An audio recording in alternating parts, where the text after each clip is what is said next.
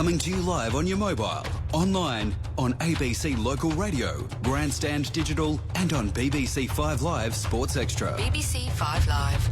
You're with Grandstand. You're with Grandstand. He gives it room and he pulls it away mightily to deep mid-wicket for 4. That's a fine shot. Here comes Imran. He bowls to Illingworth, who goes down the pitch and carves this down the ground. Raja under it. He takes the catch. Pakistan have won the cup. There he goes again. One bounce, another boundary. Hit down the ground.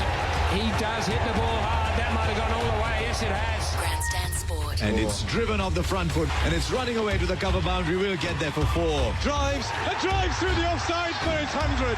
As he's forward to it, he's popped it up and he's caught it. Short leg. He's out. He's on his bike. Inside edge. And he comes again and bowls to Broad. He's bowled in. The battle for the World Cup. Grandstand Cricket. Coming to you live on your mobile, online, on ABC Local Radio, Grandstand Digital, and on BBC 5 Live Sports Extra. For Australia today, the lineup is Finch, Warner, Smith, Clark, Maxwell, Watson there at 6, Faulkner 7, Haddon 8. There's some depth in the batting, or there can be. Johnson 9, Stark 10, and Xavier Doherty 11. For Sri Lanka, their lineup is Thiraman, Dilshan, and then Sangakkara, Jayawardene, Angelo Matthews, Chandimal, Taranga, then at number 8, Tisara Pereira, and then the spinners Prasanna and Senanayaka, with Lassit Malinga at number 11. So we're underway. A big game. Malinga, first ball, bowls to Finch. Finch pushes and sends the ball straight back down the onside of straight towards mid-on. But great interest here in the selection, not only of the Australian team with Watson back after being banished, it seemed, but Sri Lanka have gone in with a lot of spinners. Senanayaka, the leggy Prasanna, and of course Dilshan. So that's what they're going with. But, well, and then Harath is injured. That's where he's playing, because I think you would have got 10 quality overs out of him. So they haven't replaced him, just injured, I think, finger injury. Short cover and a slip now as Malinga goes to Finch, and Finch edges. He dropped. Missed it, slip, a difficult catch. Maybe they should have left the second slip. They took the slip out, and it just went tantalisingly to the right of Jayawardene at slip. Diving away. I think he got his fingernails on it, but he couldn't hold it. Well, what about the field placement? They had 2 slips for the opening ball, which did drift away. It didn't swing violently, but it did move away from the right hander. And to the second ball, they took the man out. Guess where it went? That would have been straight at second slip's left knee at a nice catchable height. Straight to Angelo Matthews at second slip, because he's at short mid-wicket. And he went to short cover after the first ball. He got a good bit of his hand on that too as he dived. It sort of hung there, didn't it? Didn't sort of fly quick and low. It hung in the air and gave him a chance to dive for it. Finch a let-off. Last time that happened, he got 100. Malinga runs in at Warner. Warner digs it out and it goes firing away down towards mid-on. And there's a good brigade of Sri Lankan supporters here cheering every touch, every move, but they were disappointed a moment ago. I mean, as a captain, your job is to move the chess pieces around and make tactical decisions every delivery, and some work out, some don't. You look like a genius when they work, and you look like an absolute dummy when they don't. Well, Angelo's having a good suck on the dummy at the moment. Jayawardene alone at slip as Malinga runs in towards Warner, and Warner's back, getting a good delivery. He can do nothing with other than defend down the pitch. So the crowd engaged, involved in this game with every ball at the start. Australia having a good record on this ground, but not against Sri Lanka and the contests they've played in recent times in the last decade. But it's interesting, the team that's won the toss and batted, I think on the last 10 occasions, has only won 3 times. Yeah, that is very surprising at the SCG. Malinga's in again. He bowls to Warner, and Warner drives and holds his shot to cover. Checked himself on the front foot. The ball didn't quite come, and it was knocked away out onto the offside for a good bit of fielding out there in the covers by Prasanna. who has not played in this tournament. There's been a bit of a shuffle with Kunaratne out injured, being replaced. But Senanaika and Prasanna have not played so far in this tournament. Yeah, but they played in the series against New Zealand leading into this tournament. They both bowled quite a bit there. Now Malinga, with the flecks of blonde hair, comes up and Warner goes pushing through the offside. Good timing. That's running quickly out towards the point boundary. It won't get there. It's collected in front of the O'Reilly stand and busy running. Produces 3. So a drop catch and a steered 3 in the opening over. Australia none for 4, winning the toss. Yes, Watto is back in the side. He's down to bat at number 6 and he'll probably wobble in with a few medium paces. But the sun's starting to come through, burning off this high cloud. And it looks like the first hour or so is going to be an entertaining spectacle here if these two fellas get away. But Finch dropped on Nort second ball, and they are going to open up with spin.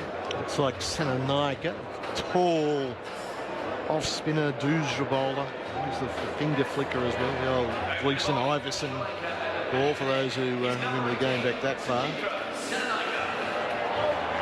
We are going back. Well, they're the guys who first bowled the folded finger ball. It's not a recent invention. It's one from half a century ago. Senanaika's 45th game, 49 wickets at 34 in one-day cricket. The two compulsory close catches are the slip and a short leg. So here he comes around the wicket. He tosses in at Warner, who plays it to extra cover. No run. It was a long off and a man on the cow hit in front of the O'Reilly stand. But that slip and short leg. Bit square cow. Can you have a square cow? Yeah, you can have a fat one. Back goes Warner and plays down a bit off it. You could have a pregnant one, I suppose, for that matter. Anyway, that's where he is. He's out in the cow country. And he's coming in because Warner's just taken a single. None for 5. This will be testing Finch too. Oh yes. Oh yes. The new ball might just hits the shiny surface, skids on, bites into the seam and might spin a little. One thing I've seen 8 balls bowled so far, and I don't think there's much pace in this pitch at all. And that's what it looks like. It looks brown and slow. What's happened to this pitch? A slip and a short leg. Here's Senanaika. Forward he goes, pushing away on the onside out towards mid-wicket. He used to have a bit of grass and a bit of life in it. Yeah, this year they just have been slow for all the matches. Mind you, there hasn't been that much cricket here this year. Around the wicket, Senanaika tosses and he's swept, missed down the leg side. Was a little nick on that. May have been. There was a scramble for it down the leg side. A bit of pad. The bowler didn't react too much, but I think it definitely deviated. Yeah, no, just off the ball pad then glove. Pad glove and landed in front. Another chance? Didn't land. Didn't go land in his gloves. Forward comes Finch. That's a good delivery. That held on the pitch. Got a bit of thick inside edge away towards mid-wicket. So yeah, just a pace left of the short leg. Very catchable height. Short leg stays where he is. He could come back a bit squarer. This is challenging. Senanaika has Finch forwarded. He gets the tickle around the corner. It's running down towards fine leg and the Churchill stand in the distance. They'll collect a 3. Yes, on the throw. They come back for 3 on a neat little leg lance by Finch to bump him along to 4 and the score to 8 after 2 overs. Australia winning the toss. They've got Watson in for Marsh. Is Watson a better player than Marsh at this very moment? And Doherty in for Hazlewood. Well, it looked like Marsh was the successor as the all-rounder to Watson.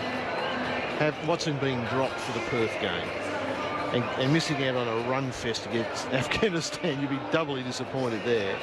So that looked to be the way the selector's going. Jimmy, I'm having a little punt, and I don't know. I haven't got any inside info. Marsh might have a little niggle. And they're not telling us that, but they're resting him. And, you know, he's had lots of calf, hamstring, side, Achilles. He's had lots of niggles. I reckon it might be that. Here's Malinga, bowls to Finch. Finch drawn forward with 2 slips in place again. Yeah. And the ball runs away behind point. So the truth is that Watto's back because someone's injured, not because he's earned his spot on recent form. Well, I'm speculating. Yes, that's all right. I'm speculating. You're allowed to speculate. But that would explain it a bit more than just a straight swap for match conditions. I think Marsh is bowling very well. They're not getting 10 overs out of Watson. He's become the part-time all-rounder. He might bowl 3 or 4. Off-stump attack from Malinga. He's strengthening the field. 2 slips, a point cover, short cover, mid-off, and a third man. So just 2 on the onside. Mid-on and fine leg. Malinga in from the southern end. He pitches up to Finch, playing away to the offside, or the Randwick or the University of New South Wales end, which means this end's the Paddington, the Northern, or as one of my friends would love it to be described, the Sydney Hospital end of the famous SCG. The ground that has had, I think, more one-days played on it than any other ground except Dubai. In the world? Something like really? that. No Indian ground like Calcutta or... Well, I saw some stat there. Someone will throw me a line on the old Twitter. Sun's out. Malinga's bowling. And Finch plays on the rise for 4. Thumped it, square of the wicket. Just a little bit of wit, and Malinga's not at searing pace. And he measured it off with a beautiful strike on the bounce. Square of the wicket on the front foot to the boundary. Yeah, that was it up with, wasn't it? You don't have to hit it that hard. You get 4 if you just hit it to the boundary. You don't have to hit it through the fence. That was a bit Slater-esque, that. Hit the ball as hard as you possibly can. Still only get 4. Probably not quite as demonstrative in his method as a Slater, no. but just as effective. But, I mean, look at the field. And Malinga's bowled to his field, and so he's bowled too wide. He's got no protection on the leg side via that 7-2 field, mid-on and deep backward square leg. So guess what? He's bowled it wide of off stump because that's where the field's been on. It was a poor delivery. If he's got a mid-wicket, even a straight one, he can bowl at off stump. The bowler tends to drift out to where the field is, and that's wide of off stump, and they got hammered. None for 12. Malinga goes up to Finch again, and Finch waits, and he gets a thick edge. That ball was pitched up, and it just moved a bit, and he had to wait for a moment rather than blaze at the line, which he's inclined to do. He's 8, Warner's 4, and the score is 12. Lassett, Malinga's had a fair tournament so far, but his first game against New Zealand he went for 84 in his 10, then 3 for 41 against Afghanistan, 3 for 35 against Bangladesh, and 1 for 63 against England off his 10. 2 slips wait as Malinga comes up to Finch, who's forward on the rise, doesn't time, plays to cover, and it's a dot. More enthusiastic applause from the crowd getting into the game here. It's not quite a semi-final or a quarter-final, but it's on the way, though. It's got a bit of a frisson of that about, though, hasn't it? It has. You know, it's a big game. It's the loser has the potential of facing South Africa. Well, the way after South Africa's loss, yes. Yes. 2 versus 3 on either side. Yeah, quarterfinals. It's a double whammy winning this game, I reckon. So Malinga rolls in. Finch comes forward, gets a quick single, playing it towards extra cover into the gap, and good understanding between the two of them. 13 up on the board. And that's the end of the 3rd over. So 2 overs from Malinga and some off spin from Senanayake. What did you make of the Pakistan performance as their former coach against South Africa? I was marginally delighted with that bowling performance. I bet you were. And Misbah's batting. Yeah, well, old man River. Well, he's been doing it for a long time now. The early half of his career curtailed by internal politics. Kept churning out runs in domestic cricket. Now he's churning them out in international cricket. He's so sensible and so experienced the way he goes about. What do we need to be competitive? I need to be in here. I can't play big shots until the end. Gets the score. They defend it. Senanayake around the wicket. Finch forward. Good stride. Yes. There's an easy run there. By the time the fielders are aware that the batsmen are on the move, there's not much they can do about it, even though there was hesitation initially. It was played very slowly out into the covers. So Warner's on strike. He couldn't bring himself to have a lash at Vittori the other day. Let's see what he does with Senanayake. There's a long off and a man at deep mid-wicket, and there's an inside-out drive that goes away for 4. Brilliantly played by Warner. A little dance and then through the line, inside out over extra cover. It was convincingly struck for 4, none for 18. And well thought out. Hard to defend that inside out shot as long as it doesn't turn. Senanayake goes again and he swings into it and miscues, looking to hit through the line. Just overhit it on the inside edge back to the bowler. And he goes flexing with his gloves as ever between deliveries. A slip and a short leg nearby. Senanayake around the wicket. Warner tucked up, defending. That hit the length. No, that's not the one. Just give me a bit more flight and I'll have another go. Well, that's what Senanaike's got to do. Got to get him out. Give it some more flight. Yeah, tempt him. Might hold in the pitch. He comes forward and sweeps well out to our cowman in front of the O'Reilly stand. And they get a single towards Prasanna, the leggy, who's out there. Yeah, they went on the third bounce to him and got the impression it was bottom half of the bat. If he hits it well, he might pick him out. Be careful with that one. None for 19 in the 4th over. Senanayake bowls Finch back, jabs the ball away. They had a bit of bounce and turn, and he knocked it around the corner to complete the over. 4 overs gone, none for 19. Just a quick word, Henry. You've been out there with New South Wales at Bankstown. A thrilling round of matches as we push towards the final of the Sheffield Shield. What's the situation? Well, all to play for. Still 4 teams in with a shot. There's a couple of games completing. Allan bought a field. So New South Wales got outright points. Yeah, good, terrific effort this morning. Dougie Bollinger, irresistible with the old ball. Wonderful spell. 7 overs, 4 for 6, of which 4 of those were a nick between the keeper and first slip. That Eastern Suburbs keeper, I thought, should have got there, but anyway. He's a good batsman, that Eastern Suburbs. He is, but a great performance to win that by 10 wickets. To be honest, it was a pretty hard going for the first couple of days, and New South Wales, thanks to its tail end batting, were very good yesterday. Here's Malinga. He bowls a ball that's dug out by Warner, and it squirts in front of square. And there's no run. Yes, you'd need to change a batting order. Gurinder Sandhu made 97. Batted beautifully. At number 10. 98, was it? At number 10? It might have been 9. I think Nathan Lyon might have been 10. He got his career best as well, 42. And the other games, Queensland. Well, the Q Hull had us informed a while ago. Queensland 2 for 80 odd, chasing about 300. Allan bought a field. That's not a big chase. Here's Malinga rushing up, bowls to Warner. Warner drives in the air. He's caught at cover.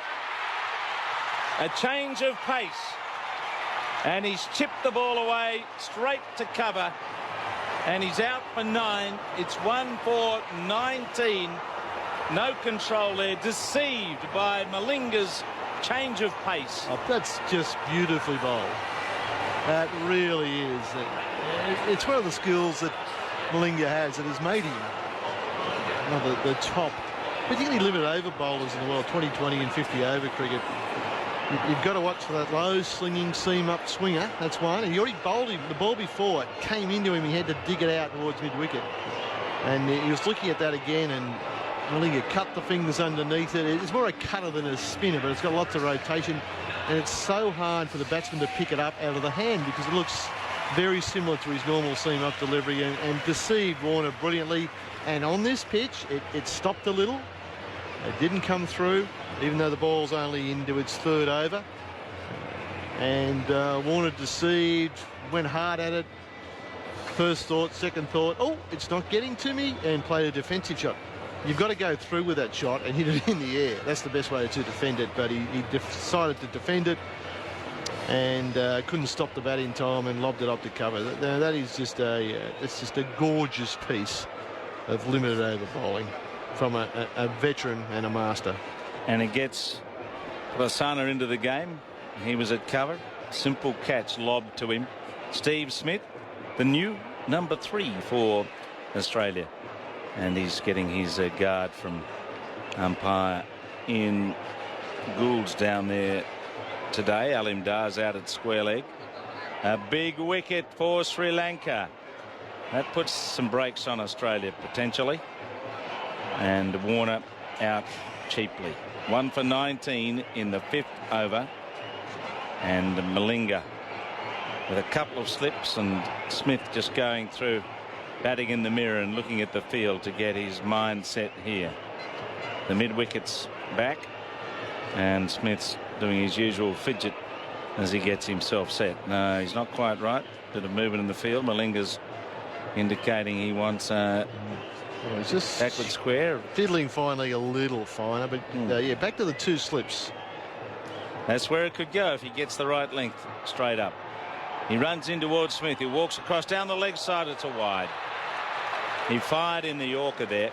And he just pushed it. Lost. Yeah, but maybe that's the risk they wanted to take. He actually moved fine leg finer because I am going full at leg stump. We think Smith's vulnerable when he first walks in, full at leg stump. Now, that's not a place you'd normally bowl at because you'll get scored off through the leg side, but we will take the risk. And that one, well, Smith fell over it. He missed it. Now we've got a leg slip and a fine leg. So part of the tactic is we will aim full middle and leg to see Smith early on his innings. So slip and leg slip in place as Malinga runs in and Smith forward, checks himself on the front foot. That's the length, and he's got just the right pitch to mix up his tricks here. Indeed, yeah. I should add that we had a. Yes, I was pleased with Sri Lanka winning, Pakistan winning as the former coach. Yes. Trent Johnson, former Irish captain and player, now on the New South Wales coaching staff. He was very excited with Ireland's victory last night. That was a stunning finish. 5 runs in it. Said he got a tad nervous last night. They're all getting nervous. Had to have a couple of... Even the umpires. Oh, yeah. Malinga runs in and bowls a slower delivery. And a very good slower delivery, which Smith adjusts and blocks away down to mid-off. There's a lot of nervousness. Did he put his foot on the rope when... fine line between pleasure and pain, isn't it? Williams was caught in the deep, yes. Very fine line. Very hard to judge. Well, I think if you catch the ball, morally, you're out, whether you touch the rope or not. I go with you there, but rules is rules. Yeah, well, laws are laws. Well, it does say it has to be under control. I don't understand why, if you catch it, then step over, why that's not under control. Anyway. Malinga bowls, and Smith plays with a punch towards mid-on. And it's collected down there. And there's still one to come because he bowled it wide. So 1 for 20. The game intriguingly set up here. Finch was dropped to the first ball he faced when they'd just taken out the second slip, and Jaya Warden had dived to his right and couldn't catch it, being the solitary slip. And now Malinga has removed Warner, the menacing Warner, with a change of pace and a lolly catch to cover. Malinga once more on his way. Smith on Norton. Smith drives expansively for 4. He's penetrated the offside field and it's gone. It's very fast out there. Beautiful shot. Smith's away. The score's 1 for 24, and Jeff Lawson's going to be joined by Simon Mann. Thank you, James. Well, that last ball the over, as a bowling coach, what you do not like is that 6th ball the over. Lack of concentration, or less concentration on lack, but trying to keep it tight off the last ball. That would have been a terrific over apart from the last ball, and Steve Smith played a wonderful cover drive off a delivery just too full and in his slot. So the last ball goes for 4, and what was an excellent over becomes a so-so over. Having said that, you get Dave Warner out. It's a pretty good result. Hello, mate. You better turn that on. Just hit the red button there. I thought it's on. Good, that's good news. We're underway. Here's Senanaika bowling, and that's pushed back down the pitch by Finch, picked up by Senanaika. Bowling his sunglasses. It's his first one-day international since the end of January. As he had that break from the game while they were looking at his action, he bowls and it's swept away down towards the deep back of the square leg boundary. This is going for 4. Well, he's bowling around the wicket, so in a way he's inviting that shot, and Finch was onto it, and Australia up to 28 for 1. We're in the 6th over. Yeah, well, if you want to bowl that line with one out behind square leg, you'll get swept, and And the fields from behind square legs inside the circle, saving one. You're only allowed 2 outside, and that's a long on and a deep mid-wicket. And that's a tough field to bowl to if you want to bowl leg stump. Now we've got 2 behind square, both inside the circle. Yeah, 2 behind square on the onside and a slip and a short mid-wicket. And this time Finch goes back and cuts that through the offside. Chase towards the boundary. It won't go for 4. Towards the Bill O'Reilly stand. Sliding stop. And the throw comes in, and they're back for 3 runs. A dribbler in the end from the boundary edge, and a comfortable 3 to Finch. He goes to 17, and the score, I've got to say 1 for 31. You take your choice. This is the World Cup, so I think you go whatever you're comfortable. I know we're in Australia, but I'll say 1 for 31 because that's what I'm used to. Well, when I'm in England with you, I usually say the other way around, but I reckon go for 31 for 1. I think everyone knows what I mean. Exactly. Here is Senanayake bowling to Smith. Smith down the pitch, clipping a low full toss up towards long on. Tisra Pereira fumbles the ball beneath us and sends in the return eventually to Senanayake, and they don't profit from the slight misfield, so only a single. 32 for 1. Finch 17, Smith on 5, and we are in the 6th over. Senanayake again bowls. Forward goes Finch into the onside towards mid-wicket. It's only a problem in the first over or so, isn't it? When you lose a wicket, it's 1 for 0 or 0 for 1 or 2 for 4 or something. You get the double figures, you're fine. Yeah, exactly. Everyone knows. Umpire Dard just holds up Senanayake for a moment. Now he is in. And that's played defensively and very carefully. Back down the onside of the pitch by Finch. Senanayake picks up, and that's the end of the over. Finch 17, Smith has 5. Senanayake 3 overs for 18, and Australia after 6 are 32 for 1. The man out, Warner, caught Prasanna, bowled Malinga for 9. And I think Sri Lanka would be happy with that start. A tick over 5 and over, and they've got Warner out of the way. Given that they've gone for Senanayake, he's got 3 of his 10 overs in the opening power play. I think they'd take that.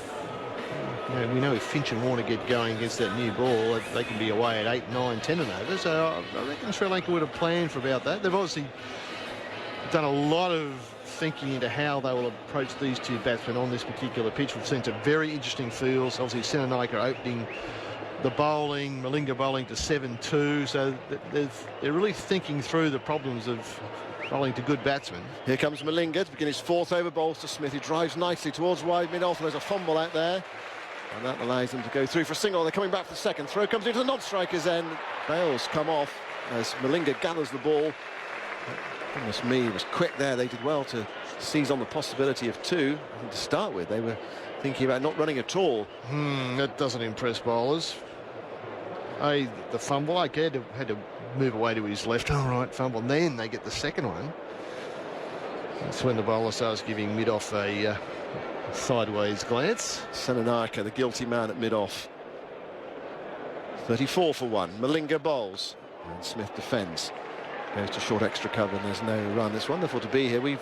I've been in our little team that we've brought up to this game. Mick Marks is with us as well. Been in New Zealand, where the game here just feels so far away compared to those small grounds in New Zealand that we've been commentating at, Dunedin and Christchurch and Nelson. Yeah, I must admit, watching most of it on TV, but I listened to you guys the other day. It was a nice feel to those New Zealand grounds watching those matches. Yeah, they've done really well. Done really well down there. Here's Malinga outside the off stump. No straight from Smith and taken low down by Sangakkara, who hands it to Jar Warden, who's his old mate next to him at slip. 7th over, 34 for 1. The World Cup's gradually moving north now. We've done with the South Island. A couple of cracking games in Auckland. Wow, yesterday that was a remarkable game. Pakistan against South Africa, following on another remarkable game the week before. Doesn't matter with those small boundaries, does it, really, in Auckland? You can deal with it. Play on a ground made out of origami shapes and you can still get a good game of cricket. Malinga, past umpire Gould, bowls to Smith, outside the off stump. Respect from Smith, not having a nibble at that one, or even a blast. And lets it go through to Sangakkara. What there has been is lots of good pitches to play on. Even in the smaller New Zealand grounds, sometimes you think, well, yeah, we'll get some really slow wickets and the cricket won't be too good. But the pitches have all been really good, which has made for good cricket. We've had some good low-scoring games and we've had some good high-scoring games.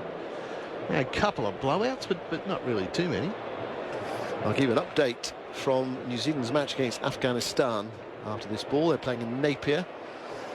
Malinga, as the sun rejoins us, goes past umpire Gould, up to the stumps now and bowls to Smith, and Smith is turning into the onside towards mid-wicket, and it's stopped there with a tumble, and there is no run. New Zealand need 187 to beat Afghanistan. Kane Williamson's out for 33. A wicket for Shapur Zadran, the tall, shaggy-haired fast bowler, has caught a few people's imagination during this World Cup. Yeah, I think he's straight out of Scooby-Doo, isn't he, Shapur? It's a popular culture reference you may not be aware of. No, you don't want the cartoons in the afternoon. Shaggy hair. Been going, yeah. Yeah, I'm not that old or young. New Zealand 21. It's been on for about 40 years. 21 overs gone in that match. Guptill on 40, Taylor on 3. Malinga bowls to Smith, who plays defensively towards short extra cover. That's Tiramani territory, and there's no run, and that was a tidy over from Malinga, just the 2 runs off it for that fumble towards mid-off. So he's gone 4 overs, no maidens, 1 for 16, and the score after 7, Australia, who won the toss and decided to bat first, are 34 for 1. Finch has 17 and Smith has 7. Just feels fantastic to be here. Wonderful crowd, good cricket. Yep, so a great World Cup occasion. Both these sides need the win today to guarantee their place in the quarter-finals. It's not absolutely so. There is a way Australia could fail to qualify, you know, for the quarter-finals. Here is Matthews outside the off stump, and no stroke from Smith, and it's through to the wicketkeeper Sangakkara. I'll just whisper that to you rather than belt it out. Australia can't qualify, but there is a way. It does rely on New Zealand, whatever, falling on their sword, not playing particularly well, what have you, against Bangladesh. New Zealand actually have it in their power to possibly eliminate England or Australia. There's a shout for LBW there as he goes to the drive. Just didn't feel quite right, and umpire Dar says not out. Now, are they going to review it? Hit him on the back leg, but I just feel it's slightly outside off stump. Didn't feel quite right. You know, I know we're a long way away. Have they reviewed it? Yes, they have. Well, Smith's on straight. He went for a drive.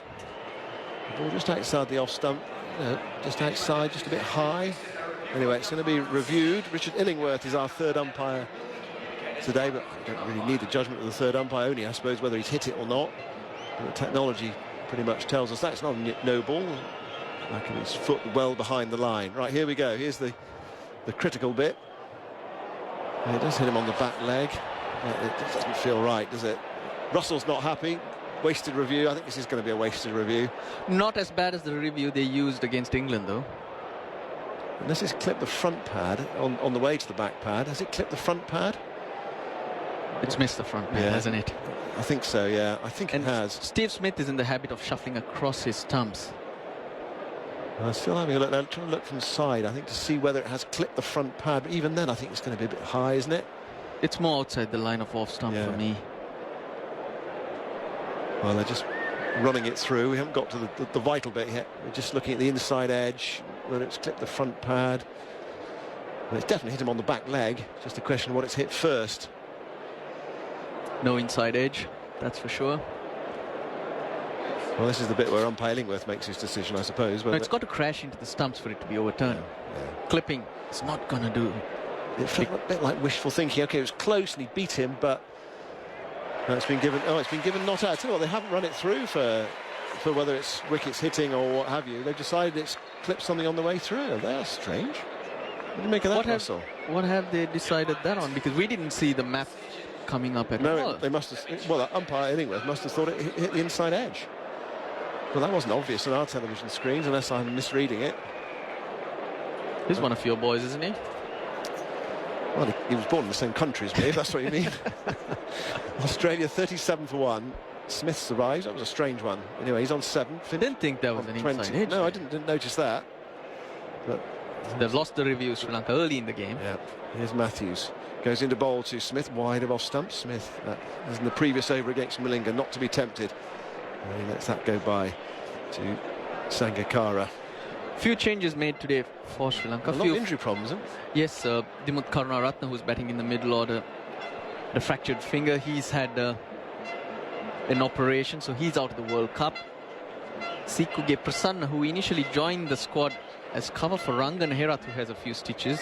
Matthews trots in and bowls, and Smith comes forward, defends, bat and pad close together, pushing that out to Tiramane. Short extra cover and there's no run. Few stitches, 3 stitches in fact on his spinning finger. The injury he received against England, Rangan Herath.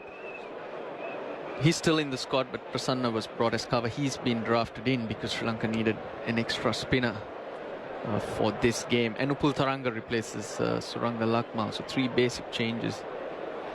Matthews bowls on. Down the pitch comes Smith and then plays a perfectly correct stroke. It's almost just got his initial stance, but after taking a few steps down the pitch, then he's recollected himself and then played into the onside towards mid-on, and there's no run. Smith 7, Finch 20 at the end of 8 overs. Australia 37 for 1. Taranga, who's in a few months, much drier, and looking at it from here, you can already see a few foot marks. Hardly any grass, and yeah, it's a bat first pitch, all right. I think Clark was very happy to win the toss. I presume Matthews would have batted first if Sri Lanka had won the toss. Sikge Prasanna is brought into the attack instead of Lasith Malinga, replacing Malinga. Bowls leg breaks. He played last in Wellington in a one-day international. That was at the end of January. So he's been drafted into the team today. His first match in this World Cup, his 24th one-day international. He's bowling from the far end from us, the Randwick end, with a slip and a short mid-wicket in. And his first ball is on target and driven back by Finch back up the pitch, and there's no run. He's not a big turner, but he'll bowl wicket to wicket. Has a slider that generally surprises batsmen. Finch has come down the pitch to do some guarding, hence the slight delay. Spinners often like to get into their work. Back to their marking turn and bowl again. That's a bad ball down the leg side. It's helped on its way by Finch. It hasn't hit the rope yet. Malinga's not bothering to chase it there. Hits it now. And Malinga jogs after it. Bad ball. Value for your shots, isn't it? Big boundaries. It's not a small ground, and I think we're in the pitch that's right in the middle, so even hits to either side of the wicket, but the ball just keeps running away. Just doesn't slow down. 41 for 1.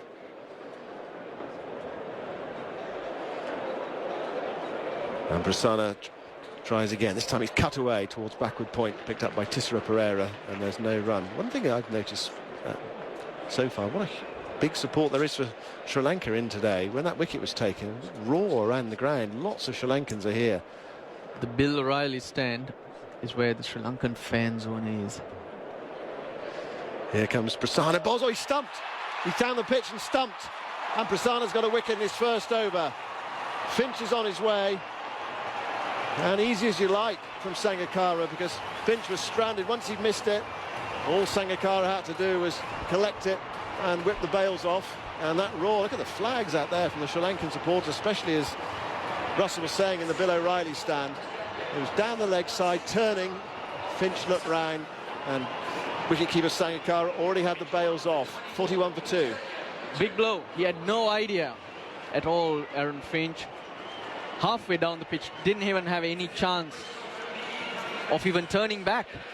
That's how far down he was. Prasanna saw him coming and just fired it down the leg side. So they got both openers out, the Sri Lankans. They played some good cricket. Yes, limited in their attack.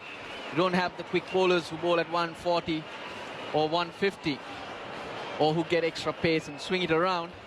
They're making life difficult out there. We've seen different fields being set, and Angelo Matthews changing his bowlers around all the time. So 41 for 2. And how many did Finch make? No. 24.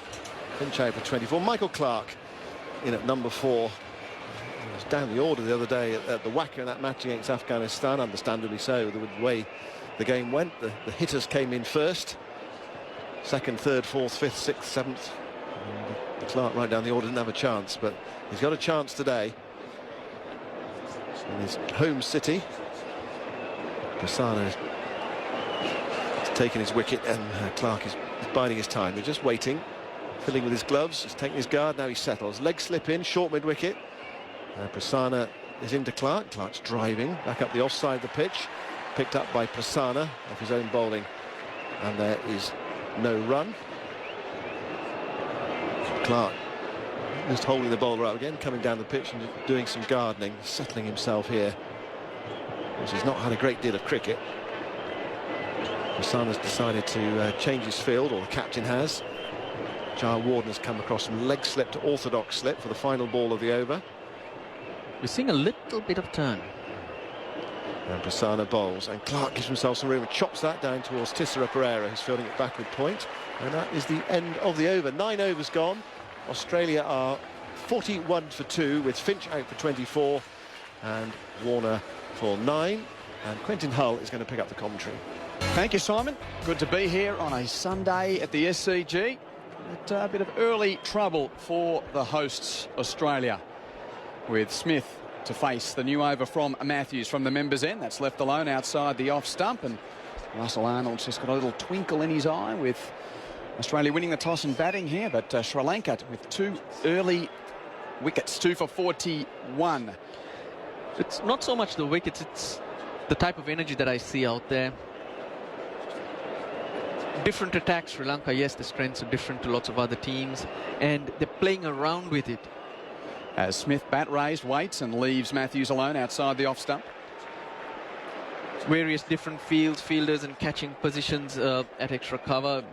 A lot of people might not agree, but Sri Lanka don't have the quicks who swing it. Hence, take the pace off, see if you can take the catches in front. I was reminded a while ago when Finch was dropped on naught. Sri Lanka started with 2 slips. Second ball of the innings moved the field, a second slip to extra cover, and there was an opportunity at second slip. As Smith is this time across and pushing out into the covers, but no run. And after the first ball was bowled, they realized taking the pace off was the way forward. It didn't work that time, and what I was reminded of was that last time Finch was dropped on naught, he went on to score 135 against England at the MCG, but not today. Out for 24 with a nice piece of work down the leg side from Sangakkara, who crouches now. Matthews bowls, and it's driven for 4 by Smith down the onside of the pitch. Just basically a straight drive just to the onside of the stumps at the non-striker's end, and that's a boundary. 2 for 45, Smith to 11. Gee, he's so good. He's so good at getting the bowler to bowl to him. He walks across the stumps various distances at different times just to get the bowler to bowl on his pads. Matthews was bowling outside off stump, left it alone, and Matthews looking to try and hit the stumps. But Smith ready for it. Here's the reply outside the off stump and cut into the gully in a very athletic save. Prevents a run as Dilshan threw his body to his left. Oh, the old man's still got a fair bit of energy in him, hasn't he? That was a terrific piece of fielding at backward point. And that's good to see. It's something that has been lacking in the Sri Lankan game. The last one against England, the fielding was poor. They dropped quite a few half chances, but today the confidence is back and we're seeing a lot more effort. So the men out are at third man and deep backward square. There's a slip. The other catching man is a close in cover. Matthews over the wicket. Smith drives through the cover point region for 4. Oh, that's a terrific shot from Steve Smith. Smashing it out to the rope in front of the patrons in the Bill O'Reilly stand. And Smith looks in. Good touch. That's the end of the 10th over. He moves to 15 with that stroke. 2 for 49 with Clark yet to score. To pick up the wickets, but there's no pulling that run rate back. Batsmen staying positive. Batsmen who know their game. How he toys with the bowlers is impressive to see. I mentioned how he moved across and then held his line to hit down the ground. This time he stayed outside and created width. Top class batting, and the wickets that are falling are not affecting the way he plays. His mindset is about himself and what he can do. He's controlling that well. So the new man in the squad, Prasanna, to continue from the round weekend. This should be fun. SCG, bit of wrist spin with Clark and Smith at the crease. That's outside the off stump and into the gloves of Sangakkara. So Prasanna coming into the squad with Dimuth Karunaratne fracturing his little finger at training. So straight into the squad, straight into the action. Prasanna bowls. Clark leaves his crease. There's an appeal for LBW, not out. But there certainly was half a hop forward there from Michael Clarke in smothering the spin. And he generally gets a big stride in. Tough to give him out. That was sliding down, might have hit the stumps, but no way can any umpire give that out. Not even umpire Arnold. There's a slip in place, and on the back foot now Clarke gets a run as he pushes out to the sweeper on the cover boundary. So Michael Clarke's away, and that's the 50 for Australia. 63 balls, 10.3 overs for Australia to get to 50 for the loss of 2, with Warner out for 9 and Finch out for 24. Quinton Hull and Russell Arnold with you at the SCG, where there's still a bit of cloud cover, has been for the majority of the morning. And those flags on top of the iconic members and ladies stands being tugged by an easterly. And now Smith, as ever, just fidgety as he takes his guard as Prasanna is in over the wicket. Smith defends him down the pitch. Good plays of spin, both Clarke and Steve Smith. For Sri Lanka, it's about wickets. You let these two batsmen settle in. There's a lot of firepower, will basically bat you out of the game. So they have to keep attacking, keep that slip in. Outside the off stump from Prasanna, and Smith just leans on the back foot and caresses it out to the deep cover point sweeper. And an easy single for Smith to move to 16. It's 2 for 51.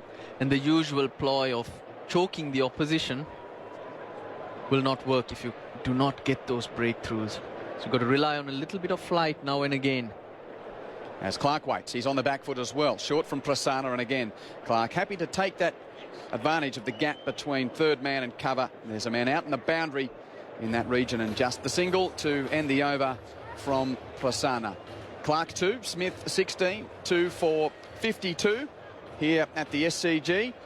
And just check on New Zealand's progress, trying to chase down Afghanistan's. They need another 44 runs, and they've got 8 wickets in hand with plenty of overs. 2 for 143 across the ditch and Napier.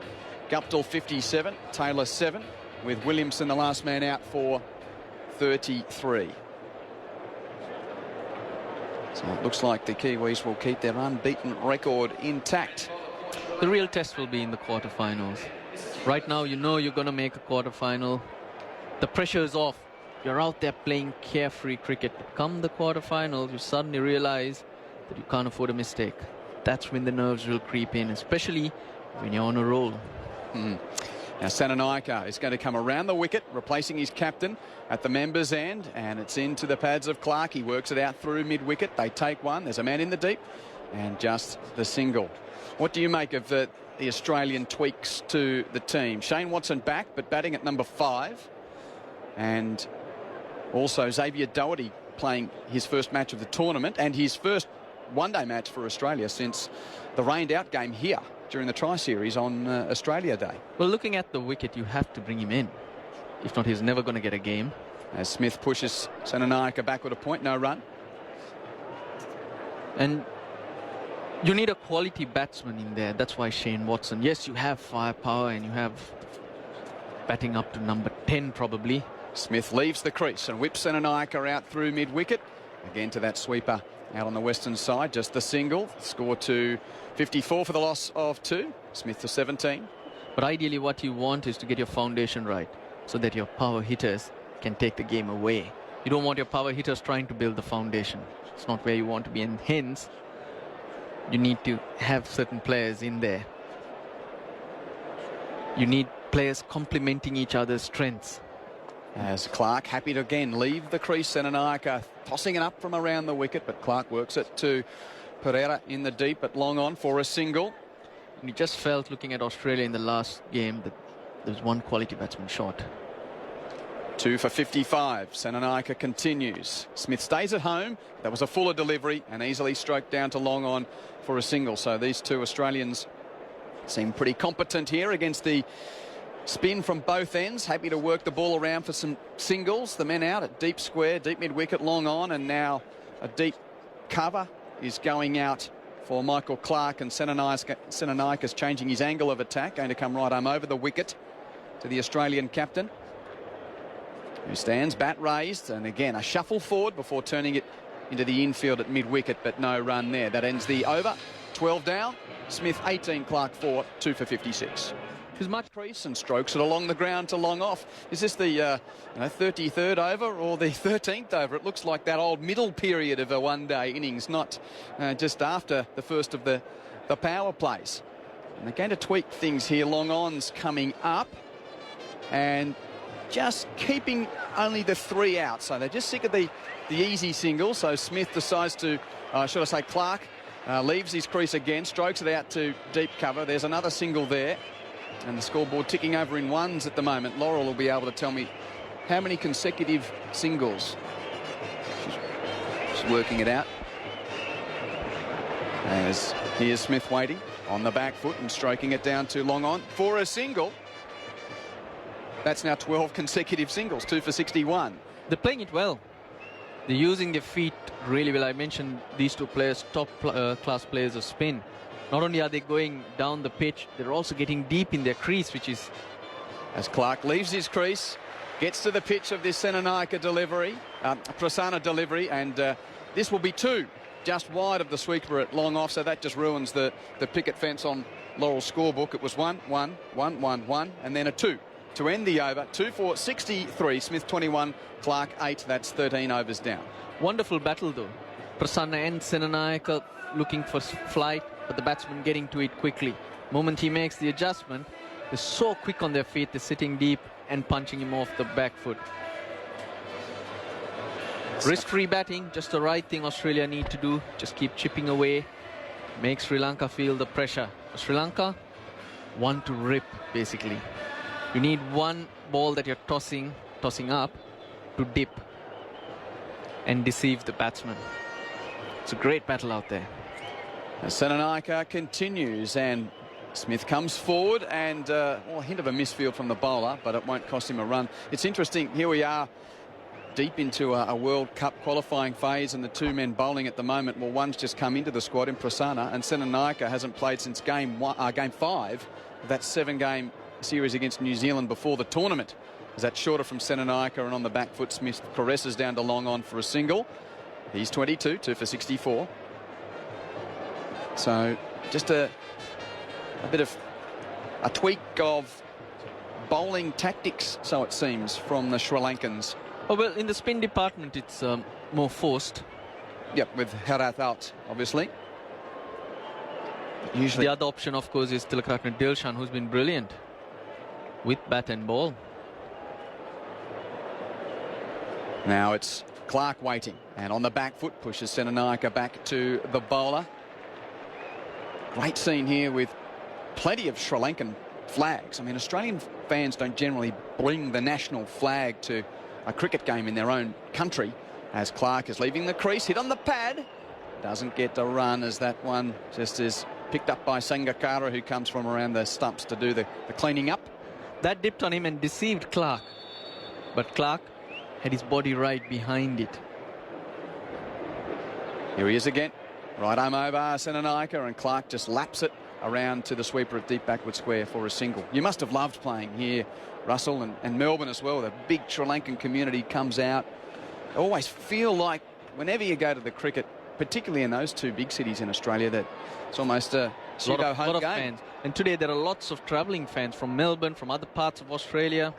As Smith cuts but doesn't beat backward point. And that ends the over. 14 down, Clark 9, Smith 22, 2 for 65. And also from Sri Lanka. Thanks, Russell. Great to have Russell Arnold with us here on ABC Grandstand, BBC Team S, wherever you're tuning in around the world. This game which essentially will reward the victor with second place in Pool A, with no disrespect to Scotland, and it's seemingly that they're playing to avoid South Africa today. As Vic Marks joins me here at the SCG, and what a pleasure it is to sit alongside you, Vic, and broadcast some cricket with you. And I know you'll take this the right way, but I've been in bed with you late at night many a time over the years, so it's great to be finally sitting next to you. Well, I'm glad you enjoyed that experience, Quinton. Sitting with a little transistor radio in my ear, listening to the cricket from the other side of the world. Great to broadcast some cricket with you. Well, it's great to be here. It's a fantastic atmosphere. Seems to be about 50-50 in terms of support out there. Amazing number of Sri Lankan flags and an interesting little game going on. And Tisora Pereira is going to replace Prasanna. at the Randwick end. He's just saying to Russell, it's fantastic to see the Sri Lankan fans come out in support of their team, and they do bring their flags. Us Aussies, we don't really bring the national flag as much to sporting contests. We lather ourselves in gold, but yeah, the Sri Lankan flag is prominent. Pereira over the wicket. Clark drives, but straight to cover. There's no run. Your impressions early on here, Vic? Well, I think if Sri Lanka could have ordered up a pitch to play this match on, they'd have ordered something quite similar to this one. Pace off the ball is quite handy, and there's not much natural pace in the Sri Lankan team. They haven't got their best spinners there, but they've got plenty of spinners. There's a slip waiting as Pereira runs into Clark, and he slashes outside the off stump and will take a single as he hit that down hard into the square and out to the deep to the sweeper for 1. Clark to 10, 2 for 66 in the 15th over. However, I'm sure in the Aussie camp, I mean, they know that in this World Cup, if you can get to 30, 35 overs with no more than 3 wickets gone, anything is possible. And Clark, I suppose, and Smith are the sort of players who can get them there. Smith waits. Pereira delivers, and off an inside edge, Smith will get 1. He's keen for a second with that ball to mid-wicket, but Malinga comes across from mid-on to do the fielding. And Malinga, the only man in the infield on the onside, hence the hustle about the first run from Smith, but he's happy with the 1. I've got one other question, because I don't quite know how it works in Australia, but if Clark is in charge of the batting order, because he keeps telling us he's in charge of the batting order, how can he change it when he's out in the middle? Oh, that's a good question. Pereira comes into Clark, and he'll take a run here. Turning it through mid-wicket, there's a man in the deep who trots in off the boundary to keep it to a single. 2 for 68, Clark to 11. Because we're going to get possibly into a situation, I don't know whether Watson is down as 5 or 6. Well, on the sheet he was 6. Yeah, I think he'll be batting at 5. I did see it. Yeah, but there'll come a point of this pair bat for a long time when they might think, well, we'd quite like someone else at 5. Maxwell, perhaps. Perhaps. But if Clark's out in the middle. Pereira right arm over. Smith, a full delivery that he drives down the onside of the pitch for 4. Malinga was there at mid-on, but just not straight enough to stop that fine stroke from Stephen Smith, who moves to 27. 72 for 2 in the 15th over. Yeah, well, that's over pitch, but Smith has got rid of the bad ball beautifully today. Placement's been really good. Economy of movement, not much effort either, but he's timing the ball beautifully and finding the gaps when the bad ball comes along. That one just a bit over-pitched. Well, you'd have to say he's due for 100. I know he made 98 in the last game, but after 4 hundreds in the Test series, 100 against England in the Tri-Series, he's been racking up 3 figures regularly this season, Steve Smith. Not yet in the World Cup as he's defending Pereira on the onside, and there's no run on this occasion. And that is the end of the 15th over. Clark 11, Smith 27, 2 for 72. Vic, we'll do it again a bit later on. Jim Maxwell's coming in to join you. Is that your little intro, Jim? I've got to get used to this. When that music comes, you're on the way, is that it? You like this? This is the thing out here. Well, I'd like to know you're on the warpath, Jim, coming in with the microphone.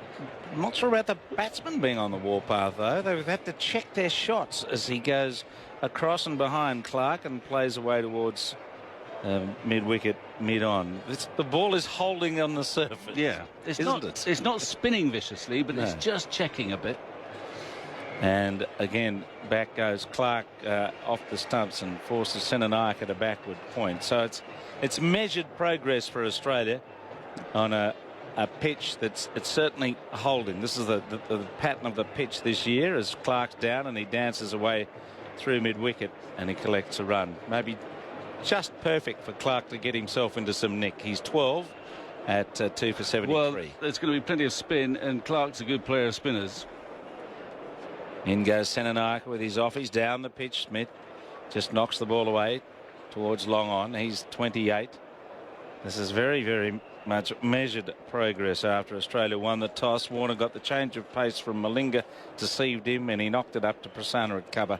He was out for 9, and Finch was stumped by Sangakkara off Prasanna for 24 as Smith's on the crease getting a thick edge to Senanayake, and it runs away to backward point. So Sri Lanka playing at home, really, conditions like this. Could be a goal anywhere in Sri Lanka with a bit of turn in the surface and slow turn. On the back foot goes Smith. Hits it out to deep cover. They run for one and they come back for two. That's Clark actually on the back foot for two to deep cover. He had to wait for the ball. Join the voice of summer, Jim Maxwell. He's bowled. Right through. He's bowled it. Alongside Alison Mitchell and Harsha Bogle. That's the big appeal, and the finger eventually goes up. ABC Sports Summer of Cricket on the ABC Listen app. Your home of rugby. ABC Sport. Senanayake completes the 16th over, 2 for 76. Good atmosphere here with Smith 28 and Clark 14. Senanayake is an interesting one. He was one of those guys that had to be sent away to adjust his action. And I think he has. We watched him come back in Sri Lanka when England were touring there, and we thought, well, I wonder if we'll notice any difference, because often they come back and you think, well, it's just the same as before. But actually, I think there was a difference. I'm not sure if he's as potent now with the revised action, but he's back in the game, and at least he's got control of the ball. Tisora Pereira runs in right arm medium-ish, and he's knocked away on the offside for Sangakkara to tidy up behind the stumps.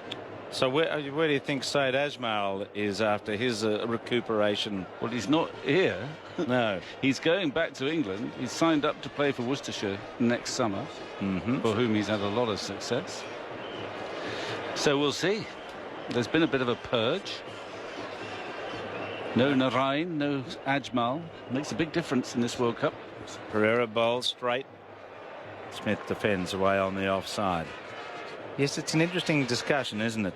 Through obviously Murali and those that have followed him. To me, whether they're 10 degrees or 30 degrees, in a way, it doesn't matter that much. They're not any physical threat to the batsman, and they bring something special to the game. But yes, how far do you tolerate it? 45 degrees for some, that might be too much. And on the stumps, he's working it away neatly into the deep for a run, 2 for 77. How much tolerance should there be? I don't know. I mean, I never get so excited in the modern era. I never get so excited about the slow bowlers being scrutinised so carefully. I think if you're a quick bowler and you throw the odd ball, then that can cause real damage to batsmen. Physical damage. It's slightly different with the slow bowler. I would prefer Purge 1 to be against any pacemen, and there aren't many dodgy pacemen at the moment, I don't think.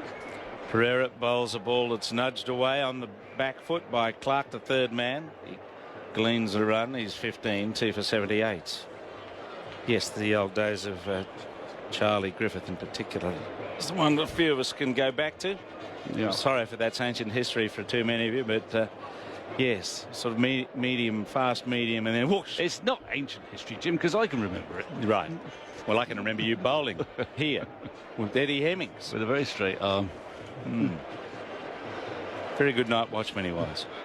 In goes Pereira. Back and behind goes Smith, plays away to the offside. What's Fast Eddie doing these days?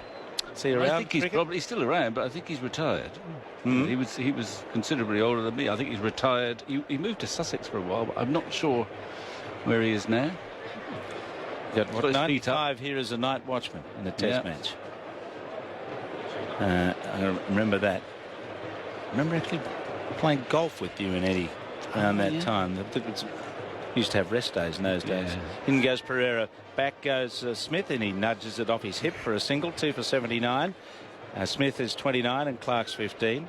And you've been having a good tour of Australasia, apparently, getting around to New Zealand. And where was the place? Abel Tasman? We've been to, there's a lovely national park in Abel Tasman. You'll never believe this, Jim, but I went kayaking.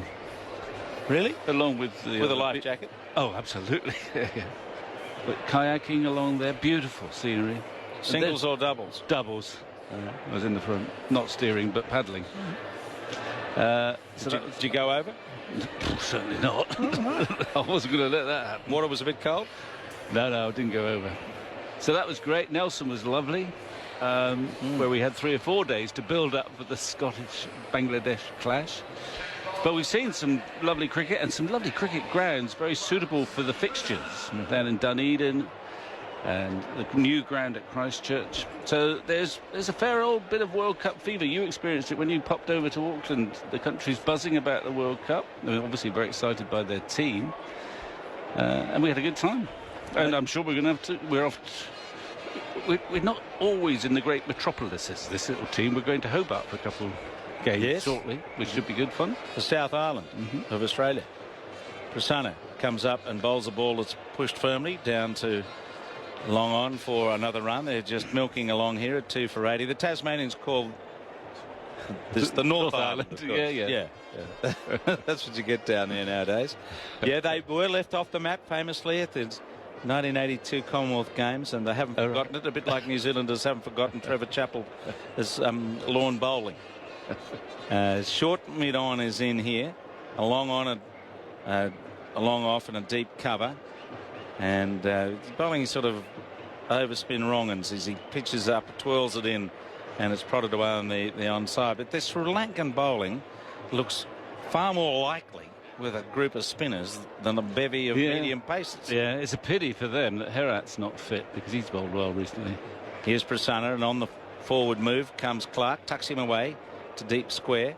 So that's what we're seeing, a 1 here, a 2 there. It's a while since we've seen a boundary, I think, Laurel, as you look down your encyclopedia of statistics. 4 overs at least. Here's a Prasanna. He's going to bowl to Smith back, forces into the covers. 2 for 81. We're in the 18th over. Well, ask Quinton this. It's about the batting order. We know that that's the one thing that Clark's in charge of. Yes. But he's in the middle.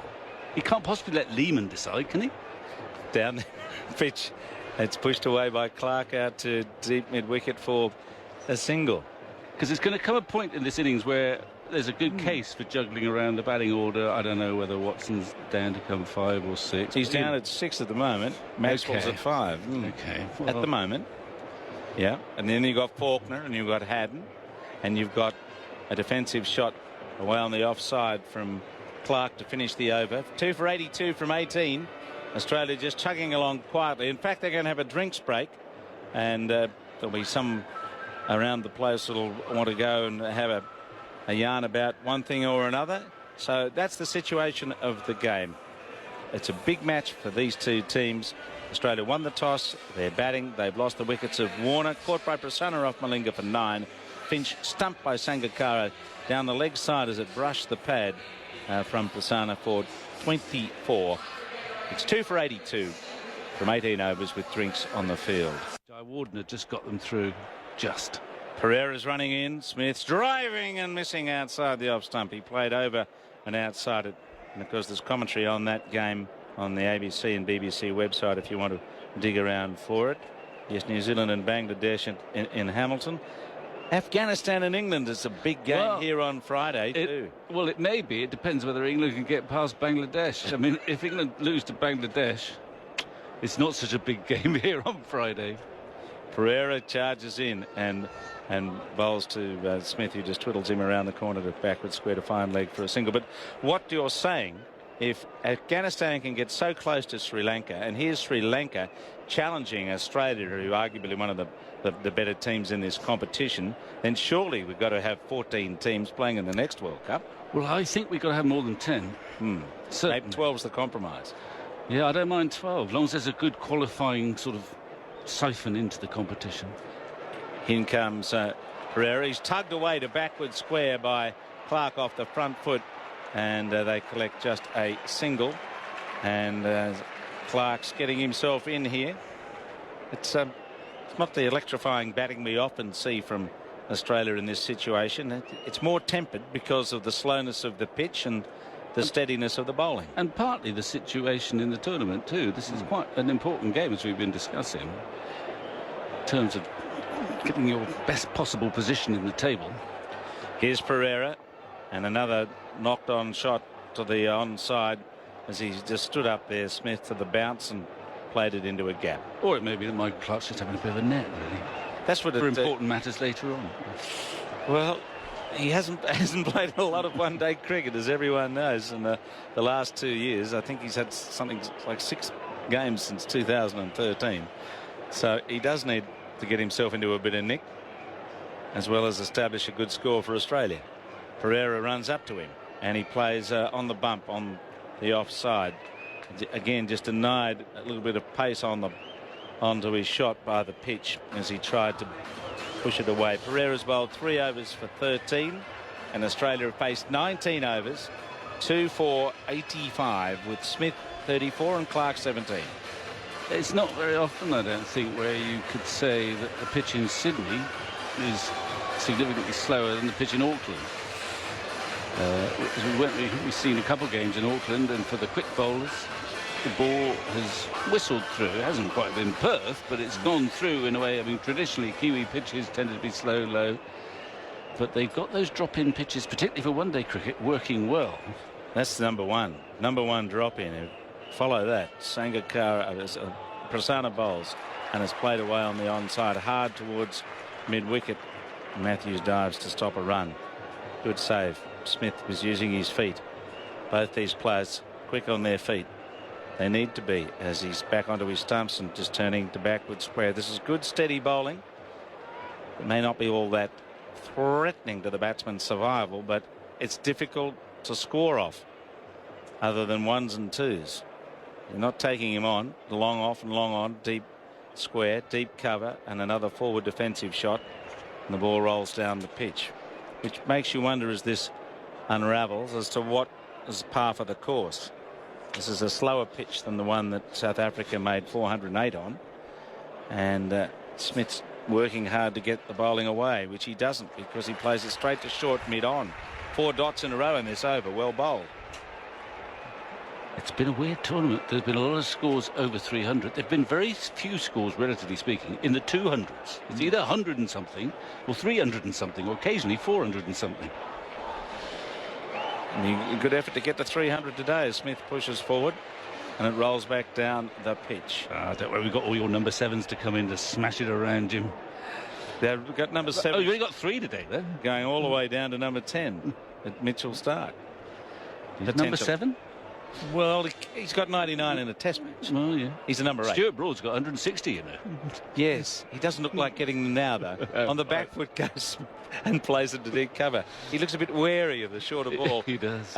2 for 86 at the end of the 20th over.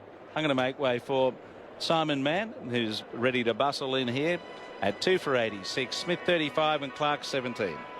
Well, there's some suitably funky music to get Simon in. 86 for 2. 21st over starts. First ball is defended by Smith into the offside. Tissera Pereira bowling from the Randwick end towards extra cover goes Smith, and there's no run. Have you been winding up that nice Mr. Maxwell? No. No? I don't know how to do that. Teasing him with all sorts of permutations how Australia can't or might not qualify for the quarterfinals. Just chewing the fat, you know. Pereira, big man, goes into bowl to Smith, who opens the face, runs it down on the offside, backward a square. It's picked up by Tilikarati Dilshan, and there's no run. Finch out for 24, Warner for 9. Sangakkara's dismissal of Finch, I think, was his 499th in one-day internationals, which is some record. Finch stranded halfway down, not halfway down, but a long way down. No chance of getting back. Oh, what's an overcast, breezy afternoon at the SCG. Pereira bowls wide of off stump. Smith stretches for it and finds the gap towards the cover boundary. And they're through for a single. 21st over. It's 87 for 2. It hasn't been a fluent batting display by Australia. It's been a conservative effort, really. Not the ball around in this partnership between Smith and Clark. Building for later. We've seen in this tournament that all sorts of things are possible in the last 10, 15 overs if you've got wickets in hand. And Australia have got the sort of players down the order that can take full toll of a good base. Pereira bowls. Clark chops this away towards the cover boundary once more. And sweeper does his job. Returns on the bounce to Sangakkara. And another run to the total. 88 for 2. Smith 36. Clark 18. Clark has had very little cricket. He made those dozen runs in Auckland. He made some runs in a warm-up game, a half century, but very little batting since being injured in the Test series against India. So he's feeling his way back in. Extra time in the nets yesterday. Smith, of course, has had a golden summer. Pereira bowls to him. Smith up on his toes, opening the face, running it down towards third man. And they're through for a single. Prasanna hurls the ball in on the bounce to Sangakkara. 89 for 2. I suppose there's a little bit of pressure on Clark just to show everyone and himself that he's back in the swing. And there might be a bit of pressure on Watson too. Dropped for the last game. Pressure in the sense that he might want to be a bit more wary and make sure he gets a score. It doesn't always help that. In a new position. You're not quite playing for yourself rather than the team, but cricket's that bizarre combination of factors as Clark lifts this down the ground. This is going up towards the long on boundary. One bounce that's gone away for 4. The length ball just outside the off stump, and he hit that with plenty of bottom hand, well over mid-on's head, out towards the wide long on boundary, and Australia to 93 for 2 at the end of 21 overs, dragging that Clark from outside the off stump and lifting it down the ground. Yeah, well, I think that's his first boundary, and it was very controlled. Bit of bottom hand, but he knew exactly what he was doing. He knew exactly where he wanted to hit it. The ball was just outside off stump, and he could lever it over mid-on. And recognising, you know, it might be time just to change gear fractionally. Him and Smith pottering along. First boundary, and he's looking pretty comfortable. Also brings up the 50 partnership as well. New over. It's going to be bowled by Prasanna, whose figures so far. Let's have a look, Laura. Where are we with Prasanna? And he goes to bowl to Smith, who's down the pitch, clipping into the onside towards mid-wicket. Straight to Matthews. And there's no run. Prasanna's start of his 6th over, 1 for 18. Well, that's a bonus, that. And I think it helps that they don't know him that well. Prasanna, leg break bowler, bowls, and a good stop away to his left-hand side. I think there are a few in the crowd there who thought that was a catch. And it was hit hard into the pitch by Smith and knocked down by Prasanna. Wonderful athletic piece of fielding. Very short run, bowls, a bit short, chopped away towards the cover boundary. Malinga's running round, uses the big boot there. He thought about bending down to pick it up, and I think if that had happened, the ball would have eluded him, so he just gave it the left boot, trapping it like a centre-half in football, and picked it up and hurled the ball into Sangakkara. He'd be quite a small centre-half, wouldn't he? He would. Yeah, unceremoniously stopped. He's been around a while, Malinga. He can do it his own way. I think he would have tested out those hamstrings a bit too much if he tried to bend down to pick that one up. 95 for 2. Smith on strike, blocks it into the offside. Picked up extra cover by Dilshan, running around to his right. There's no run, just hands the ball almost to Prasanna.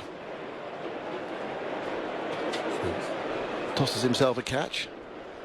It really is 1, 2, 3 steps into the crease, bowls down the pitch comes Smith and drives it powerfully, but straight at Dilshan, and there's no run. Again, some yelps from the crowd who thought that was a catch,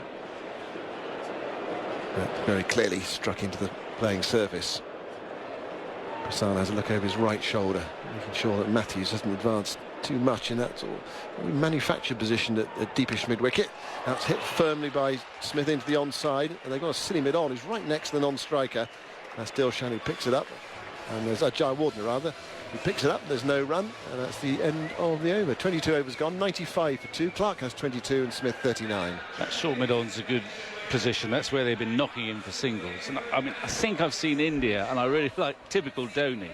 He's had an orthodox mid-off and then a long off, almost right behind him. But it's not this most stupid idea. Here's a wizard of the whiteboard. Victorious. Are you coming in here, Henry? I think Henry's moving in, fresh from another New South Wales victory. Oh, they won, have they? Oh, yes. Yeah, Jeff Lawson's coming in, 95 for 2. And Tillakaratne Dilshan is going to have his first bowl of the match. You saw him open the bowling in Wellington against England. Here he is from the far end. The Ranwick end, and Clark's immediately down the pitch, driving into the offside. It goes to Matthews, who's fielding at extra cover. There's no run. 3 men on the leg side boundary, deep backward square, deep mid-wicket and long on, and the man on the cover boundary. 3-7-1 on the offside, 2 on the on. That's tickled away by Clark. And again, more work for Malinga to do. He's onto it now, sliding stop, throws on its way, struggles to come back for the second. Clark there just for a moment thinking he was in trouble. The bails came off, but Clark was home. Perhaps a better, stronger throw from Malinga might have had him in even more trouble. He was hastening to make his way.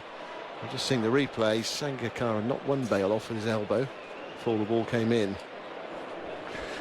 It's my favourite invention of the season, the zinger bails. Yeah, I like them. They're good, aren't they?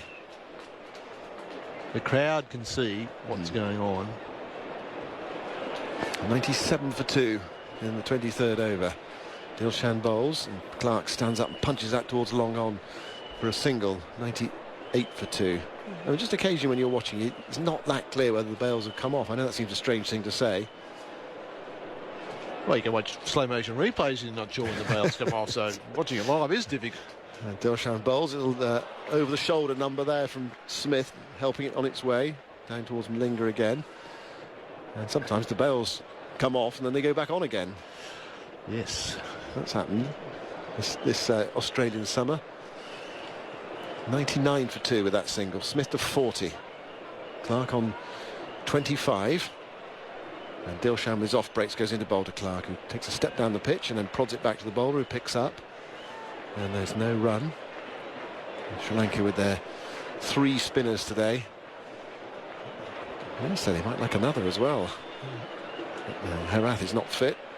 Dilshan bowls, clipped by Clark up towards long on. And they go through for a single. I talked about this before. As the 100 comes up for Australia after 23 overs. I talked about this before, Jeff. How you think, oh, it's a 4 seamers pitch, but no one ever says, oh, it's a 4 spinners pitch, do they? They think, oh, that's too many. You can't have 4 spinners. But I did see one pitch. I've mentioned this before, but the Australian listeners wouldn't have heard it. It was a 2020 match between Somerset and Glamorgan and Cardiff, Sophia Gardens, where Errol Sapire of Somerset took 6 for 5. And it really was a 5 spinner pitch.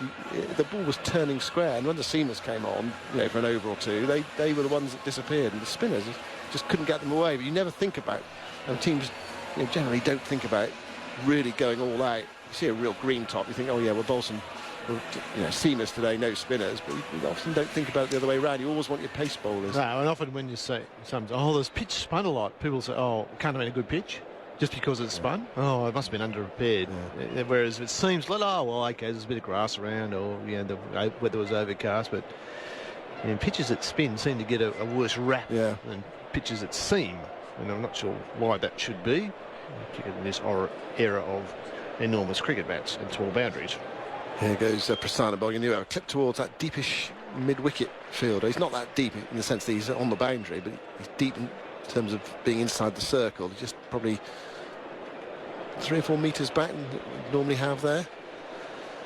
That one from Prasanna is driven by Clark up towards long off. A diving Prasanna can't prevent it, going towards Taranga, who is on the long off boundary. Another run. Australia just ticking the board over. 101 for 2 in the 24th over. There's a cricket pecking order, I think. Batsman very much at the top. Prasanna bowls and a back cut that eludes the dive at backward point and goes down to the boundary. 4 runs. That's a little bit of width and a bit short. And Smith was onto it. Moves to 44. And Australia to 105 for 2 in the 24th over. There's a nice shot. Played it late, played it as it was past him, but hit it with power. It takes a bit of ability to hit the ball with power behind point. Oh, what a summer he is having. Smith settles. And Prasanna settles himself as well for that 3-step run up, or almost walk up. Bowls to Smith, who clips that towards long on. And a through for a single. What's your assessment of Smith? Is he just having one of those summers, or he's a lovely young man, or is he? I mean, he's cricket. I don't know what. Yeah, I think he's just a genuine talent. And I remember Australia first picked him to that Test series, the Ashes before last one. Prasanna bowls, drowned firmly, stopped at extra cover on the dive by Dilshan away to his right hand side, and there's no run. Yeah, the selectors obviously thought he had something then. He was only 20. And the one that England won here in 2011. He'd taken 3 first-class wickets with his leg spinners, and he made a couple of hundreds. Well, he made 400s by then, which was obviously very impressive at that age. But thrown into a Test team, Prasanna bowls, driven on. The non-striker there, Smith, gets tangled up with Jar Warden, and the ball goes past Jar Warden for a single. That really should have been stopped. Yes, Smith was running a bit of interference. That is the end of the over. 24 gone. Australia 107 for 2. For another single, it takes him to 46 and the score to 109 for 2. Smith's gone for the cap. He's got rid of the lid. Still has an element of danger when you're batting against the spinner. Clark sweeps powerfully towards Malinga at deep back of square leg. His hat falls off as he dives to his left. They're thinking of 2. The throw's on its way. A bit wide. I don't think Clark would have got back for 2 there. A really good work from Malinga. And that ball was laced behind square, and Malinga had to move 6 or 7 metres just to stop it, and got down, slight fumble, but stopped it. It got up and through quickly. That's saving a run. Well, they're following him around at the moment. Smith drives straight to at mid-wicket, and there's no run. 110 for 2 in the 25th over. But I mean, is Smith going to go on and become, you know, one of the top Australian batsmen, not of all time, but, you know, a really top talent, stacks of hundreds?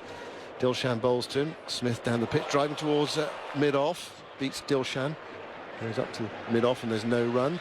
Well, I'll just pull out the crystal ball, but I would suspect so. Yeah. I'm obviously he's a genuine fella, and he has a genuine desire. I mean, ask me the same question in 5 years, you might have had enough of cricket, but he has a genuine desire to be a long-time elite cricketer. Dilshan goes into bowl to him. And he sweeps, gets it down fine, beats the dive. It's going down towards the boundary. This is going away for 4. This is going to be his half century. The ball hits the rope now, and there it is. In a hugely successful summer for Steve Smith, there is another half century to add to his tally of runs. 50 from 72 balls. And it's 114 for 2 at the halfway stage, and that was his 6th boundary. 114 for 2 after 25.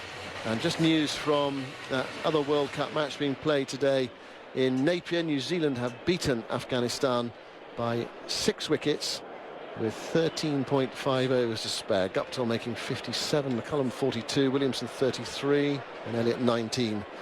The men out. I note that Afghanistan today made more than Scotland, England and Australia managed against New Zealand. And McCullum 42, was that off 7 balls or just 19 today? Yeah, okay. Played and missed it a couple early. Hit the fieldsman. Yeah, now back to the Smith thing. He, at this point in his career, he's just such calm approach to everything. He's never overstated about things. Going to be Matthews to bowl to Clark, who drags this from outside the off stump towards deep forward square leg. Senanayake is there, returning to Sangakkara. One more. Smith just enjoys what he's doing. You see, the batting, it's undemonstrative. Milestones. Then it was just a quick acknowledgement. It wasn't a big deal to him. He just plays the game at a nice, calm pace, which is, you tend to get longevity when you're like that. You don't get too burnt out. Matthews bowls to Clark, to Smith rather, who chops that towards third man for another run. Number 51 for him. Clark on 31, 116 for 2. And the other thing about Smith is he's playing all forms of the game and playing them well. That's the kind of thing that will burn you out. Yeah. You could just see him, okay, 2020's out. He's obviously an IPL player as well, but Matthews trots in to bowl to Clark. Has a double at that one outside the off stump. He's looking to run it down to third man. The ball went past the edge and through to Sangakkara. A little bit of bounce. Just surprised Clark. Angelo's not exactly bowling with ferocious pace at the moment. Well, that one's really bounced more than Clark was expecting. Yeah, he really is medium fast, Matthews. Just a trotting run outside the off stump, driven firmly towards mid-off. Oh, it's a terrible piece of fielding there by Taranga. The ball goes straight through him out towards the wide long off boundary. He has to run and pick it up. And they are through for 2 or 3. Got 3 then. 3 runs. And Smith had run hard, much harder than Clark. Smith was thinking about coming back for 4. So he would have been coming back to the danger area, but he was looking for Clark, not interested. Yeah, well, a bit too big a test for the hamstring. Actually, Clark just flexing his left leg there. Slower delivery from Matthews, clipped away by Smith towards deep forward square leg for a single. That really would have rubbed it in. Taranga's field, if they'd run 4. I mean, once again, you've got to stop those. It wasn't as if he had to dive full length and maybe partially stop. He did take some pace off it, but it was almost straight to him. It's cost his side at least 2, if not the whole 3. 120 for 2. Matthews bowls to Clark. As a huge heave at that one. I think he was looking over mid-on, like he played one of the previous, or about 3 or 4 overs ago. He hit it out towards deep back with square leg. The through for on a fluky single. 121 for 2 after 26 overs. Clark has 35. Smith has 52. These two came together at 41 for 2, and Finch was out for 24. Warner also gone for 9. A wicket for Prasanna and a wicket for Malinga. It's time for a change of commentator. Quinton Hull's coming in. So often a non-striker stands in the way. Dilshan right arm over, and Clark laps him out to deep backward square along the ground, and it races out to the deep, and they take another single. So this pair joined with the score at 41 in the 9th over. It's now 124 for 2. I reckon Clark's just called for the physio. Ooh. Yes, he has just felt for the back of his left hamstring, I think. Smith plays a slog out towards deep cover, went down the pitch and flat batted it to the deep. And Clark jogs. One. Yeah, Clark jogs the one rather than run hard and put pressure on the fielder, because there was a lot of pressure on the deep fieldsman. He had to make a lot of room to his right to stop a really hard shot. Last over, Clark jogged through a couple of singles.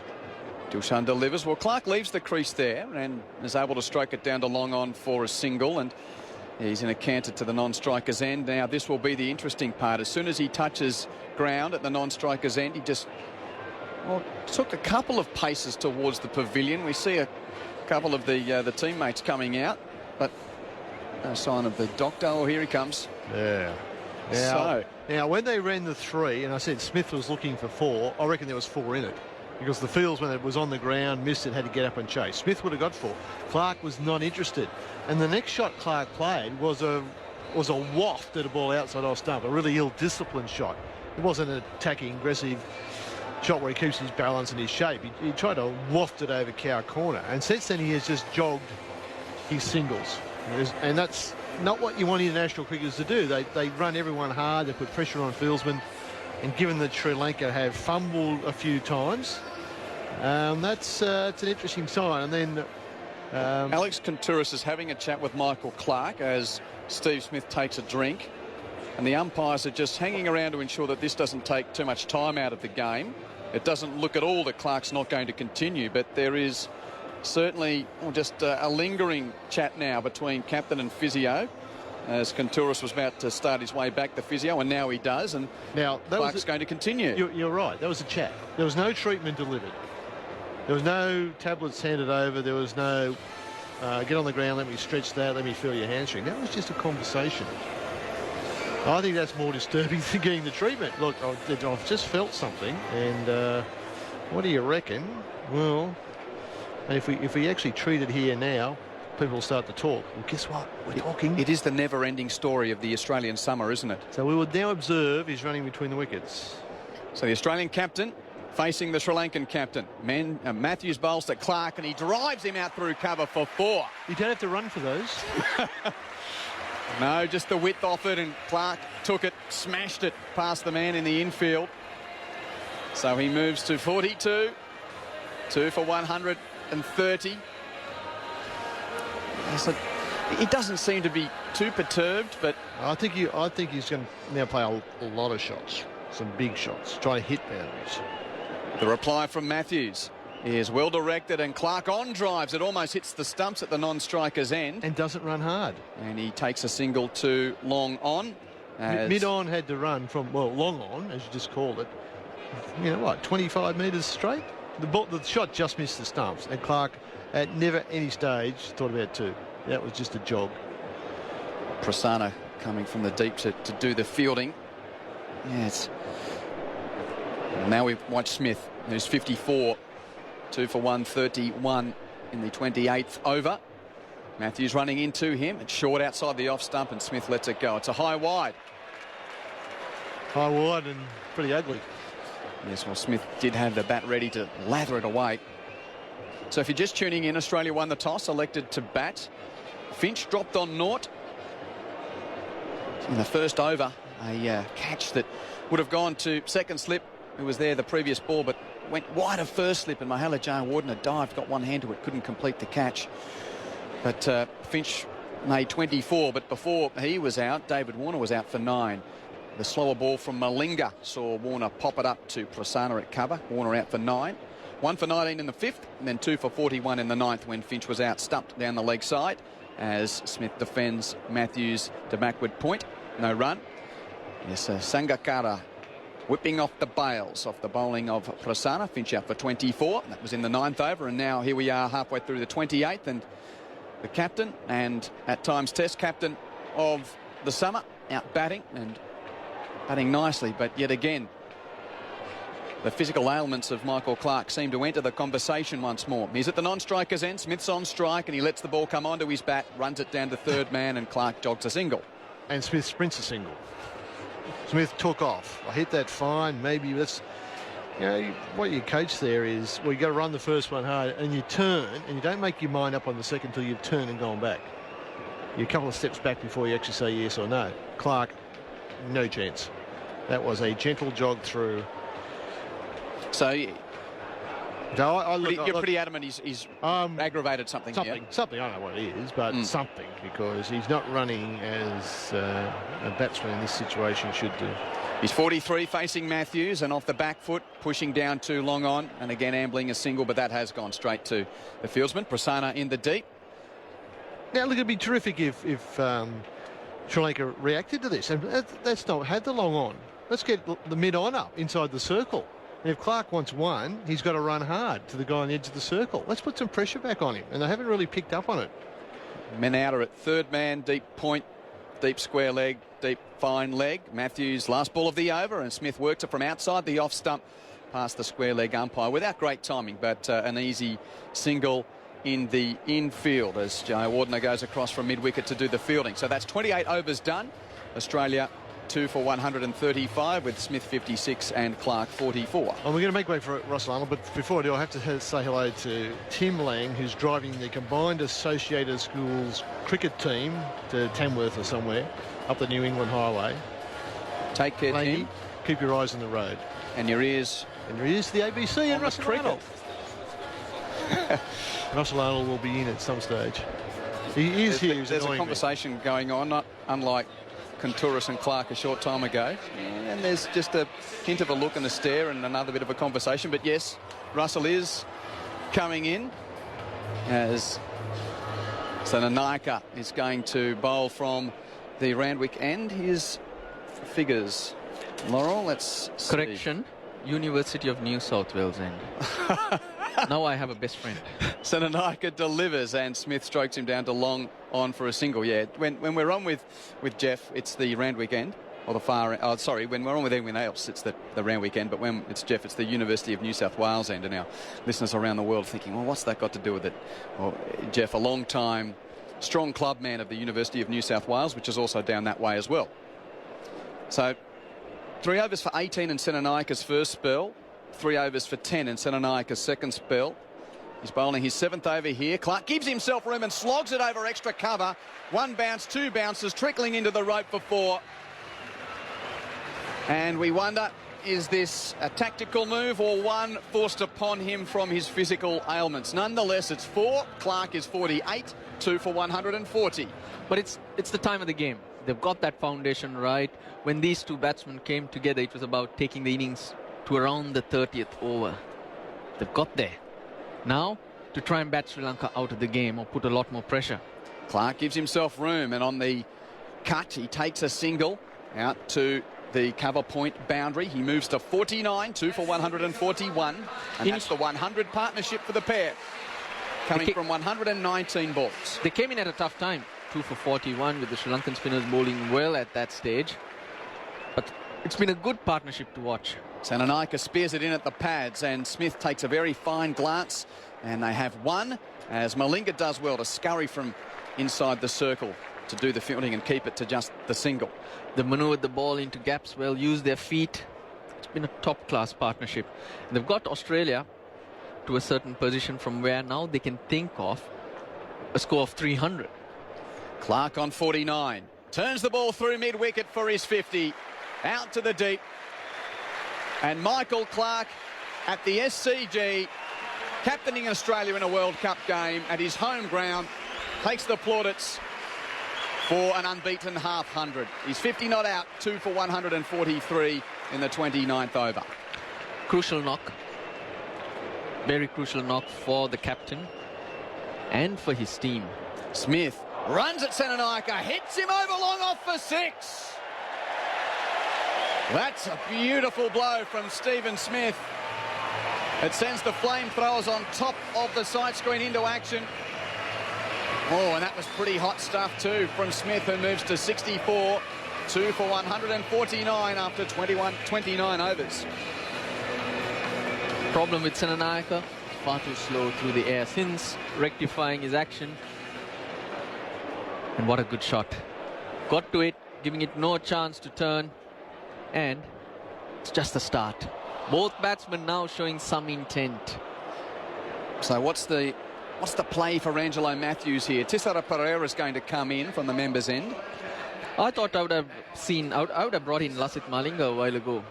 Because if you did not pick up a wicket, you're going to be chasing a big one, which you don't want on a pitch like this. This is a different pitch. This will wear. A lot of other pitches, we've seen it get better through the game. And even the team batting second will have a very good chance of chasing a big score. But I don't see the same here. And that's why this partnership was so crucial after the first 2 wickets fell. Was to get Australia, make sure you got to a score from which you can. Pereira bowls to Clark, who stands and drives and beats the infield, but won't get a run. Well, he beat the man at extra cover, but good work by Matthews going across at mid-off to do the fielding. Probably an easy single if he was fit. That's another good point. It did get past the man at extra cover, but Matthews coming across at mid-off to do the fielding. So initially, Clark and Smith would have thought, okay, let's bat a few overs. Let's look to get 260, 270. As Smith defends Pereira down the pitch. That would be enough for the Australian bowlers to create pressure. You must have something to bowl at. But once you get a good partnership in the last 20 overs, then you can push further. You're looking for bonus runs. The hard work has been done now, and the next few overs are about cashing in and getting the results. And Clark waits with his eyes on Pereira. Full outside the off stump, and a slashing ball goes down towards third man. It was wide and full. Went for the drive, got an outside edge, and there's a man in the deep, and it's just a single. And that's the 150 for Australia. The loss of 2 wickets halfway through the 30th over. Clark to 51. Now, this is a massive blow. Clark's injury, it's the same injury that has been worrying him for quite a while. Staying fit was his only real test. It was not about the quality of the player. We're still just to see the extent of the problem as Smith gets a slower ball from Pereira and pushes it out to deep point and takes an easy single. So let's think about it. He didn't get through the Adelaide Test in full fitness. Then was due to play in Brisbane when it rained. Didn't play that game, of course. Played in New Zealand. Demoted himself in the batting order in Perth, and here it seems he is hampered once again. On 51, Michael Clark. Watching Pereira run at him. A slower, shorter ball that Clark checks his shot and he places it beautifully. Backward of square out to the boundary for 4. That was a clever shot because the man out in the deep was very square. And that was a slow bouncer that never really questioned Clark. It was so slow that Clark could direct it anywhere he wanted. And he found the gap in the deep. Hits a boundary to move to 55. 2 for 155. I thought he adjusted well. He was giving himself a bit of room to go over mid-off. No one in the deep. in that area.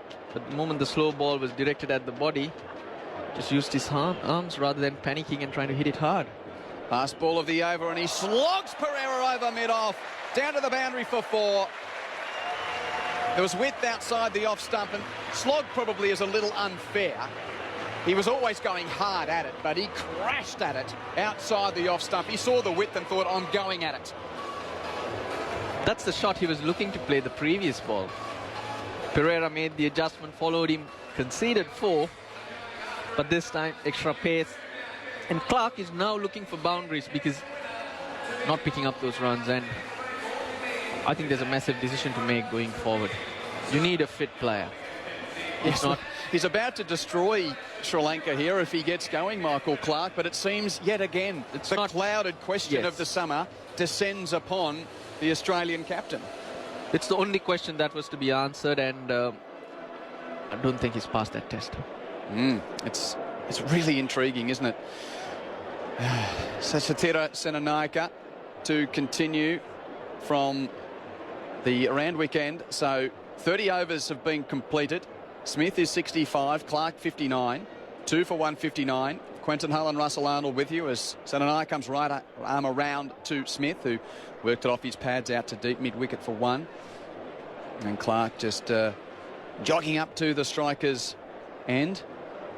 Well, as much of the stakes are pretty important today here, as these two teams seem destined for the quarterfinals and jockeying for positions. Still, the big games are to come in this tournament, and if indeed this is another setback for Clark, what is the decision to be made as he takes room and hits Senanaika out over extra cover? Long off does well to get his boot to it and prevent a boundary. That was good work by Pereira in the deep. And Clark comes back for 2. He's 61, 2 for 162. Senanaika's primary role on a wicket like this is to try and pick wickets. Because otherwise the workload on Lasith Malinga is far too much. Around the wicket he comes, and Clark just pushes it off his pads. That in-between shot that doesn't reach the sweeper but gets well past the infield in a gap, and they take an easy single. He's up to 62, 2 for 163. Yes, he was very useful in the past. Since remodeling his action, the impact has decreased quite a bit. Smith goes on the slam sweep, trying to bang down on it very fine. And he didn't time it as well as he would have hoped. He will get 2, as there was no fine leg in the deep. Malinga runs from the infield to do the fielding, and they get a couple. On the long run, the job Senanaika is doing right now can be done by Dilshan as well. So better off using a different player who can give you something different. Ranganahera, the big miss for Sri Lanka. You look at this pitch. As Smith again gives himself room and cuts for 4. No one out, covering the western boundary rope.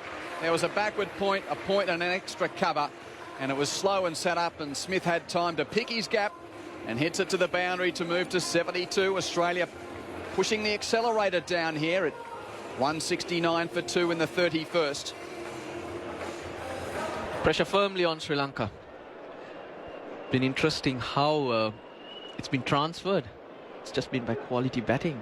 Last ball of the over. He comes over the wicket to Senanaika, and Smith hits it back to the bowler, and there is no run. So that ends the 31st. Clark 62 with an asterisk next to his name on this SCG scoreboard, and perhaps an asterisk next to his fitness at the moment. Smith 72, 2 for 169. Russell, I'll leave you, and Jim Maxwell will join you. But they were in a little bit of early wobble at 2 for 41. And now Malinga's on his way. He bowls to Clark. Clark gets a full toss, which he didn't pick up until late, which is often the case with Malinga's change of pace, and he pushed it rather than hit it down to mid-on. Just a little late, Lasith Malinga, being brought back into the attack. I thought in the mid-20s was a time to try him out, but now with the batsman well on top, it's a little too difficult for even Lasith Malinga.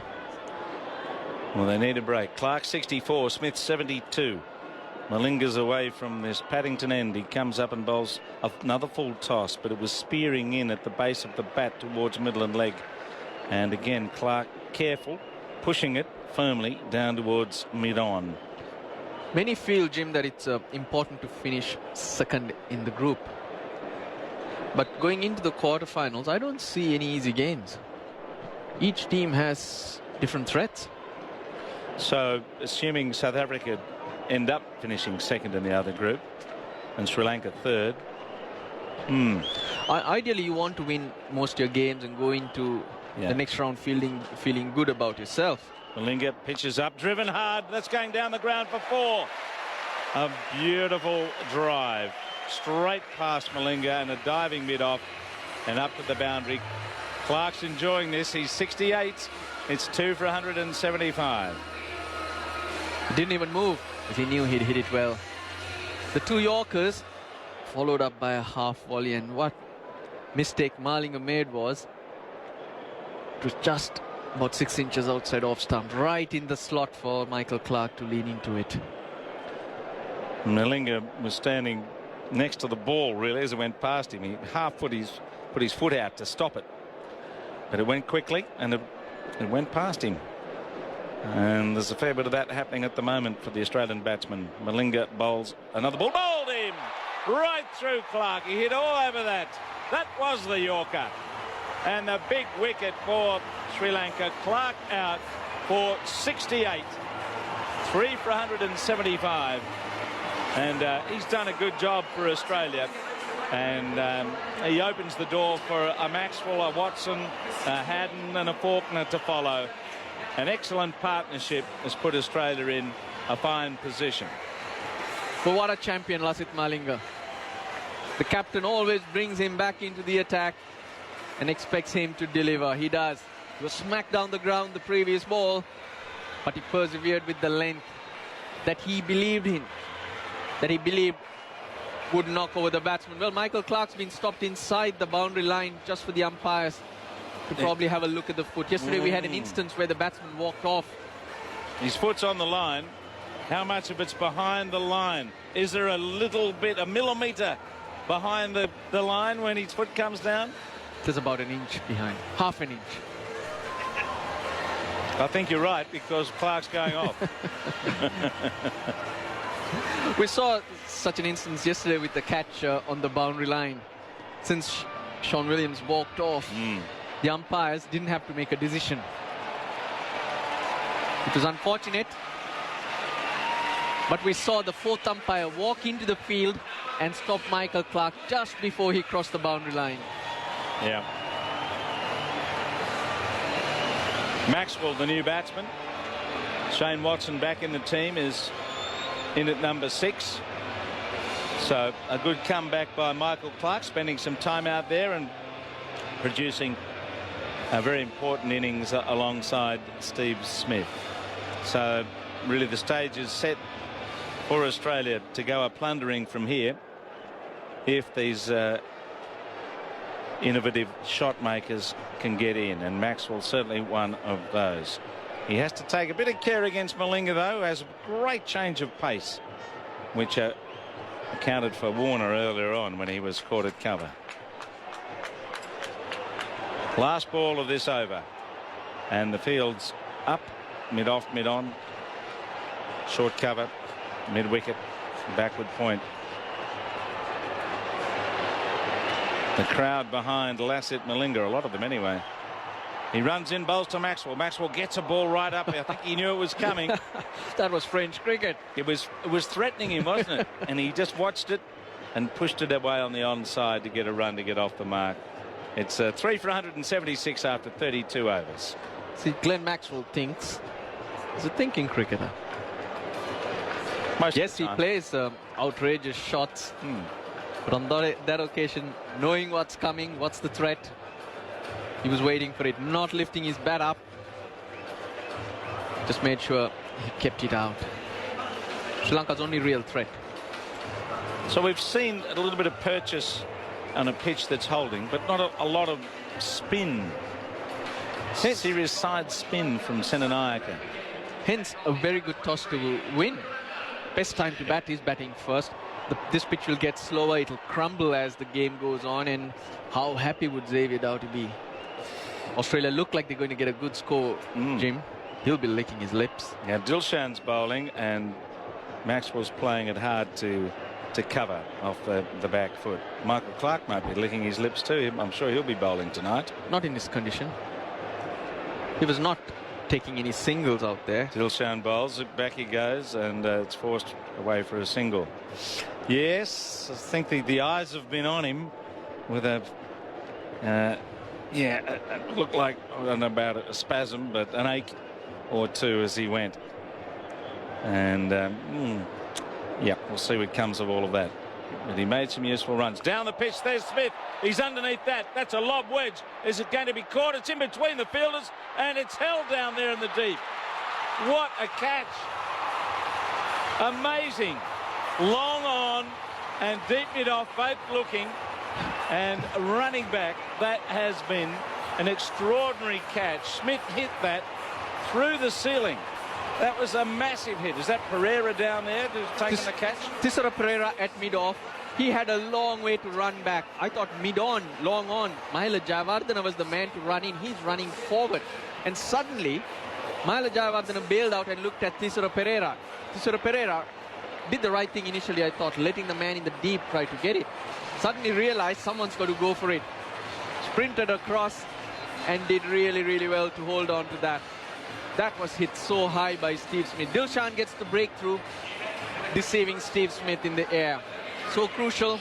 If a spinner wants to make an impact, you have to use flight. It's in the air that you do deceive a batsman, and a lot of bowlers nowadays, they tend to fire it in rather than using flight. Well, it was well bowled because that's what Smith likes to do. We've seen him do it to Ashwin earlier in the summer. Get down the pitch and go underneath the ball. It just held a little bit, which meant he hit it a lot higher and not as far as the boundary. But it was a wonderful running catch from Pereira from mid-off, heading back towards the sight screen. It looked like for a moment he was going to bail out as he saw the man from a long on in his vision. Then he committed himself and took an excellent running catch. But that's 4 for 177. And it brings out Australia's renewed number 6, Watson. Great opportunity for Sri Lanka. 2 new batsmen in at the crease. An opportunity to get through a few overs and hopefully attack and pick up another wicket. That's the way they can hope or try to restrict Australia under 300. Batsman crossed. Maxwell faces Dilshan and he's forward and leans on a stroke to deep point for a run. And he's 3, and it's 4 for 178. So Watson dropped for the previous match. Mitch Marsh out of this game. May have a niggle, may not. Watson's in, and he's here at 6. Doherty's in for Hazelwood as well in this side. So Warner made 9, Finch 24, Clarke 68 from 68 balls with 6 fours, and Smith 72 from 88 balls, 8 fours and 1 6. So Watto's going through his little preliminary Pilates stretches and he's ready. Dilshan skips in towards him and he gets behind and plays straight down the pitch. We're in the 33rd over. Australia on cue to keep building towards 300 plus if they can get another partnership going. Watto just holds up Dilshan. There's some fellow who stuck his head out from behind the screen, a bit like Punch and Judy show down there. From the university end. Indeed, as Watson's forward and plays it to mid-wicket. Jeff Lawson would appreciate your call. It's 4 for 178 at the end of the over. Sweep over the conventional sweep. Rarely does he sweep behind square on the leg side. He'll go mid-wicket with the slog sweep. And he's down now and he hits that way. That's where he goes. Over, mid-off, and 1 bounce 4. As soon as he tossed it up, Maxwell said, oh, sorry, this is takeaway. This is Jimmy Buffett. No long off. And it was the easiest 4 a man could hit with his ability. You still need awareness. You still need the courage. You've lost 2 wickets. It can be a weight, but the strength of players like Glenn Maxwell, A.B. de Villiers, you mentioned a while ago. Shenanigans balls. There's the reverse sweep, and he whacks it hard straight out to the man who's deep at point. He hit it perfectly. Gee, he's got some hands. Great hands. What a good boxer he must be. The strength of these players is actually to believe in their game and to play fearless cricket. Doesn't matter what goes on around you, control what you can control. Control yourself. That's the theory they work on. 4 for 183. Now, Watson's there to face, and he's looking for an easy way to find out what's happening in the world of sport. Stay up to date with the week's best sports stories, highlights and analysis with the ABC Sport newsletter. Oh, that is amazing! It's sports content to make you think or allow you not to. Delivered to your inbox every Saturday. Game, set, bingo! To sign up and get the latest sports news each week, head to abc.net.au/connect, scroll down and select ABC Sport. For the latest sports results and stories from around the globe and at home, check out ABC Sport on our social pages. Just search ABC Sport wherever you scroll. forward and just playing around the pad. Dot ball away towards mid-wicket. You spoke of the reverse sweep that Glenn Maxwell played a couple of balls ago. That was from outside leg stump. Just stood there or stand there, hit the top of the ball, you pick up 4 runs to fine leg. Now Watto goes for a little lap paddle and he gets it over the keeper's head off something. Glove, bat, pad. What's the umpire going to tell us? There was a bit of bat in it. Top edged it over Sangakkara to get 2. So he's away. Maxwell's 8. 34 overs bowled. 4 for 185. Batting power play. Yet to be taken. What do you think of that restriction late in the game with only 4 fielders allowed out? I think it's a little too unfair for the bowlers. They're getting nothing in the game. Batsmen are able to line them up. Now there's a slog from Maxwell. He's hit it high up over cover. That's going to land safely just beyond cover. That was a slog. So lucky. He got just a swipe. Yep, it was ugly. He cleared cover. Otherwise he could have been caught. 2 runs. And with the ball that a bowler will have in his hands, you've got 2 balls at either end. It's the best time to hit that ball when it's about 15 to 20 overs old. Dilshan bowls a quicker ball, well, it's played back down the pitch. There's no swing and there's no reverse swing at that stage. Hence it's far too heavily stacked up against the fielding team. Dilshan bowls. Maxwell drives inside out. That's a better stroke. And that's lobbed away to the boundary for 4. That's what he was looking for before. And on this occasion he got more of the middle than the upper outside edge of the bat and played it very cleverly because mid-off is up. You can only have so many men back. There's 3 on the boundary on the onside and a deep cover. Intent was different. Now he's swinging again. That's might go for 6. Inside out, a long hit is a big hit and it clears the boundary. It's a 6. That's what this fella can do. Play some unconventional but very effective shots. And that was so easily done. He's 20. 4 for 197. Change in the field. What are they going to do? When he mishit that shot 2 balls ago, Jim, it was a swipe. But since then, he's just looked to hit the top of the fielder. I mean, finding his timing. More results, better results. Quicker ball is nursed to the onside through mid-wicket for a run. 2, 4, 6, 1 in this over. That's how quickly players of Maxwell's ability can alter the direction of the game. Now Watto's down there. What's he going to do? He's touching his pad, shuffling into line and turning it to fine leg, and he'll get a run around the corner. Malinga's there on the edge of the circle. Very handy over for Australia. 13 runs came from that. 4 for 199 after 35 overs. Vic Marks is coming in for Russell Arnold, and Dillers has bowled 5 overs, 1 for 33. Australia continue to quicken the tempo. Victor.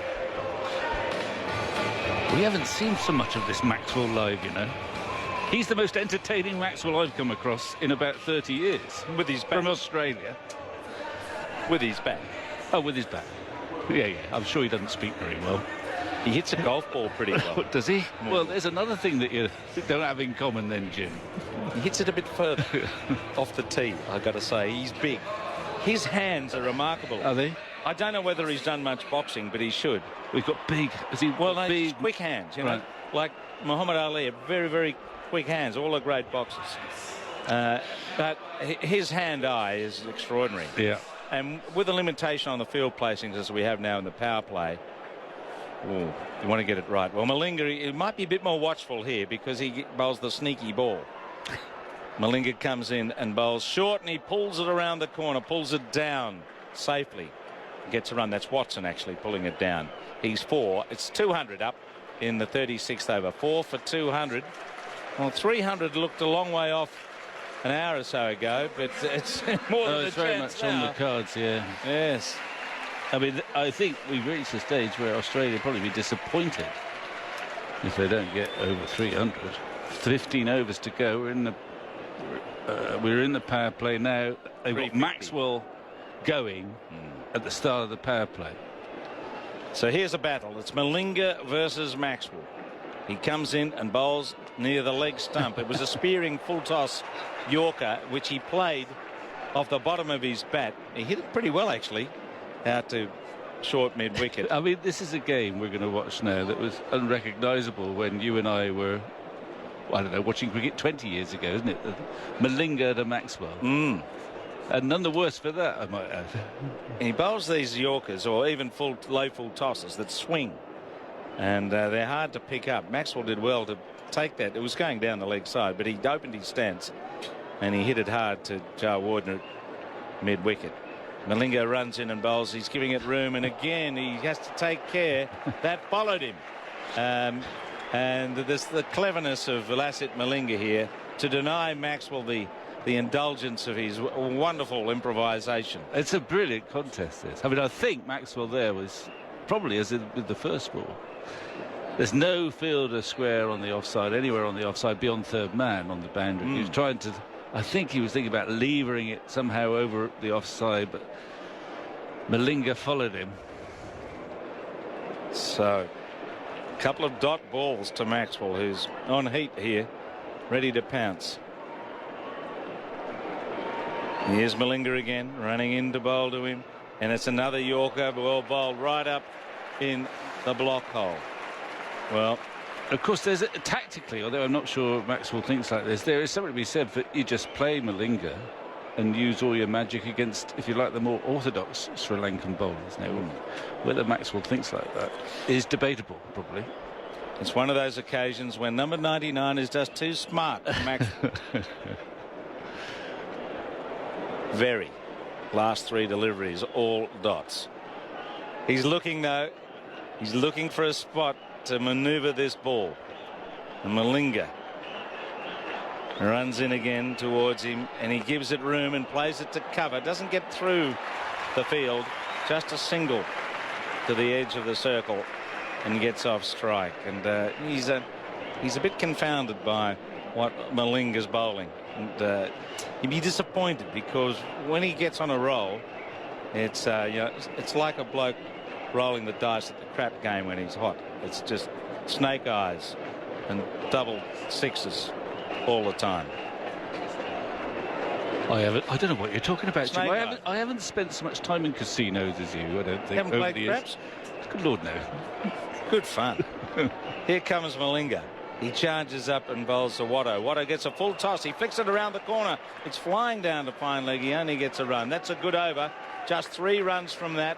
It's 4 for 202. Watson 5. Maxwell 22. Victor, I'll leave it with you. And Simon Mann's coming in. In fact, there's going to be a little break here for those that need to head into Planetary. Drinks are on the field. Glorious to be able to bat with Maxwell in that your job is fairly straightforward. If the bad ball comes along, whack it, but you don't want to be taking extravagant risks, because you know Maxwell's going to do that. Now there's field changes. There's a gap significantly for Maxwell over mid-on. There seems to be an acre of space between mid-wicket, quite a wide mid-wicket, and long off. And I'm sure Maxwell will be considering that option, the lofted drive over mid-on. Just mid-wicket's moving fractionally wide, only by a yard or two. Just Prasanna to bowl to the right-handed Maxwell. He's with him now, and Maxwell launches him out towards the deep mid-wicket boundary, and it's gone for 6. He's hit him into the Bill O'Reilly stand. No trouble at all. Lifting him away into that bottom tier where those Sri Lankan supporters are. The ball's lobbed back by someone.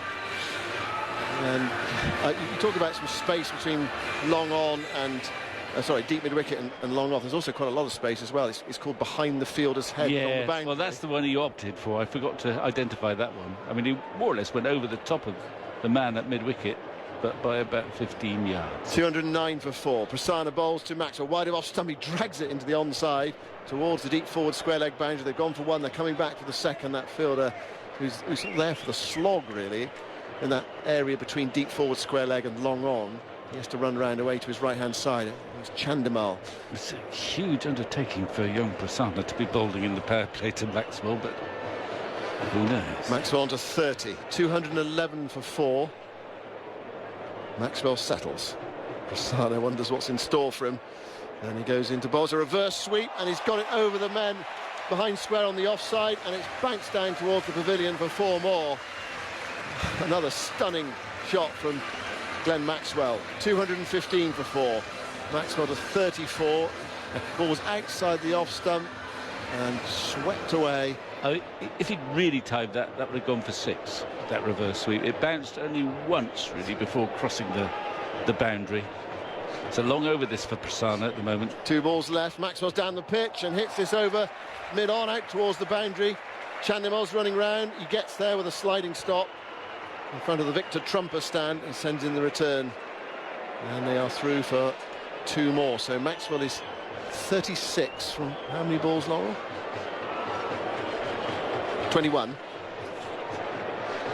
And he's really on the charge here in the power play. Everything must go. It's like the January sales. 217 for 4. It's March.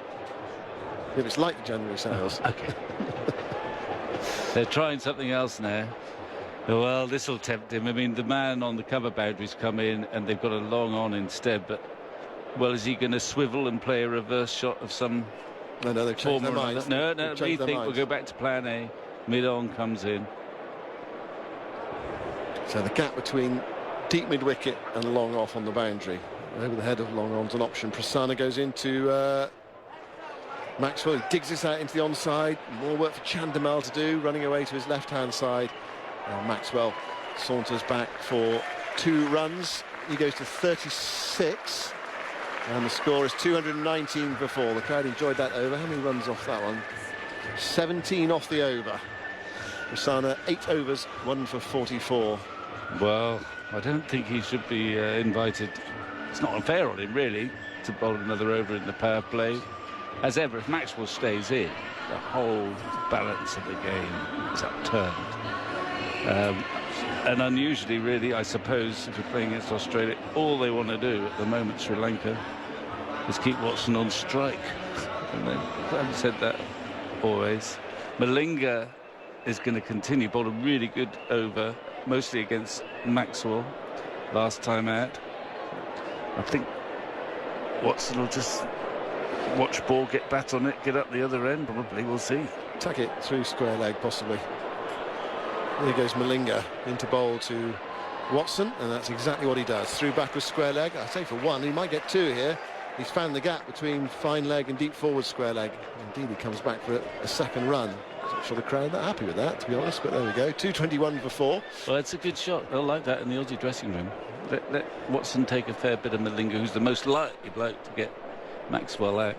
What Watson's doing, as opposed to Maxwell, is just standing still in his crease, not moving around, half expecting the Yorker and being ready to clip it off his toes in square leg region. Watson on 8. Malinga hair flopping, runs away from us, goes in to bowl to Watson. It's short, he pulls it, doesn't get all of it. Helps it on its way down towards fine leg. I think that's a single that the Australia supporters in the crowd will be very happy with. I want to see Maxwell 2 for 4 in the 38th over. Finch out for 24, Warner for 9, Smith for 72 and Clark for a runner ball 68. 2 for Malinga, 1 for Dilshan, 1 for Prasanna.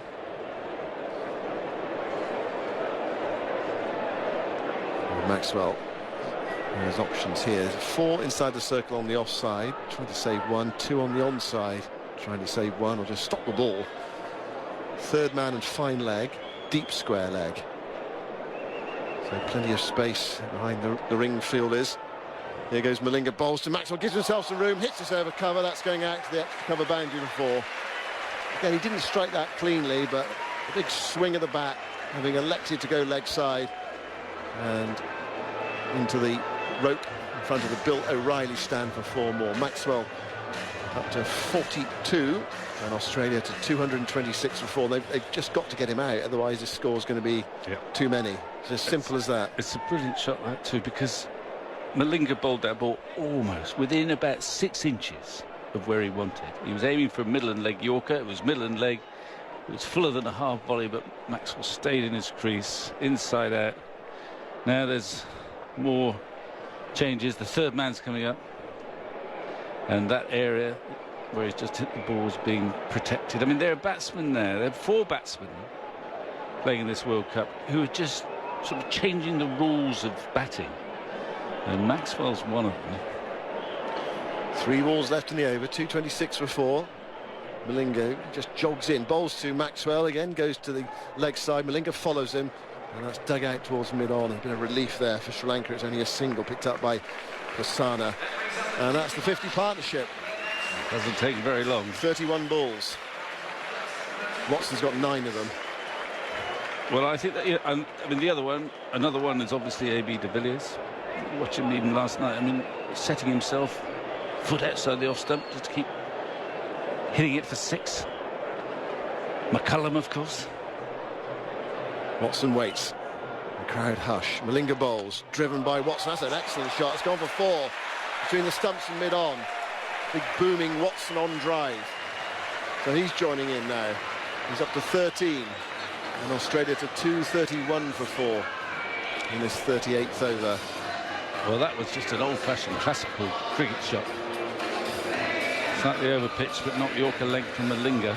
Maybe he was relaxing a bit against Watson, and he just majestically drove it down the ground.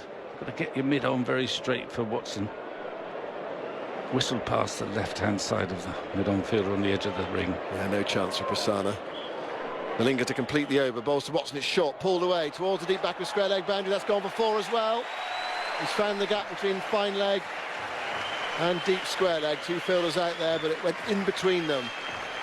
Watson to 17. He's only been there for 12 balls. It's Maxwell who's dominated the partnership. He's done a bit more of the strike. 235 for 4 after 38 overs. May not be in the World Cup team just at the minute. Now, Tissera Pereira is the next man in the firing line. He's drawn the short straw for over number 39. It's Maxwell who hits them away on the onside towards Chandimal, who scuttles round. They're going to come back for the second. Yes, they are. Throws on its way to the non-striker's end. Watson's home comfortably. 2 more to Maxwell. 45 from 25 balls. 237 for 4. Well, if it goes on like this, it's not just over 300. It's 350. You know, they really go from here. I know they're in the power play, which makes it harder. Well, there's only one fielder. Watson. Maxwell has a quick look over his left shoulder. There's a fine leg and a deep mid-wicket on the boundary, and a cover on the boundary. And Pereira bowls, and that's swung away, and that's got enough on it just to go over the rope at deep forward square for 6 more. It's helped on its way, dismissed, off you go. And that's a 26-ball half-century for Glenn Maxwell. 4 4s and 3 6s. Australia 243 for 4. The Sri Lankan contingent in the Bill O'Reilly stand are quiet. Everyone else with gold shirts on around the ground and loving it. And it's thrilling cricket. Oh, there's one in the England team, of course. There's Butler. Well, I suppose, yeah. If they let him in. Pereira bowls. Maxwell tries to swing it around the leg side again. Strikes him on the pad. Goes away towards square leg. And only a single. Just looking at the umpire Gould, who's standing in his 100th one-day international today. The 15th umpire to do that. He didn't signal anything, did he? So that was a run to Maxwell. Must have been an inside edge onto the pad. Maxwell 52. Watson 17. It's the best seat in the house. Watson, mind you, he has played a few himself.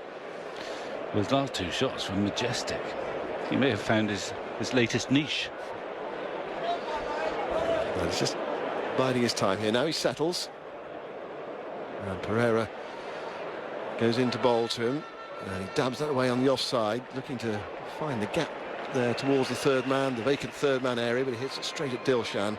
There are two men behind square on the offside. Prasanna, an orthodox short third man, and Dilshan at backward point. He hits it straight at Dilshan. You see what he was looking to do. Just run the ball away. But feels like the first dot ball for ages.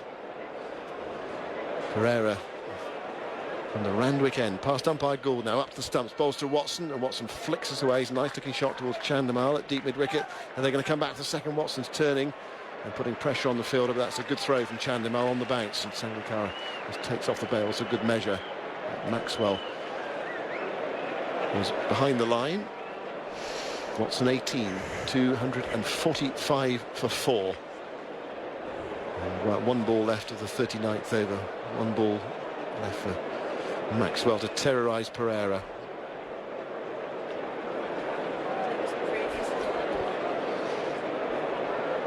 Over number 36, the last dot ball. We're in over number 39 now. Pereira goes in and Maxwell goes leg side, a swish and a miss. And that's the end of the over. But Pereira followed him. He just took, it's almost like taking guard a metre away to the leg side. He stepped away. I mean, end of the over, Victor. 39 gone, 245 for 4. Watson 18, Maxwell 52. Time for a change. Quinton Hull's coming in. Now, Glenn Maxwell has won 204 runs in this World Cup from 106 balls. So that's the strike rate of 200. Yes. Even my maths gets me fairly close to that. Across 4 games. So it's frightening, isn't it? Had the failure when everyone went pear-shaped at Eden Park. But outside of that, he has justified the faith of selectors. Many around the world wouldn't be aware. In Australia, there was a time just before the World Cup squad was finalised that thought he might not get picked. Really? Because well, I mean, a player like that is going to have troughs. Came to England actually and played for Hampshire in the T20, and you thought, well, there'll be fireworks there, and he didn't actually do much. But if you play like this, they're going to have, as part of the deal, you're going to have barren patches. But the deal is also that if he gets runs, he wins you the match.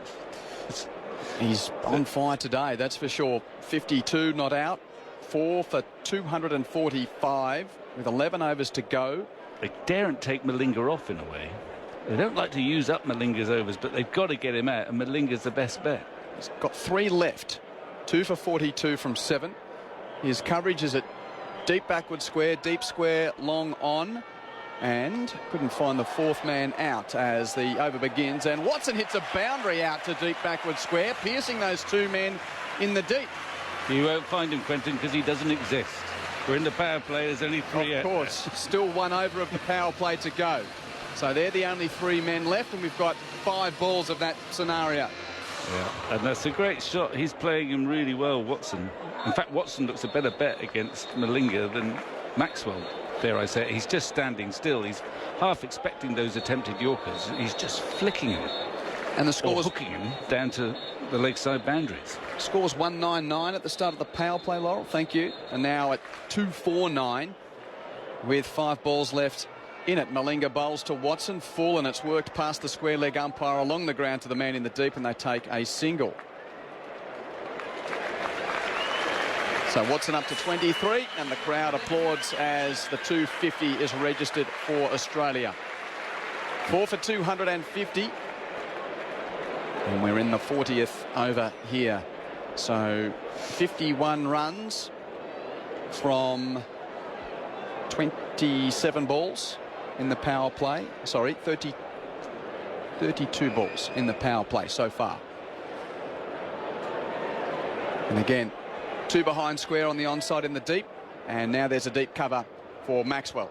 As Malinga comes into him, bowls a full ball on his pads, which is whipped straight down to fine leg. Oh, and it almost took a devilish turn on the SCG turf, and Pereira had to make a late adjustment to ensure he wasn't made a fool of there. He prevents the boundary, and it's just 1. Well, 1 is a real result. He was furious. Actually, Maxwell didn't make more of that. It was a low full toss outside leg stump. Helped it round, but only a single. Well, that's half his normal rate. So now Watson with bat raised. Malinga running in towards him, delivers. Watson whips it down towards long on. 1 bounce to Prasanna, who dives forward, does the fielding, and they keep it to a single. Is this your first time at the SCG with the new Victor Trumper stand, Vic? No. When was the last time? I think I was here for the last Ashes test, which only not 18 months ago, or whatever it was. So it was there then, wasn't it? Yes, yep. Still a lovely ground, even though there's no hill. The hill's not there anymore. Yeah. I know, it's a great ground. It's a great theatre for cricket, isn't it? 2 balls of the power play left. Maxwell to face Malinga. Swings and misses. I think that struck him in the midriff, and Malinga follows up in his follow through to do the fielding, and that's a rare dot ball. Yeah, well, I think it was one of his slow ones, and he was trying to help it on the leg side, Maxwell. I mean, if you had a normal cricket brain now, you'd say, right, I'll just play out this over from Malinga, and then I'll make merry against the rest. Well, it's all the last scenario ball. based. It's the last ball from Malinga, probably in this spell, because I suspect they'll keep a couple for later on. But I don't know that Maxwell will do that. Well, he realises that was the second to last ball of the power play. Here is the last ball of the 40th over. Malinga slings it right arm over down the leg side, and Maxwell decides to hit that. It could have been a wide if he let it go, but he takes the 1 down to Pereira at fine leg. I think he's just got that see ball, hit ball mentality. It was clearly going to be a wide, but he hits it, and they get a run, and that's the end of the power play. That's the end of 40. Maxwell 54, Watson 24, Australia 4 for 253. So there you go. And now look at him. He's still looking not fitter than I am.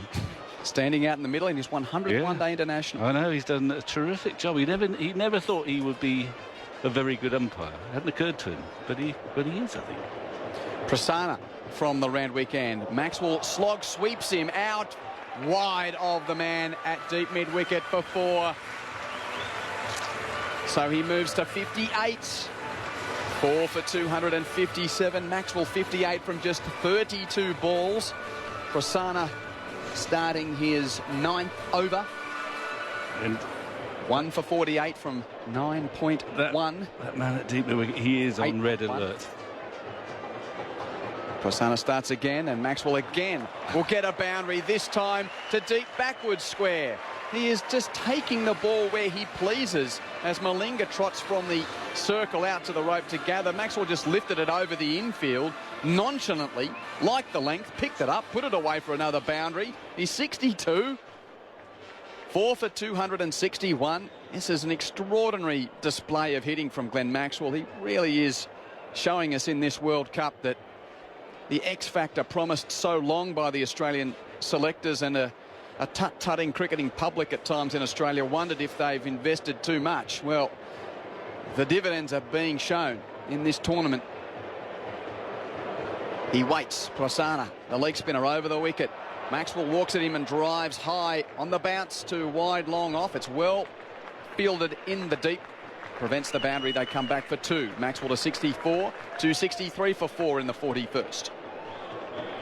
Well, it's an anticlimax when he gets it too. But his placement, well, he knows where all the fielders are in his head. Well, at least so far he does. He just either clears them or bisects them.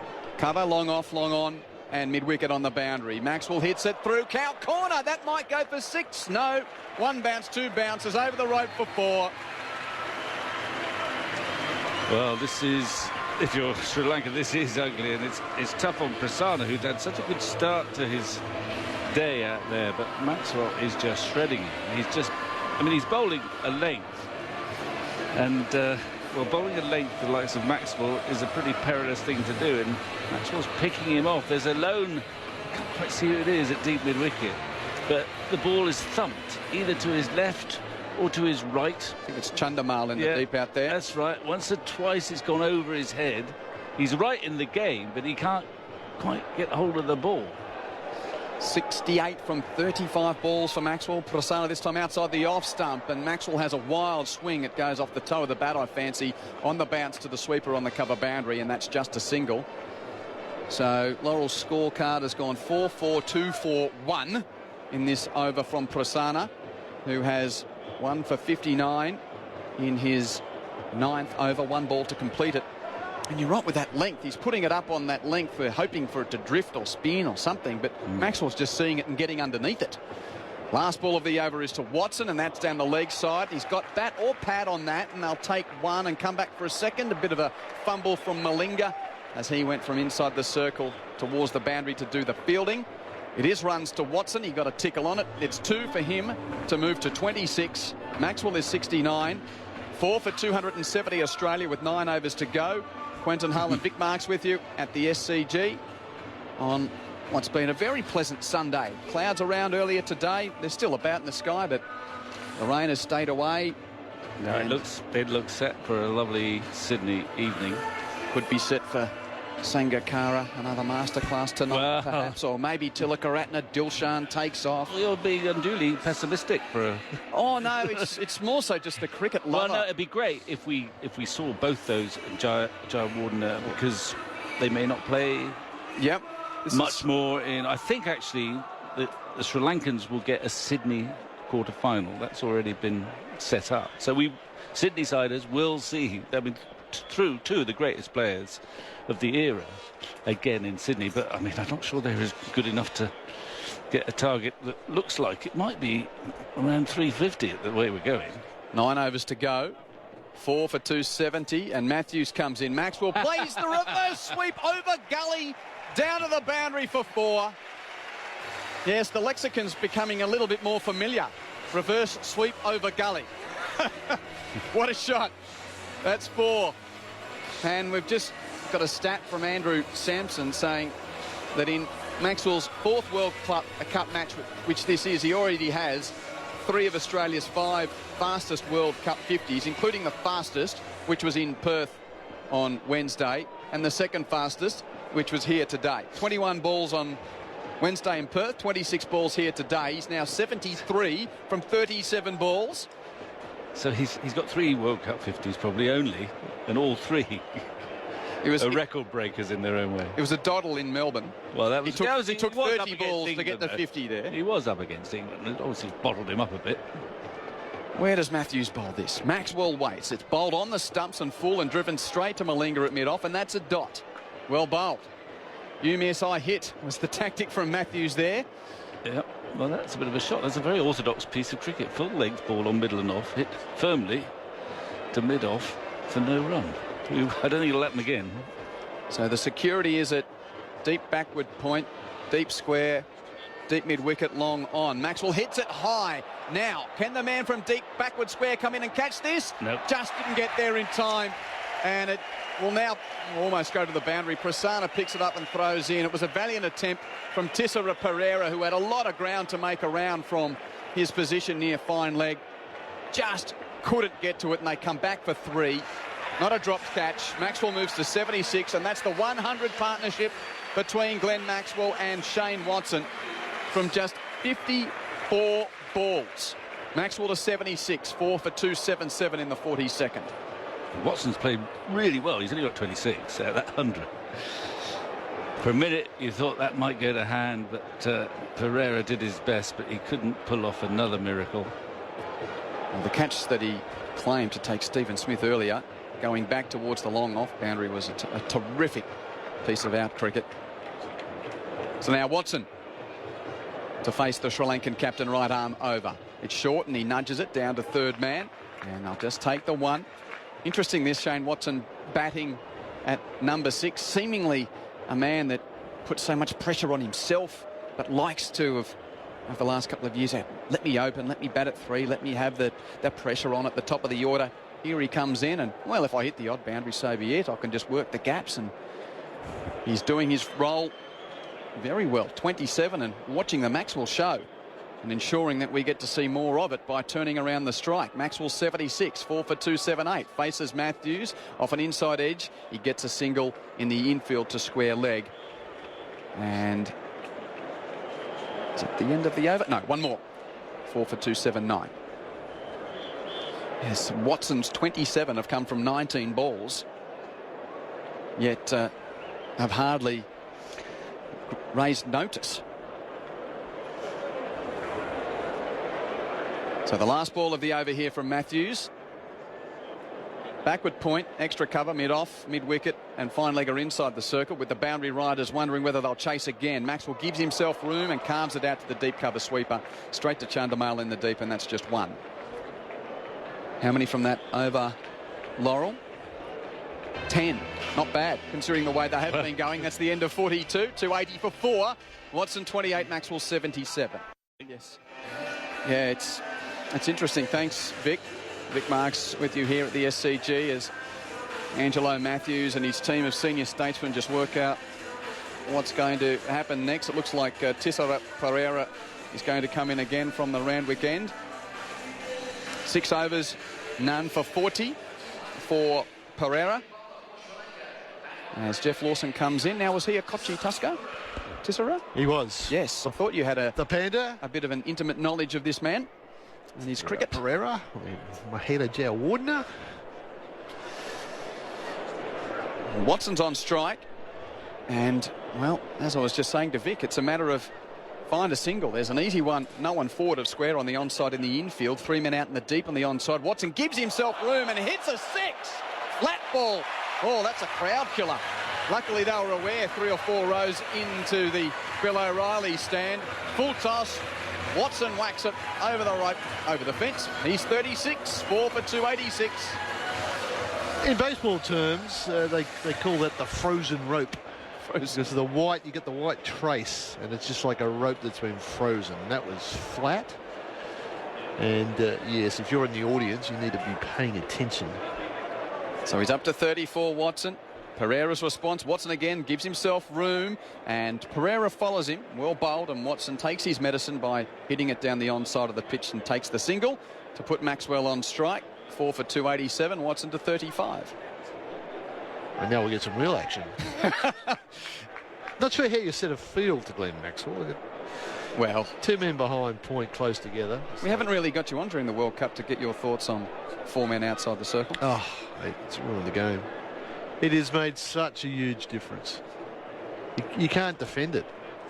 Here's Maxwell 77. Slow short ball from Pereira. Missed time, but will go over the head of mid-off. The mid-off, and the long on comes around and can't prevent the boundary.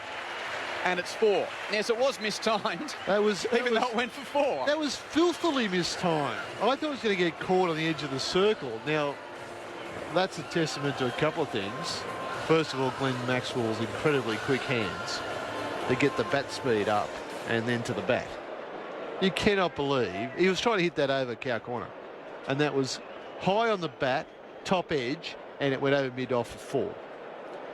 Maxwell is 81. Plenty of time for a century for Glenn Maxwell. He gets a full slower ball from Tisera Pereira. Well bowled. It's a dot. Watson was quite a margin down the crease thinking of a single, but Chandimal does the fielding at extra cover and a dot. 5th dot ball since Drinks, which was the 30. So that's the 36th, end of the 36th over, which was 8 overs ago. Only 5 dot balls since then. Short ball from Pereira outside the off stump, and Maxwell hits it into the crowd for 6 over mid-wicket. It seemed to happen in slow motion. The attempted slower bouncer didn't get up at all, and Maxwell could pick his spot, and he thought, how about 8 rows back into the Bill O'Reilly stand? Yeah, well, it wasn't really short enough to be the real slow bouncer, but it was definitely short, and it was his slower ball. And Maxwell doesn't swivel with the body when he hits it. He just hits it with his hands. And it's so hard to hit the ball that far with just your hands. You get around and swivel with it when you've got body and shoulder and arms and hands, yeah. But he just sort of flicks it around from outside off stump. And that was, how many rows back? Was it? Ooh. A few, 7, 8. Yeah, 9. I said 8 originally, but certainly didn't. It was in the lower bowl, but it easily cleared the fence. Maxwell's 87. That's a wide outside the off stump from Pereira. Just trying to bowl it away from the batsman, but that's too far away. Yeah, he's just trying to regain some sanity for himself. Okay, that one didn't get hit. Okay, it's a wide. I'll do it again, but at least he didn't hit it. This is the time when the bowlers really need some reverse swing. They need something going for them. Well, has the 2 new balls taken that out of the game? Well, someone was trying to convince me that was good for the bowlers. That rule was brought in for the batsmen. Maxwell this time gets a legal delivery, fallen outside the off stump, which he drags off a bottom edge out to deep mid-wicket. They come back for 2, and we'll get there, and that's the 300 for Australia. The end of the 43rd over. Australia 4 for 300. Maxwell is 89. Watson is 35. And only fitting that a Maxwell comes in for the Maxwell show. Jim to join Henry. Yeah, I don't know about starting up. I think Maxwell doesn't need him to start. He just goes top revs from ball 1. You've got to get him out, haven't you? Somehow, some way, run him out, bounce him out.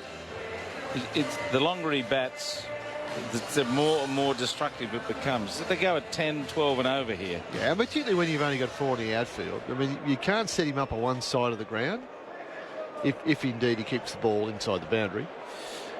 Well, he could score the fastest 100 in World Cup history here. Kevin O'Brien, 50 balls in the previous World Cup. He's getting close to that, but Watto's on strike. And he goes inside out, then hits it for 6. A huge swing of his bat. It's gone into the members' stand and wide along on. Watson 41.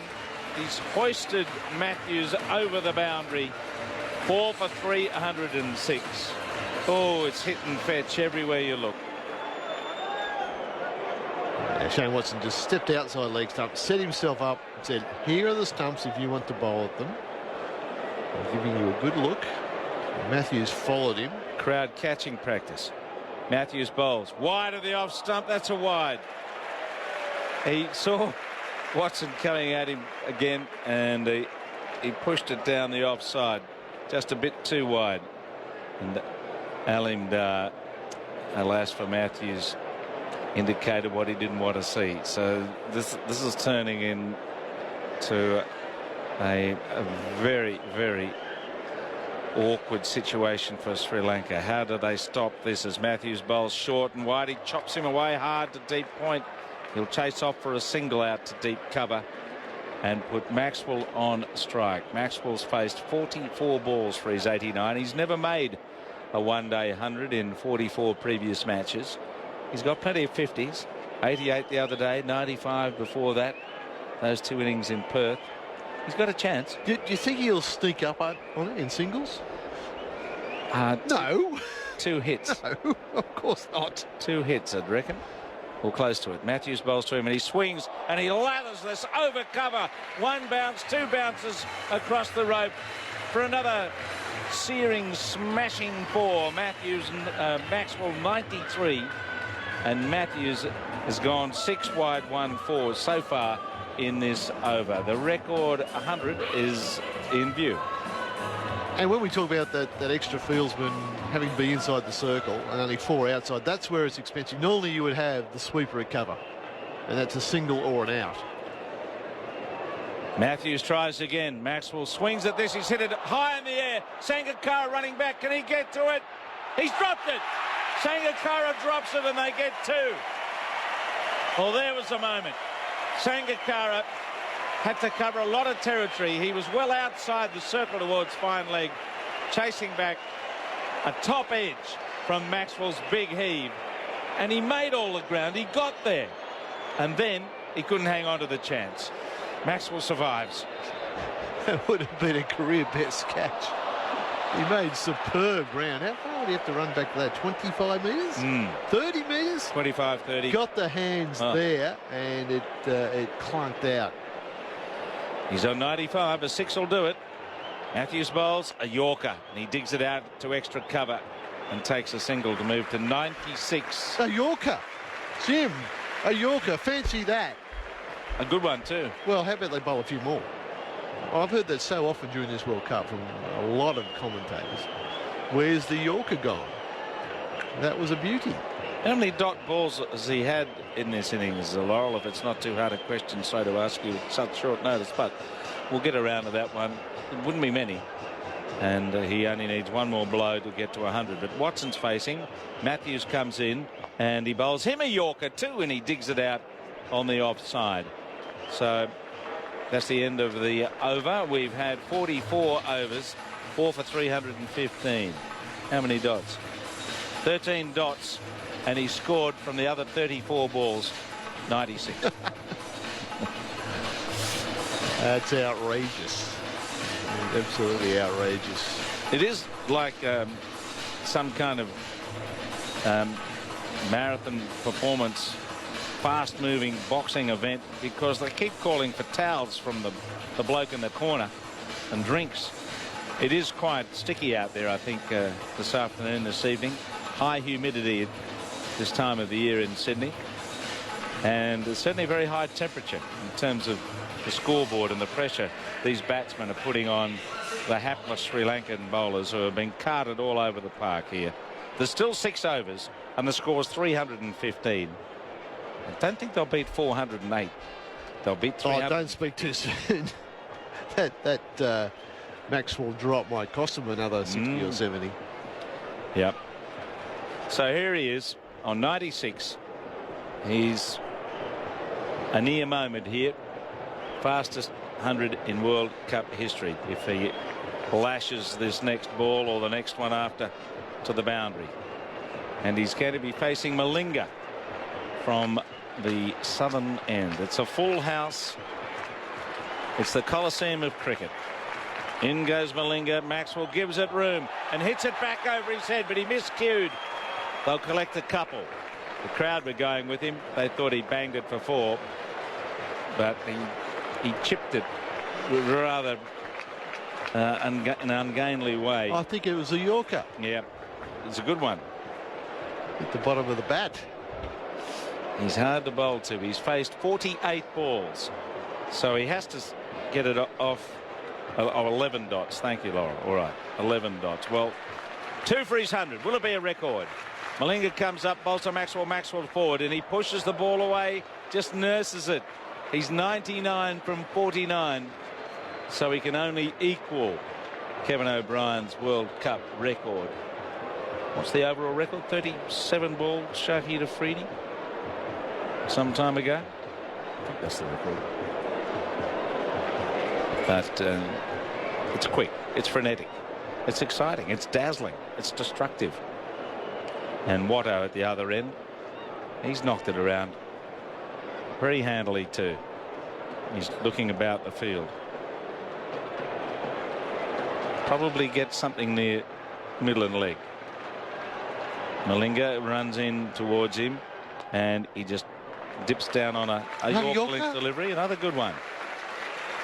He's pretty good at bowling York. Well, he is, yeah. He's one of the best in the game. This is what the crowd want. Maxwell on strike. 1 run needed. Quick singles. He's made drop and run. 1 day 100. Drop and run or 26 row. I hope he's thinking 26 row. They're bringing the field up. Oh, come on.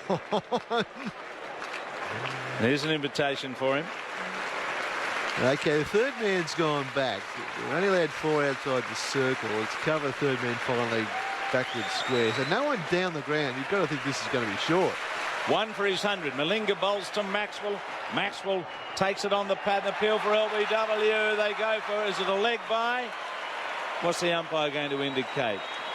No, he got a nick on that. So that's 100. Anti-climax for the crowd. He didn't signal leg by. So he's raised 100 from exactly 50 balls. Now he he's single has leg by. a posthumous leg by from Ian Gould. He went and talked to Maxwell, and then Did you ask him, did he hit it? He asked him, did he hit it? Yeah. Because in English county umpires often do that. They said, you hit that one. Well, we should have said yes. No, Glenn. So he's still on 99 and he's faced 50 balls. So he can't beat or equal the records. Oh, that was anticlimax. Watson's back on strike. Malinga bowls, and it's fallen slightly wide, but he'd given himself too much room to spear it and missed it. Bit of anti-climax, Walt. Yes. It was strange because the crowd didn't erupt with excitement as he took the single. There was no indication from Ian Gould initially, and then, as you suggest, he'd had a chat to Maxwell, who owned up, and he's signal leg by. So Malinga, with the afternoon sunshine across the ground, runs in towards Watson. Watson gets a Yorker, digs it out. It's a pretty good over of Yorkers, and it's conceded only about a dozen runs, and Watson's got the strike. So Maxwell's 99, Watson's 44. 4 for 321. Australia winning the toss and batting. Warner caught Prasanna off the change of pace from Malinga for 9. Finch caught a stumped Sangakkara off Prasanna for 24. Clark bowled Malinga 68, and Smith caught Pereira bowled Dilshan 72. So we've still got 5 overs left, and who's he going to swing to try and stop this carnage continuing? Put the leggy back on, is he? Prasanna's on. Yeah. What else could Sri Lanka have done? Oh, not much. What do they do? They drop. Take a couple of catches. Well, they dropped Finch's second ball. Didn't cost them that much. There are a couple of other side 97 or something. Went close. Well, maybe bowl more Yorkers. Yeah. They've given particularly Max a lot of good length bowling to deal with, and he puts that away. This is the license to thrill for Watson.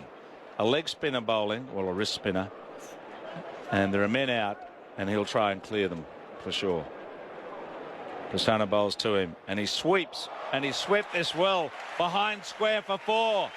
Another fine shot as he just erred in near the line of the pads, and Watson banged it hard, hit the ball over backward square with no man back. Easy 4. Yeah, it was a really flat, quick delivery from Prasanna. Surely you'd bowl slowly, give the ball time to turn and try and get a miss hit. They got 2 men behind square, but both of them are inside the circle. As I said, he swept the last one over backward square's head. He gets the same ball and might go the same direction. He's swinging at this and he hits it straight through Prasanna. It's flying down to the boundary for 4. That was hit dead straight with enormous power. It's a half century to Watson. Welcome back, Watto. 30 balls for his half century. Well, that change in batting orders obviously worked. He can be a support player at number 6 as well as number 3. He's found his new position. Let's see how he bowls. He mightn't need to bowl much if the rest of them do the business. Around Doherty, a bit of Michael Clark and the paceman. I think Michael Clark will be bowling based on the way he moved. The way he was moving. We'll get Finch on. Yeah, he bowls a few left arm sliders. So now he's going to bowl around the wicket. This is so hard to defend. You 4 men out. It's too many gaps. 2 behind point. So you think he's going to give him something to cut. A sweeper at deep cover and 2 men behind. This should be, well, it might be a quick and sliding outside off stump. He walks across to a full toss and slams it out to straightish mid wicket and has to hurry for a single, which he makes. Matthews missed with his throw at the bowler's end. A direct hit could have had Watto in trouble, but he's through. And Maxwell will have the strike on 99. And the partnership 150 from 78 balls. Maxwell looks around the field. There's lots of places to put the ball. And there's no one back behind square. It won't matter. He'll have a mow somewhere. Plundered down under. Prasanna bowls and he hits the ball. He chips it over mid-off. Back towards the boundary. Pereira collects it. They get 2 and that's his maiden 100. He's happy. He is very happy, Glenn Maxwell. He raises his helmet and his bat. He dashes his bat towards the rooms. And this is a signature moment for Maxwell. He gets a huge hug from the bear-like figure of Watto coming up to embrace him. There's plenty of man love happening there. Yes. Oh, that was Hayden and Lanka all over again. A very good 100 from just 51 balls. A.B. de Villiers 52 against the West Indies. And, of course, Kevin O'Brien in the last World Cup 50 against England. A very fast 100. And he picks up another single now down to long on and takes the score to 333. In his 45th one-dayer, Maxwell at last has got to 3 figures. That will be a relief, you think, for him. As big a team player as he is, it's nice to have these personal milestones when you're so good at whacking the ball around. Watson's whacking now and he's dragging it through the onside. Is going away towards the boundary and it's going to go for 4. A deep square leg. 16 runs from the over and there are still 4 to come. Still a chance of 400. There is certainly. 24 balls. Do they get 63 or 24? He's gone for 50 off his last 3. Yeah. Yes, Cesar Pereira's on. Another bowler to suffer at the hands of Glenn Maxwell. And the last 5 he made were a bit slow, though. Yes, with a strange leg by in the middle of it. Now, he's taking a deep breath. He's had the celebration, a moment of triumph and reaching triple figures. And now he can just have a little bit of dessert wine with his pudding and really have a crack with 4 overs remaining. He looks around the field. There's a lot of them on the offside. There's a mid-on, a deep mid-wicket and a deep backward square, and the rest are between third man, backward point, two men behind point, in fact, a deep point, a cover and a mid-off. Pereira runs up to Maxwell. He walks across and he hits it back over his head. He should be caught. He is. He's caught down there at mid-on. He's holed out, chipping it back down the ground. And a fine innings comes to an end. They're going to check for the no ball again, I think. But he hit it straight down the throat of Malinga at mid-on. And they're just waiting for a tick. Was there a doubt about, did he juggle the catch? I'm not sure what they're waiting for. Was it too high? The umpires are talking to each other. They're having a great old mag. Two very experienced umpires. They're not. Are they checking? What are they waiting for? They're going to go to the third umpire, I think. I mean, if this was too high, it just shows how ridiculous that law is in the game about it being a no ball above your waist. Yeah, I think they're going through the process here. Ian Gould's, he's making a few points to Alim Dar, who's always the quieter of the two. And they're looking at the front foot. There's no problem there. It's where the ball didn't land. How high was it when it got to Maxwell? Is it above waist height? I wouldn't think so. Man, that is not above waist. Fancy if you called that. Someone's on the way to 400 and you call that as a no ball and they hold out off a full bunger. He's on his way. Gee. That's a big wicket for Sri Lanka, but it may have come too late. Maxwell's out for 102. He miscued to Malinga at mid-on from Pereira. A very exciting, dazzling innings in just 53 balls. 10 fours and 4 sixes. Take me out to the ball game. And that's what the crowd have come to this afternoon. And for the Australian fans, it's been a hoot. Yeah, astonishing stuff, really. I thought Australia might be headed for 260, 270 at one stage. Now they're having a little glance at maybe 400. And the low full toss, it's not really cricket, is it? It was between me and Wade. Oh, yeah, I mean, the ball was legal, but the way to get a wicket now is you've got to bowl 5 high full tosses. Yep. That's not cricket. Not what we played the game for. Well, and that's... that's a poor law about... Lucknow got taken out of the attack in their last game. Yeah, I mean... Bowling 2 beamers in the final over. Well, they weren't. But beamers used to be... Beamers used to be when you bowl at your head. They were belly buttons. Not at your belly button. You had to bowl at your head to be called a beamer. True. And they were always illegal. The laws of the game covered deliberate head-high full tosses. To suggest that it's above your waist should be a no ball, under the modern way the modern game's played, it's another thing that needs a serious look at. Pereira bowls, and it's carted to cover by Watson. And he gets a single. Just goes on the shot. And we've got Faulkner out there joining him. So this might slow Australia's progress towards maybe not. Late 380s. James Faulkner, he's known as a finisher. He's got a healthy strike rate of over 100. This summer, have a safe one by learning your ABCs. A is for action plan.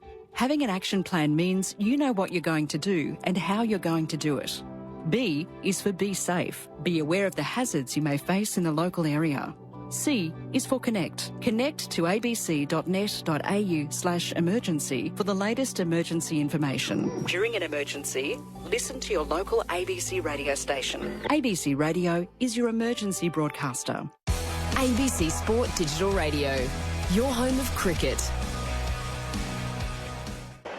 And I think they've got to bowl slow to him. Lots of slower balls.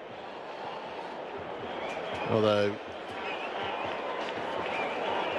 lots of change-ups, or you've got to go Yorker. There's a long on back, which suggests he's got to go full. Pereira bowls to him, and he swings into a drive to cover. They go, hit and run out at the bowler's end. I think he could have been run out. Don't think he made it. They're going upstairs.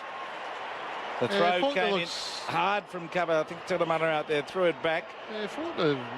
Photo finish. Looks like he's happy. I know it was a bit tough for us. We're end on about 190 metres away, but... yes, he's short by a couple of inches. Yeah, a few. Selfless act. 5.7 centimetres at a couple of inches. I'm with you, the inches. But... So does that constitute a primary run out first ball? I would think so. So more donations for everyone in that neck of the woods. He's been run out, taking on cover and failing to make it with a stretch and a slide of his bat. And it's 6 for 338. It was Matthews at cover who threw the ball back to Pereira.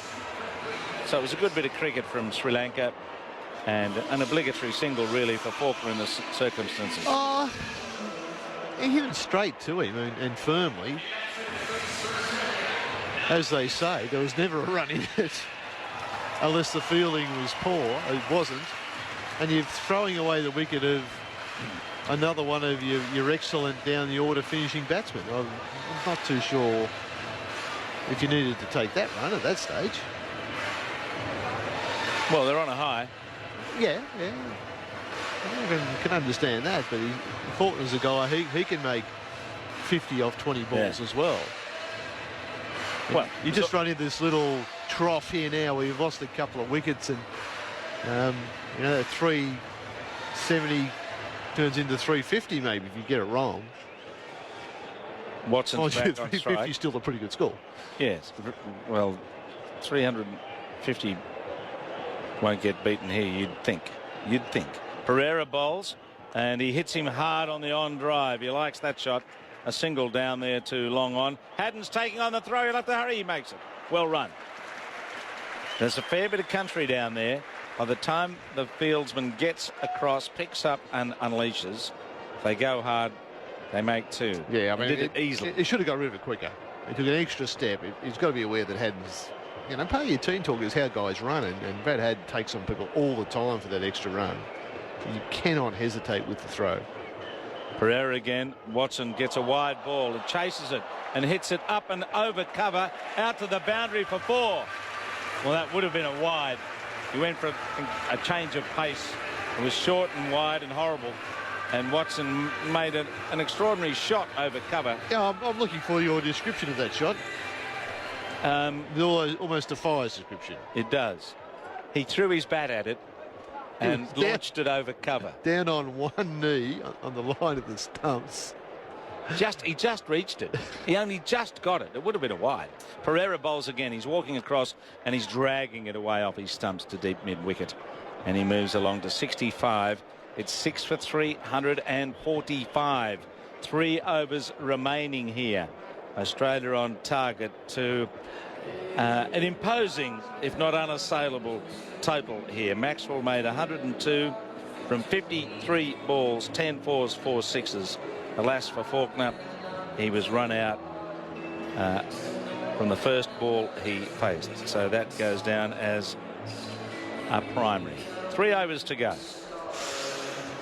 I mean, that shot Watson played, as they just reached it, it would have been outside the guideline. Had it been missed, it would have been called a wide. It went, what, 2 bounces over the cover boundary? Might have been on the third. Of almost the toe of the bat. To get that sort of power when your balance is nowhere near it. Oof. Now Malinga's back. How many has he got left? Only one? Yeah. He's bowled some good Yorkers today, but in between he has offered up some succulent deliveries that have been dispatched to the boundary. And what's he done so far? 2 for 55 off 9. Sinanaika none for 59 off 9. Matthews 52 from 6. Prasanna 77 from 10. Pereira 68 from 8. And Diller's 33 from 5. Okay. How are we going on the clock? Under-bowled, Dilsher. Going to have a little bit of overtime? Yes. Thought he may have opened the bowling. Senior player prerogative. I'm not bowling to this bloke. Thank you very much, Captain. It's Malinga then. He runs up and bowls a ball that's on the toes of Watson, who's giving himself room. Malinga followed him and he dipped it to the onside and to mid-wicket for a single. 66 for Watson. 6 for 346 in the happiest of happy hours for Australia. It's been going since Maxwell got out there. And that was after Smith was caught brilliantly by Pereira. A spiralling stroke. He ran back and clutched it. Smith made 72. Clark was bowled by Malinga for 68. So Haddon facing the Yorker bowler, Lassit Malinga. Malinga runs in, Haddon forward, forces the ball to mid-off, and they scamper for an easy run. That's the length, pretty close to a Yorker. It was a little bit of a half volley. And Haddon gets a ticking off from Alim Dar for running across the pitch. All right. Please don't do that, Brad. He ran on the offside, played the ball in the offside, ran up the offside, and 3/4 of the way down, cut across the pitch.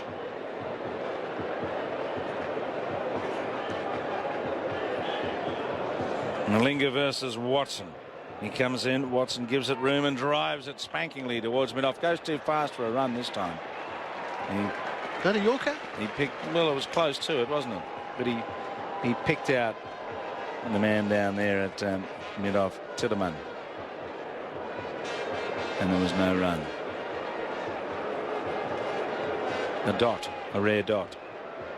But that's what he's striving for. He's got 2 men behind point inside the circle, a deep cover, deep square, and a long on.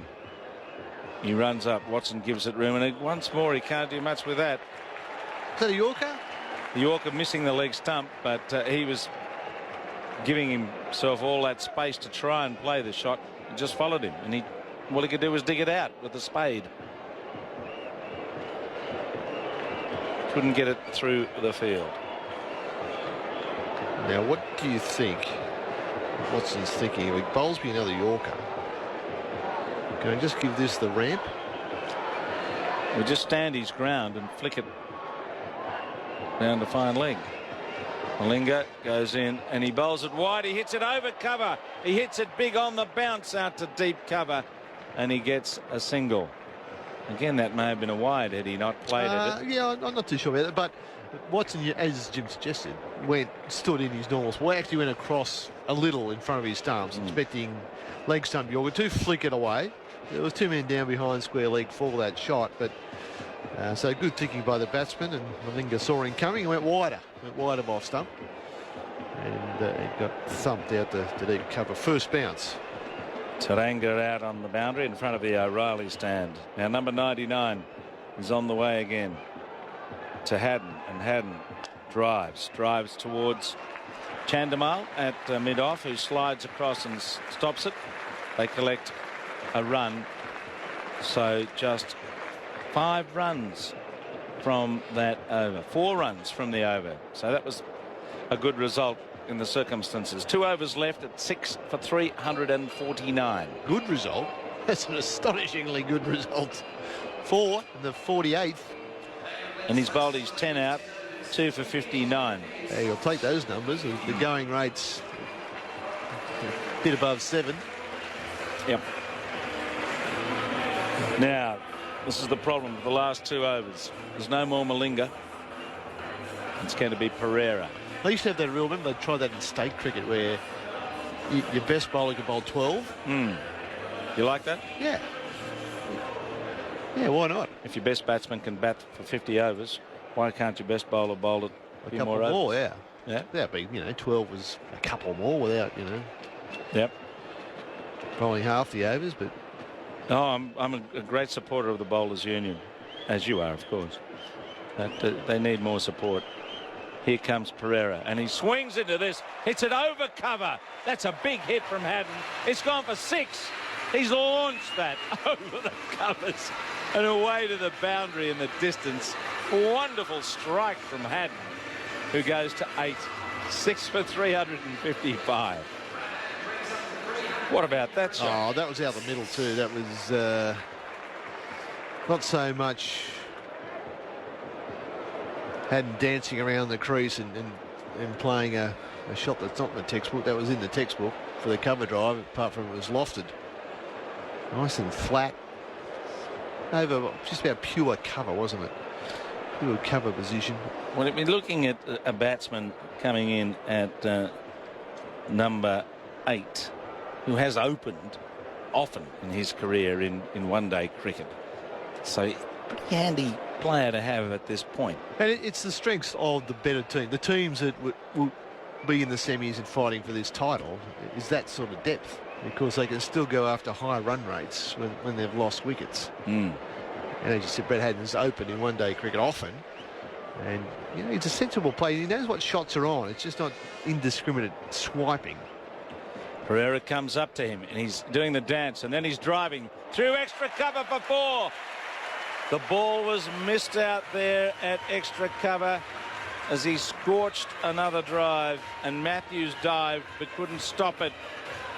And they've had a few moments in the field where they've not stopped the ball, fumbled it. That probably should have been stopped by the captain, but he got there. He didn't stop it. It was going quick. He was. It was really going quick.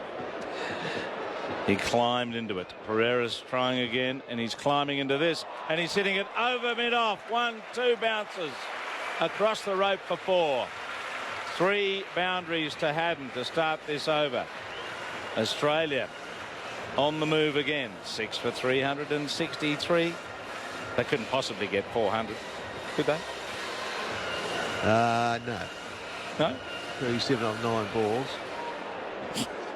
Keeps hitting 4s. They get close, but I don't think they get 4. So once again, only 4 allowed out. Yeah.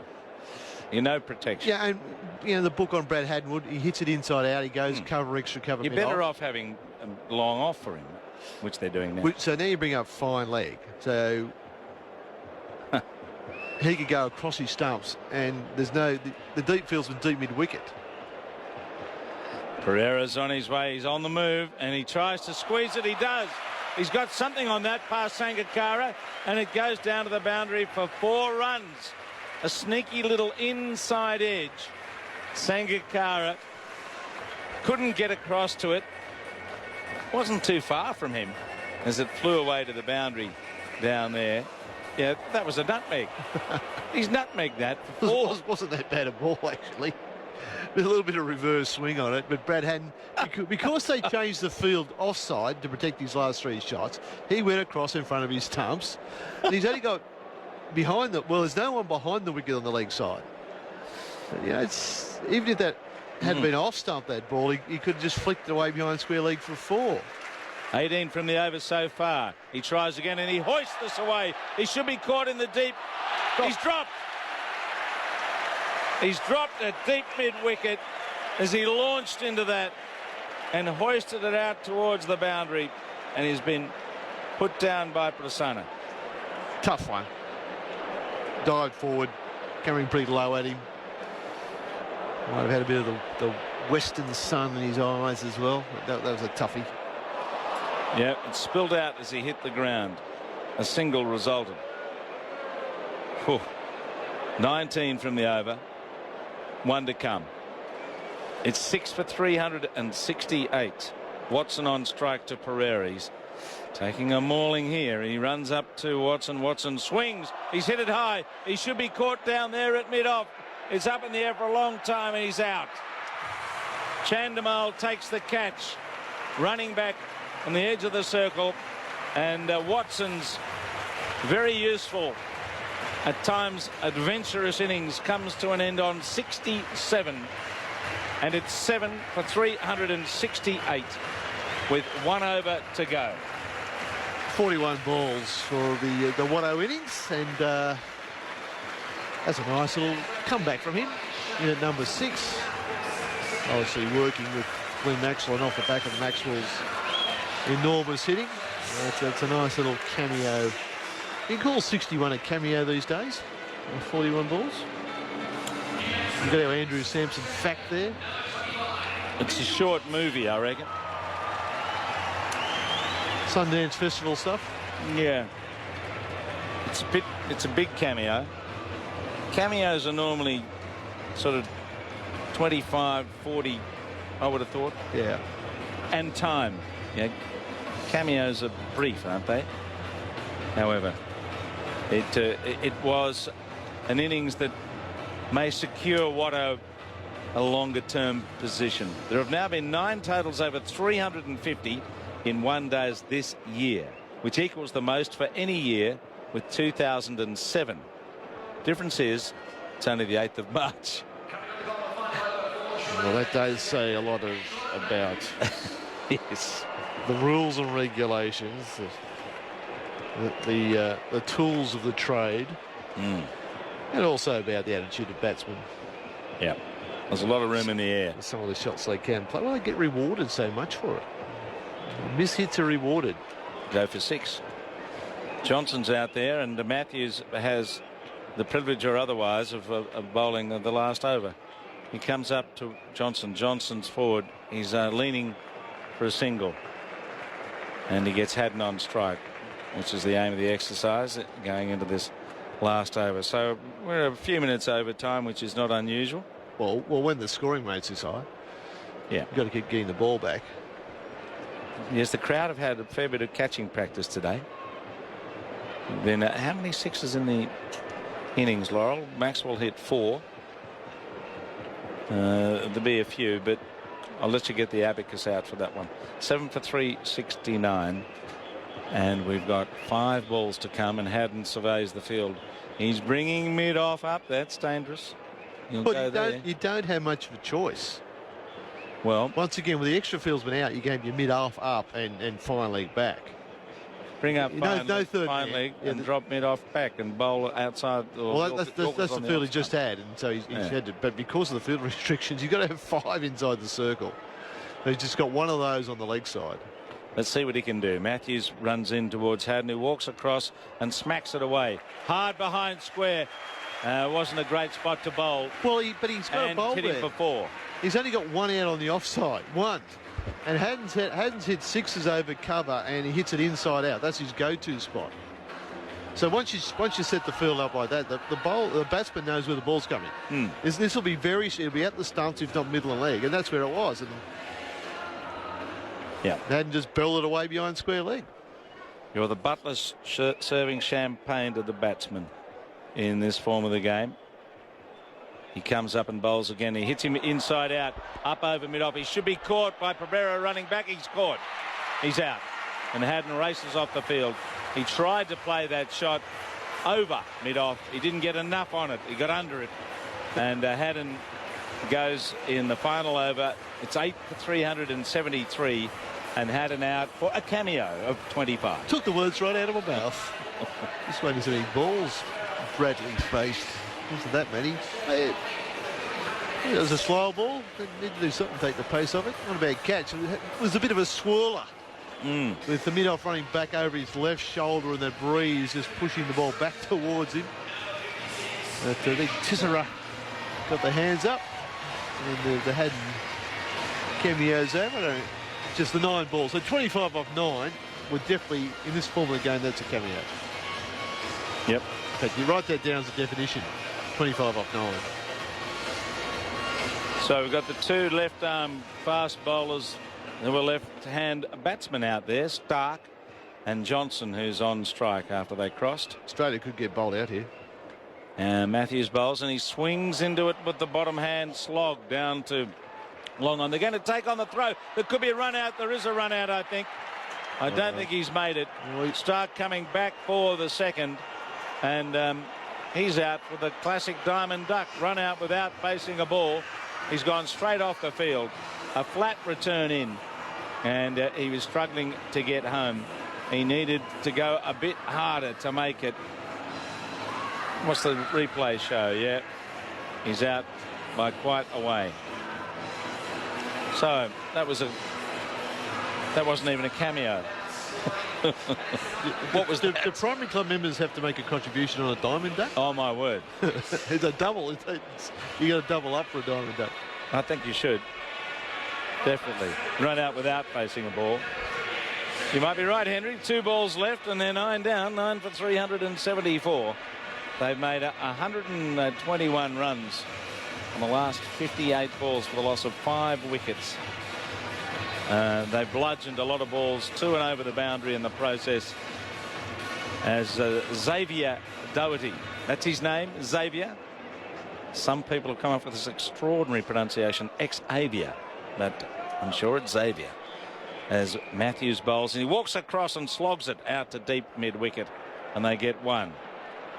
So they can still be dismissed. 1 ball left. Doherty will have the strike. And it's 9 for 375. We're tumbling towards the dinner break. Twilight time. Shadows across the ground. Sun setting. It's pierced the cloud that's been around for most of the afternoon. And it's going to be a pretty tough chase for Sri Lanka with this very imposing score created by Australia. One of the biggest on this ground by Australia. Not as big as South Africa. Doherty, another lefty. Last ball, Matthews bowls. He charges and misses. They're going to take a cheeky bye. And Sangakkara misses the stumps. And that's the end of the innings at 9 for 376. A big effort by Australia. They've swung the claymore and they've lambasted Sri Lanka's bowlers over the field, over the boundary. And they've delighted most in the crowd with this swashbuckling performance after winning the toss. So in this innings for Australia, Warner was out. Court Prasanna bowled Malinga 9. Finch stumped Sangakkara, bowled Prasanna 24. Clark bowled Malinga 68. Smith caught Pereira, bowled Dilshan 72. Maxwell caught Malinga, bowled Pereira 102 from 53 balls, the fastest one-day 100 by an Australian player, and the 3rd fastest in World Cup history. Faulkner was run out after facing 1 ball and hitting it to cover. Didn't make it to the other end. Watson was caught. Chandimal bowled Pereira Askaya to mid-off for 67. Haddon was out for 25, caught by Pereira from Matthews. Stark was run out without facing a ball. Doherty was not out. And Johnson was 3. Jeff Lawson 9 for for 376. Formidable. Well, Australia won the toss and had no hesitation because they know batting second at the SCG on these slowish wickets. And we've gone back to some slow brown looking wickets. Batting second is always much more difficult as the wicket slows down even more. And I've just noticed, it looks like Sri Lanka have asked for the light roller. And the light roller, one man can push it. It's hardly worth the effort. I think that's wrong. You've got to get the heavy roller on this to get the pace back in it. I'm not quite sure what they're thinking about with that one. It's a mistake that visiting teams often make at the SCG. The heavy roller makes a difference, makes it better. Like a marble on ice. Yeah, knocks a spin out of it because it is some give in the top of it. Anyway, Australia batting first. Could have had an early wicket down after one ball. Sri Lanka had 2 slips after one ball with Malinga bowling, and he did bowl an outswinger. They moved the second slip to short cover up. I guess where the next nick went. It went to second slip. Joe wouldn't have dived and probably saved 3 runs and dropped it. Finch could make the most of that opportunity. Warner fell to a nice piece of bowling, slower ball from Malinga, and when I saw that wicket fall, I thought, well, it will be difficult. I thought even with the new rules, I thought 260, 270 would be the most they could make. I thought the pitch is really gripping. It'll be hard to play shots if Sri Lanka bowl well, but that wasn't to be the case. Michael Clark batted quite well. Just a little question mark over his hamstring at the moment, a little injury. But to make 376, that's an astonishing total. I can't see Sri Lanka getting that. Malinga 2 for 59 from 10. Senanayake none for 59 off 9. Matthews 1 for 59 from 7. Prasanna 1 for 77 from 10. His last 3 overs went for 50. Pereira 9 overs, 2 for 87. Dilshan 5 overs, 1 for 33. So some brilliant batting, a wonderful exhibition of hitting. Not always clean, but certainly big. And Australia, in about half an hour from now, will be trying to defend this very impressive total. 9 for 376. It's dinner time. To chase down this huge target. Essentially, the stakes tonight are to try and lock down second position in Pool A behind New Zealand, who beat Afghanistan today.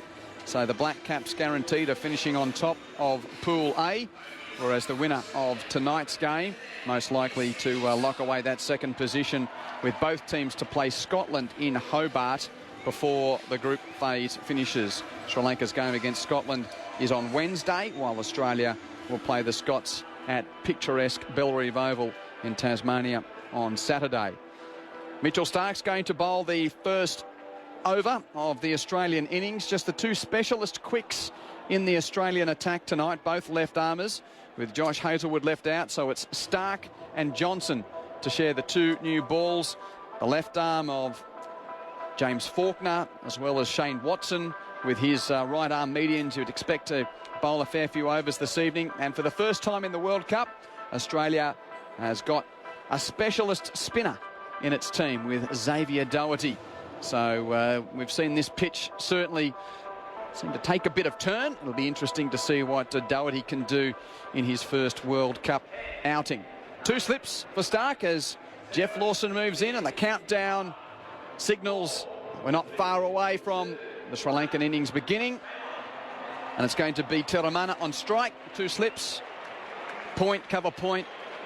Whitish mid off, mid on, square leg. Fine leg is out. Third man is out. And Starc to bowl.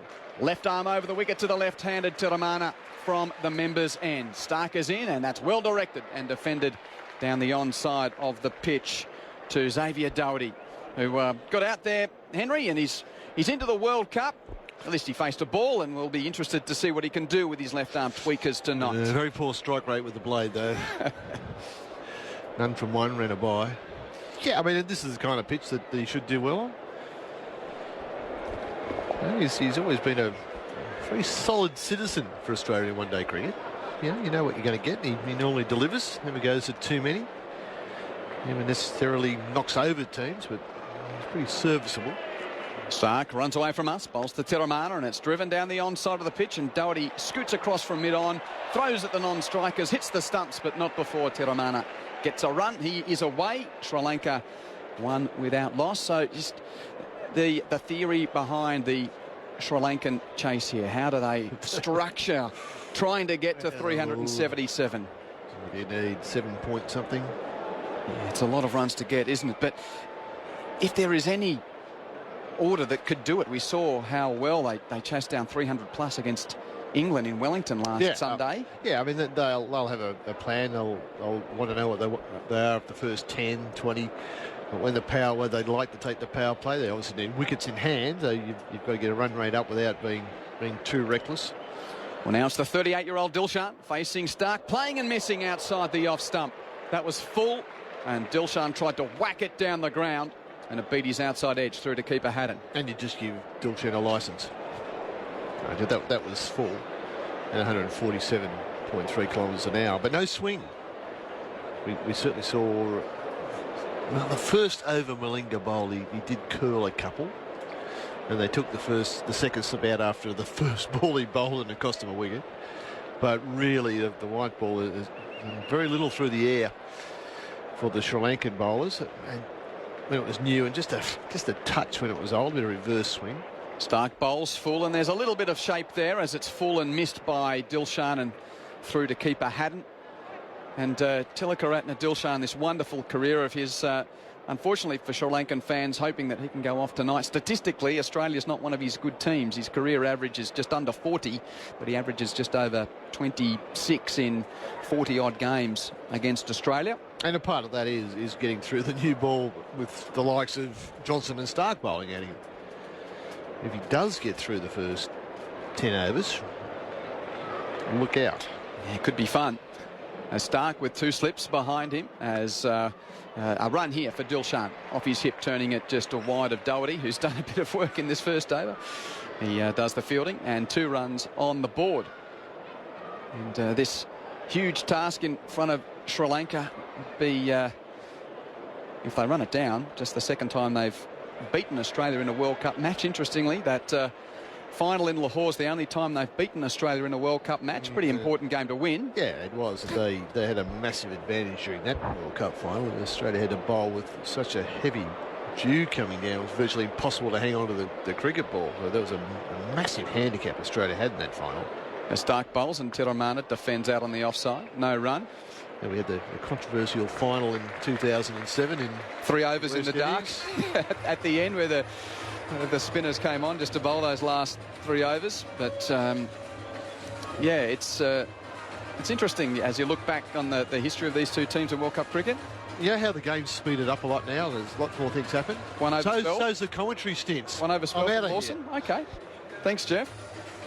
We'll hear more from Jeff Lawson throughout the evening. Don't worry about that as Mitchell Johnson marks out his run-up at the round weekend. And yeah, just looking at the other World Cup game that these two teams played in Australia, it was Sri Lanka batting first back in 1992 at the Adelaide Oval. They made only 9 for 189, and Australia got the runs with 6 overs to spare, with Jeff Marsh top scoring with 60. And Peter Taylor took 2 for 34 as Steve Orr opened the bowling that day in Adelaide, Vic. So, well, we saw Sachatira Sananayake open the bowling here, take us back to the 92 and Deepak Patel days, but, well, it didn't have the same type of outcome in the end.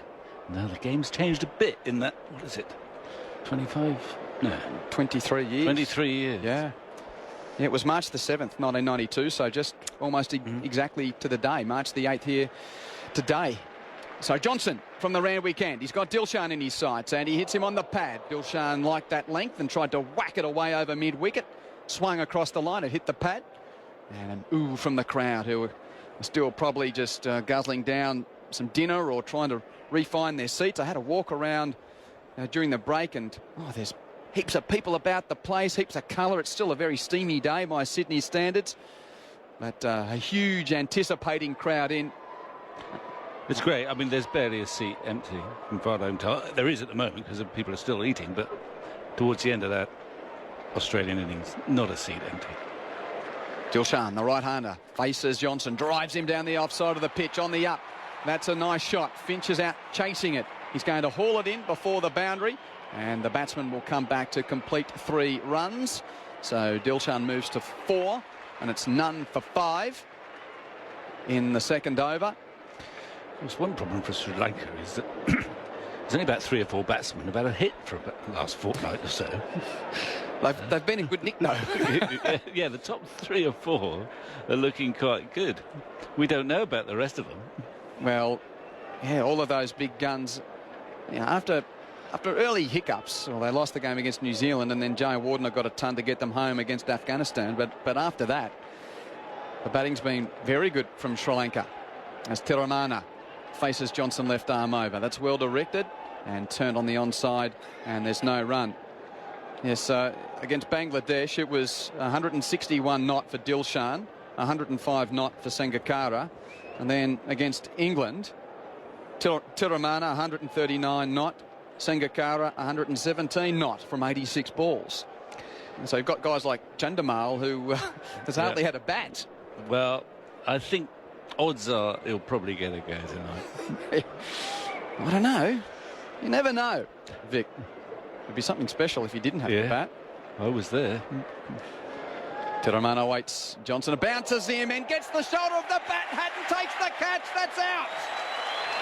Brilliant bowling. Good keeping as well. Hatton having to go forward to his left to a ball that was dying on him, having taken a fair bit, it seems, of the high part of the bat from the left-handed Tiramana. Sri Lanka 1 down with just 5 runs on the board, and Mitchell Johnson strikes in his opening over. Short delivery, and he didn't quite know whether to play it or leave it, and got caught in 2 minds, I think, Tiramani. Well, actually he tried to play it, but it got big on him, and he took the pace off it and probably touched his glove, possibly. So that's why it seemed not to fly through. He took a bit of the pace off it. Good, aggressive, fast bowling. And Tiramani, well, it was all fairly simple down in Wellington for him. Less straightforward here in Sydney. That early wicket has been taken. I mean, it's very important, and the Aussies will understand this and do this. Sometimes you get a huge total like 376. Oh, we'll just keep it tight and everything will be good. You can't go about your business in that way in the modern one-day game. You've still got to be aggressive at the start and pick up wickets. Well, Johnson and Stark are not a bad pair to have in your bowling attack if you want to be aggressive. Johnson, of course, struggled a bit against New Zealand. He bowled better than his figures suggested. Well, he set such a high bar last summer, and he hasn't reached that in any form of cricket, really. But that was on target, at the body, and I always used to think that this period, this dusky period, is not so easy for the batsman. Light's not taking full effect, but whatever it was, Tiramani couldn't cope with that short ball at the body and just parried it. And a good catch there behind the stumps. So the great Kumar Sangakkara now out with a huge task in front of his country, facing Mitchell Johnson. This is a great battle, a bouncer from Johnson that Sangakkara weaves his head out of the line of, and it carries through to Hatton at good pace. And I think, Vic, you know, having been to Australia many times, we always give our visiting opponents a bit of stick, but boy, oh boy, do we love an out-and-out champion of the game, and the respect that Kumar Sangakkara has, I think, across world cricket. But we mark visiting champions pretty hard here in Australia, but this guy, to a man, we just love watching him play cricket. What an exceptional servant of the game he's been, now 37 years of age, only 5 games away from 401 days. He stands on his toes and defends Johnson out to point, and there's no run, and a successful over for Mitchell Johnson. Sri Lanka 1 down for 5 with Dilshan 4, Sangakkara yet to score, and Tiramana, the man out in the over, caught behind for 1. Well, they've got some champions, Sri Lanka, and obviously Sangakkara's one, Jai Warner's the other one, Dilshan's not far behind. And it's interesting sort of hearing how they prepare. Sangakkara leaves absolutely nothing to chance. He practices assiduously. He'll have a long net every practice session. He even came over before the England tour and went and played for Durham for 2 or 3 games just to sort of get in the swing of English conditions. Jai Warner, is apparently completely different. If he's feeling good, he'll just have a few throwdowns in the nets. That'll do me. I'm fine. It's all a matter of touch with him. But Sangakkara needs to know that everything's functioning as it should be. Stark to bowl the third over. Bowls to Dilshan. Swings and misses. Again, he saw that length and was happy to have a swing, and the left arm, and not getting swing but getting it to slant across the right-handed batsman. Didn't get the tickle through to Haddon. Well, there's 2 slips there and they're on red alert. There's a sort of backward point gully. He's interested. I think even third man is a bit in from the boundary, because the way Dilshan's playing, third man is suddenly a catching position too, I fancy. Not much swing here for Stark, which is interesting because he has been making a white ball talk throughout this summer, slanting it across the right-hander at the moment. He's in again, and Dilshan drives on the up down towards that man on the third man rope. It went well between second slip and gully and along the ground to the deep for a single. Dilshan to 5, 1 for 6. I suppose the temptation is to think you've got to go hell for leather from the start, but Dilshan always plays with freedom. If there's width, he goes for it. Sometimes he might middle it. Sometimes if he edges it, it'll go flying. But even with a target like this, in the modern game, you still want to just make sure you create a bit of a base and get in before you start to attack. I'm sure Sangakkara will have a good look if he can. There are 2 slips waiting for Nick. Stark to Sangakkara, a bouncing ball that he defends down the pitch. Kumar Sangakkara with 23 one-day centuries. Still not atop the list for Sri Lanka in one-day international cricket. Sanath Jayasuriya owns that mantle with 28. It's amazing, though. He's nearly up to his 400th one-day international and nearly 14,000 runs in this form of the game. Not to mention his wonderful stats in red ball cricket as well. As Stark is into Sangakkara. Beaten. That did move a little. And that's just a classical new ball piece of bowling from Stark. And the left-hander fanned at it, and it was too good for him. Didn't get a nick on the way through to Haddon. Well, let's have a look.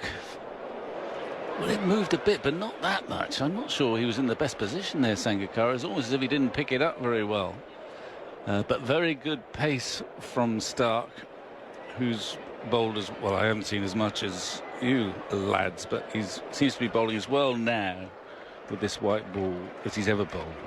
I saw him in Auckland. Awesome in Auckland. Yeah, it's a pretty fair comment, Vic. Here is Stark, shorter, and turned on the onside by Sangakkara, no run. And I think that the size of the task facing Sri Lanka is apparent. We look to the stands to our left, the Bill O'Reilly stand, which is designated for Sri Lankan fans, a big portion of it. And earlier on, they were waving their flags, and every ball was greeted with an ooh or an ah at the moment. Right, they're just sitting there, very quiet, and probably just contemplating. Oh, at least I hope we get close, or at least I hope we get a start here.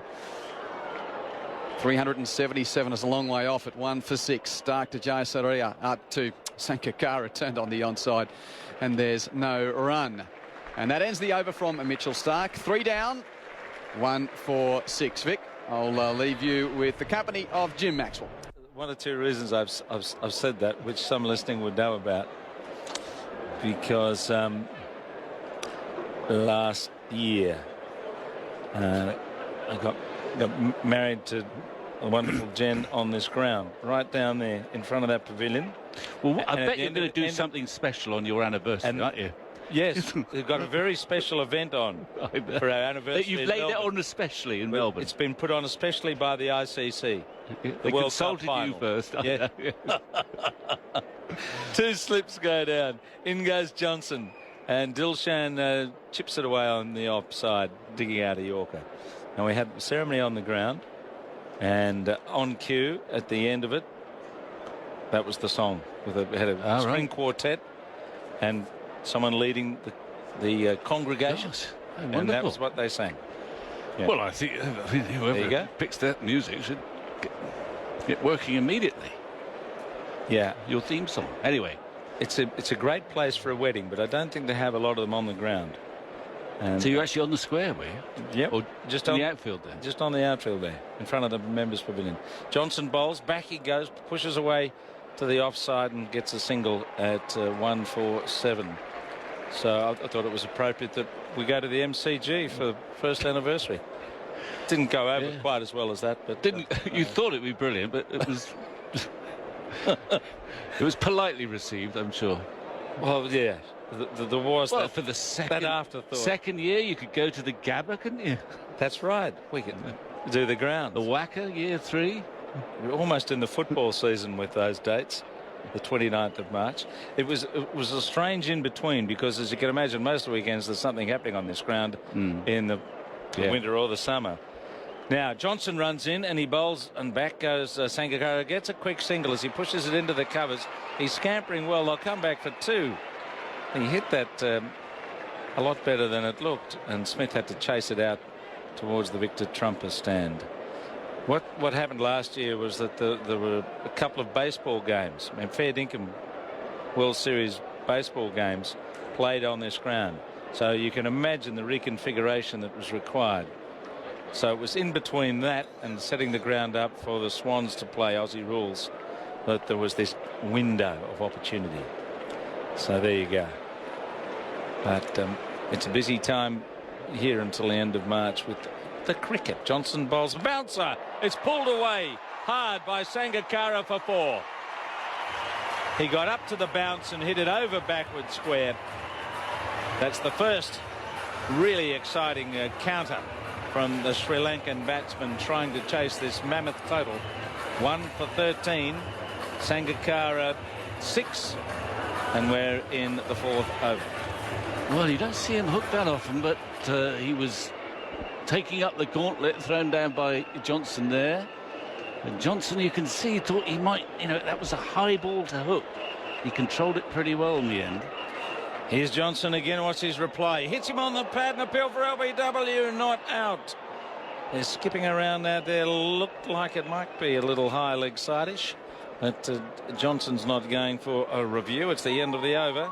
They need 377.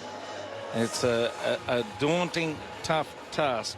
It certainly is, and that was high. Wasn't too much bounce. I mean, I think it was excitement. Having been hit for 4, he wanted to get Sangakkara. Too much bounce there, and he knew a review wasn't a good option. But the short ball's been a feature of this World Cup. Wickets, I mean, when we watched that game last night, the South Africans were getting out to the hook shot, pull shot. 3 of the batsmen went, caught on the boundary, a couple were caught on the boundary. It's a regular ploy if you've got bowlers quick enough.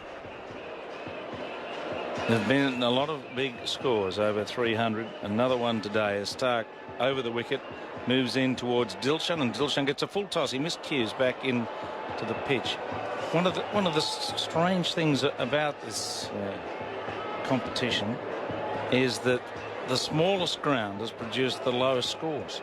Auckland, where you could lob the ball from one end over the boundary. It's not even a pitching wedge over the bowler's head, and yet it's produced 2 memorable low-scoring games. Yeah. I mean, the wickets had good pace, which helps. It swung a little bit there.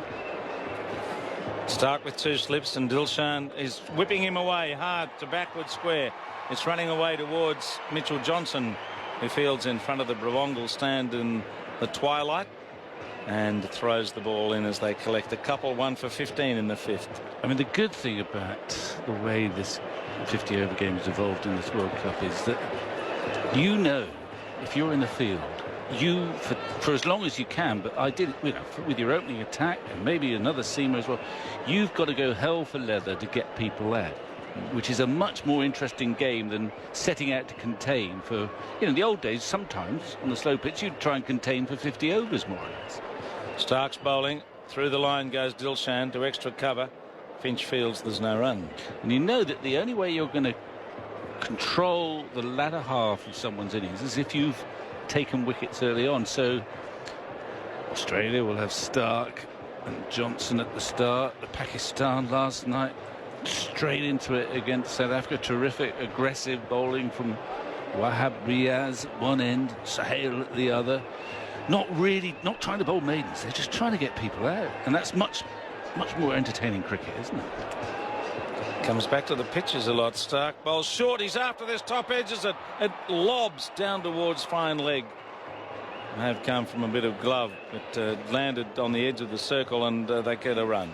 Well, the oddity too in this World Cup, it seems to me, is that you've had lots of scores over 300, but you've hardly had any, or you've had a few, but not that many in the 200s.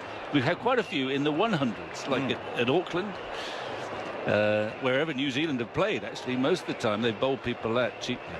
Afghanistan. But you haven't had many of those middling scores, have you? 258. Sangakkara versus Stark. Stark has him forward, pushing the ball firmly straight back to the bowler. So what redefinition, if any, is required to continue to reshape, modernise, make this game continue to be a good contest between bat and ball? Well, I think you can disappear up your own backside if you keep rejigging the rules too much. It's, as you said, it hinges so much on the surface. Stark trying to get something out of it. He runs up. Sangakkara pushes through the line past the bowler. A run or two up via mid-off as it's chased back by Finch for 2, and Sangakkara moves to 8th and the score to 18 after 5 overs. So you want a pitch that is fair to both departments of the game, i.e. one, and we've had a few like that, where the ball is zipped through early on, slip catches, they happen, they carry. There's just a little bit of movement, hopefully, but there's certainly pace, and that's happened both. It's been a great in New Zealand, actually, to see the fact that over there the pitches are much better cricket pitches. Much better than they were 23 years ago. Exactly, because the ball is going through. I think it also helps to have big grounds too, so that the 6 hit is not become a sort of, a non-event. I like it, the fact that we're playing here. Actually, there have been a few 6s today because they hit it so well. Johnson runs in and Dilshan drives him through mid-off for 4. Pitched up, hit firmly, wide of mid-off and up to the boundary. And lots of unfurling of flags and banners and applause for that fine stroke from Dilshan. He's 13, 1 for 22 in the 6th over. They need 377. I suppose what's alarming for bowlers is that we are playing on one of the biggest playing surfaces in the world. Melbourne's obviously wider, but no longer. And yet, I don't know how many 6s there were in the Aussie innings. I lost count, but way into double figures. Maxwell hit 4. Johnson again to Dilshan. Dilshan is through the line again, standing tall and playing firmly. And getting a boundary straight down the ground on the offside of straight. The ball rushes up to the boundary. 1 for 26. Dilshan to 17. In the Australian innings, there were 8 6s. So there weren't that many, in fact. I mean, it seemed like they were raining 6s at one point. But in other words, it was a big hit to go for 6. And I like that. I don't like, miss hits going for 6. And that sometimes happens on some grounds nowadays. Top edge is over slips and fine leg. Johnson once more. And Dilshan's back. Oh, my and goodness. He carts him high. That could go for 6. Will it carry all the way to the boundary? Not quite. It lands just in front of the rope at deep mid-wicket. He got underneath it, and he's dispatched Johnson to 3 consecutive 4s to move to 21. 1 for 30. Dillers has got the thrillers. That's good. That's what we want to see. Someone take the bowling on. It was his front foot pull, but obviously he didn't hit it quite perfectly because it didn't go for 6, I'm pleased to say. He hit it pretty well. Couple bounces, quite a big boundary out there. Suddenly those Sri Lankan flags have started to flutter again. Plenty of them. They're enjoying this attack. Johnson goes in again. Dilshan pulls him once more. Hard. 1 bounce across the rope at backward square for 4. He's not a man to take on with a short ball unless it's very quick. And it bounced and he got back, rocked back and smashed it to backward square. 4 4s in a row. Thrilling. Yeah, he hit that one much better. It was a skimmer. 1 bounce into the advertising hoardings, but right out the meat of the bat. Well, he's been driven twice, and now he's been pulled twice. What's old Mitch bowled this time? There's a disturbing lack of Mitchells in this Australian team. There's only 2 of them. Yep, the other one's carrying the drinks. Or an injury or something. Johnson's in. Dilshan swings. Hits him through extra cover for 4. 5 4s in a row to Dilshan. And in fact, if you look at Mitchell Johnson's figures so far in this series, other than the other day in Perth, he took 4 for 22 against Afghanistan. He went for 68 off 6 in Auckland and 36 off 8 against England in the first game. So he's taken a little bit of tap. Well, he's gone for... What if he can get a sort of completely symmetrical set here, Dilshan? He's got 5 4s in a row, 1 ball to go. We'll give him the ball at the end of the game. Who, Mitchell or Dilshan? Dilshan. Well, can he get the 6th? Johnson goes in and Dilshan swings into it. He uses it to cover. It's going very quickly. It'll take some chasing. It is the 6th. Now that must be some kind of a record if you're looking at them. 6 4s from 1 over. 6 6s. Oh, that's showing off. But 6 4s. That is something. Dilshan 33 and just adding weight to it. It's up on the screen. Ball 1 2 3 4 5 6 all going for 4s. And that takes the score with some excitement to 42 from 6 overs. What an over. Well, they were all... I mean, I think that last one, we wondered what Mitchell Johnson was going to bowl. He went for a slower ball. And Dilshan is suddenly seeing it so well that he just waited a little bit. And he only tapped. It was beautiful timing, actually. That shot through the covers. So that's livened things up. I remember seeing, I wasn't playing the game, but in a test match, I remember watching an Indian, Sandeep Patel, hit Bob Willis for 6 4s in there, which didn't cheer Bob up a great deal. Doesn't happen very often. Usually there's a 1 or a 6 that interrupts the pattern. Well, the star all-rounder's on. Watto. He can still move. Look, he's roaring in. Here he comes. First change bowler. He bowls and Sangakkara plays hard through extra cover. Use the bounce. And it's being chased by Stark. He'll cut it off just inside the rope. And they'll come back for 3.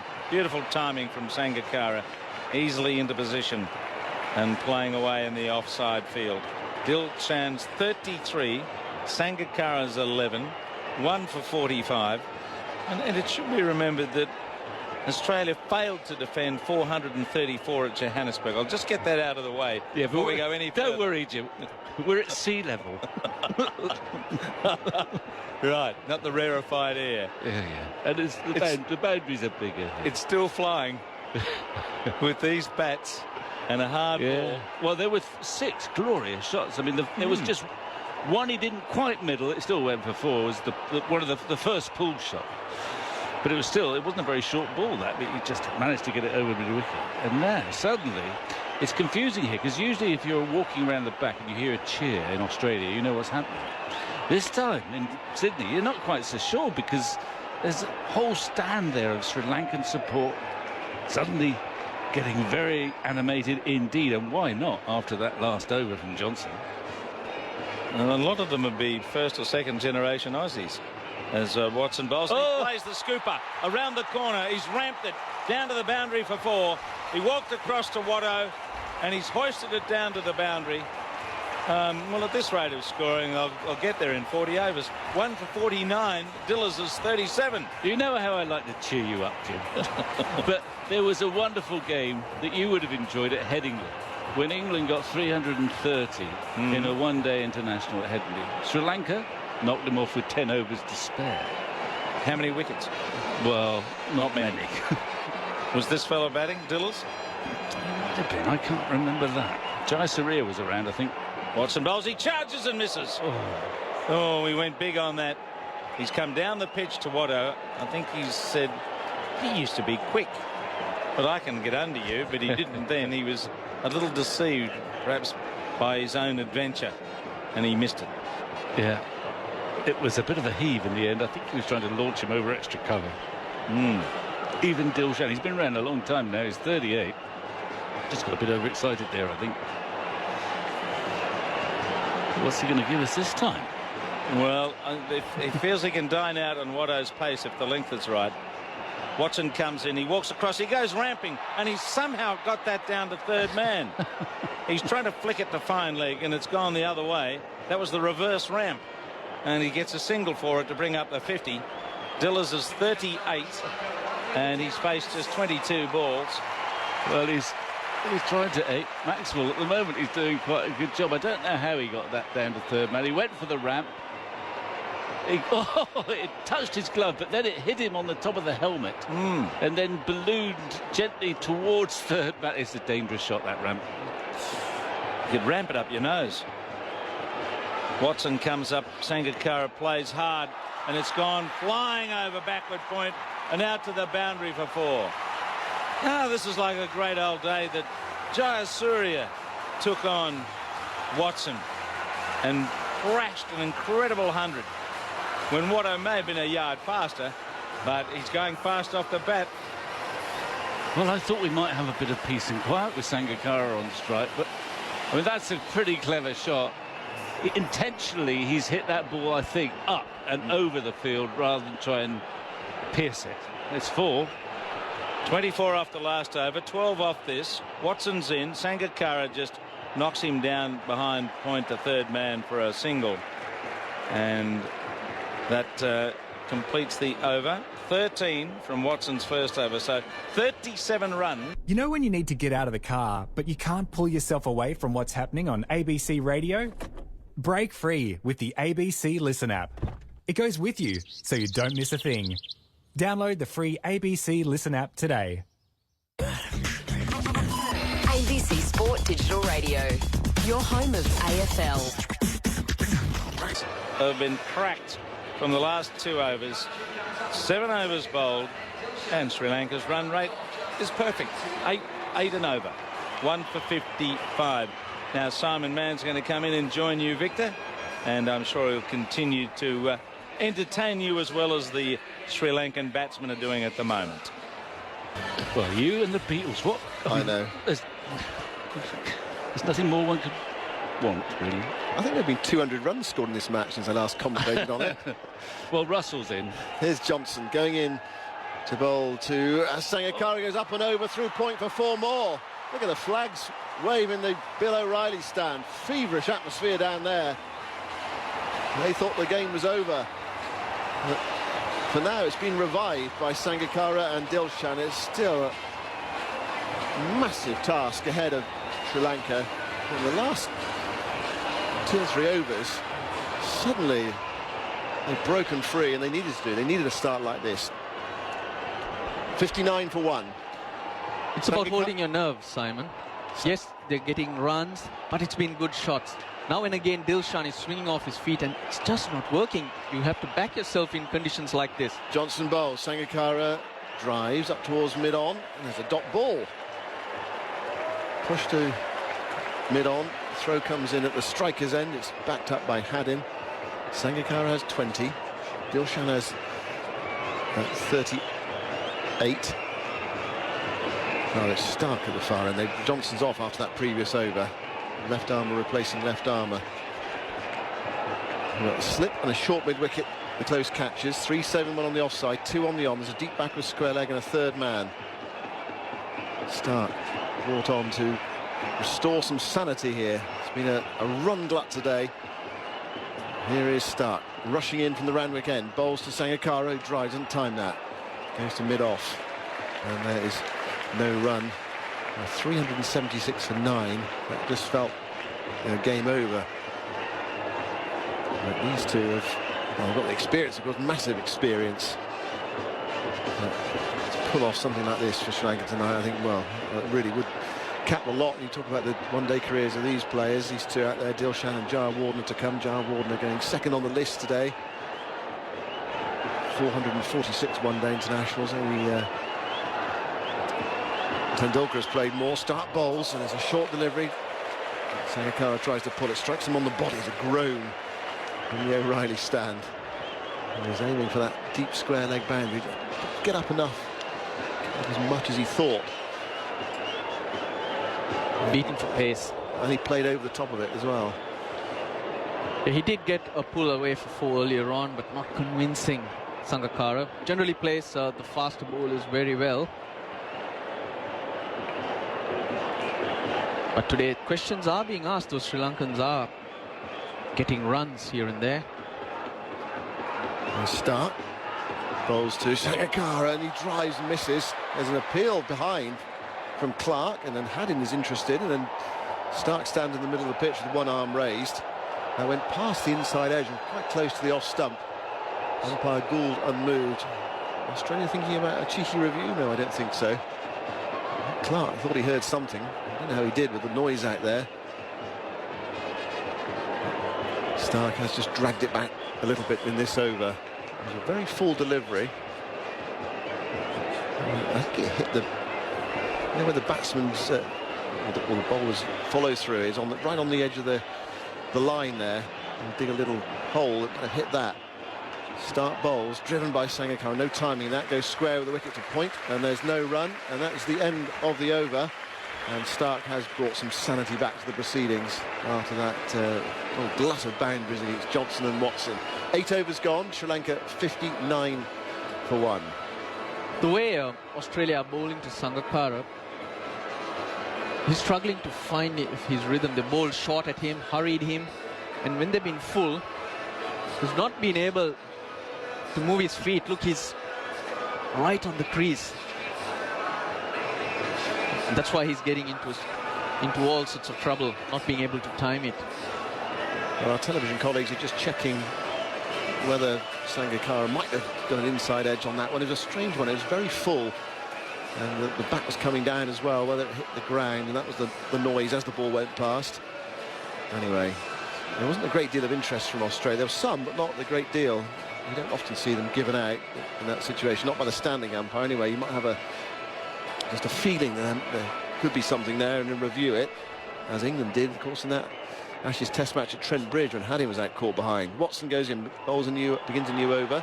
That's down the leg side, flicked away by Dilshan towards fine leg, and Dilshan jogs through for a single. 39 to him from 24 balls, 60 for 1 at the start of the 9th over.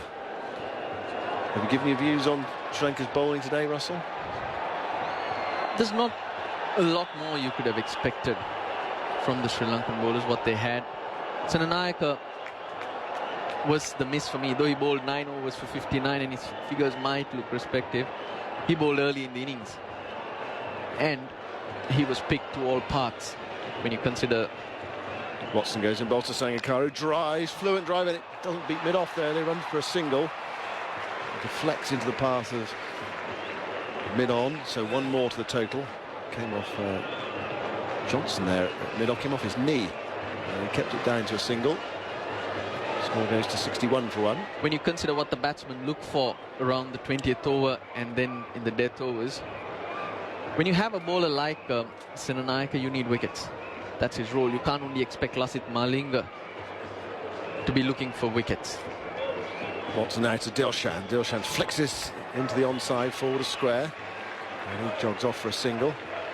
Fielded by Warner coming in from the deep forward square leg boundary. 62 for 1 in the 9th. That was the letdown. Once you didn't pick up wickets early, and that partnership between Smith and Clark set the innings up, you were asking for trouble. I didn't expect 370, but at 170 for 4 in the 37th over, even if Australia took time there and lost their way, they were still going to end up with a score around 280 to 300, which was a big score.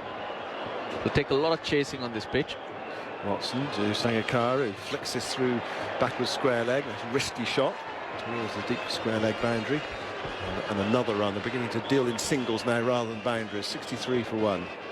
To the options Sri Lanka have, I thought they were decent. Sikuge Prasanna went for 77 in 10 overs. His last 3 overs in the batting power play and in the death overs cost 50.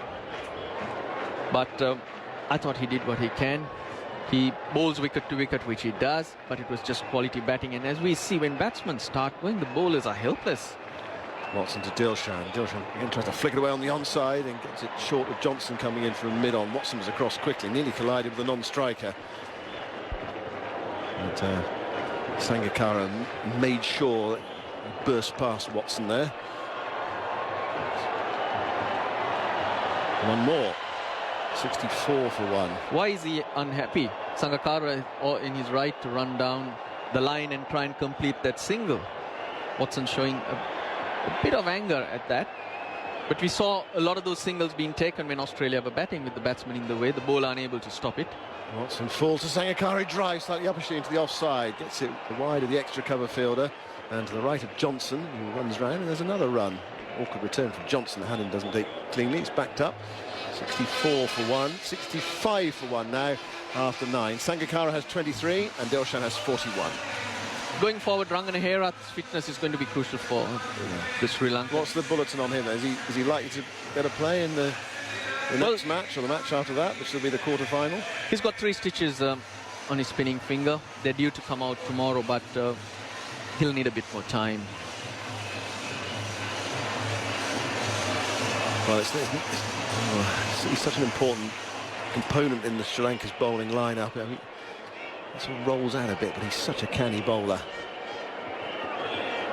Now this is a new over from Stark from the far end from us. The Randwick end bowls to Sangakkara, who tucks him away into the onside. I think there'll only be one. Yeah, those 37 and 38-year-old legs, I don't.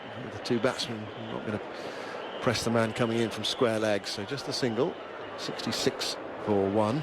Seeing Sangakkara bat in the last couple of games where he scored 2 outstanding hundreds, very quick hundreds, the quickest he's made, and watching him today, he's not fluent at all. His feet are not moving, and that probably is to do with the extra pace the Australian bowlers have.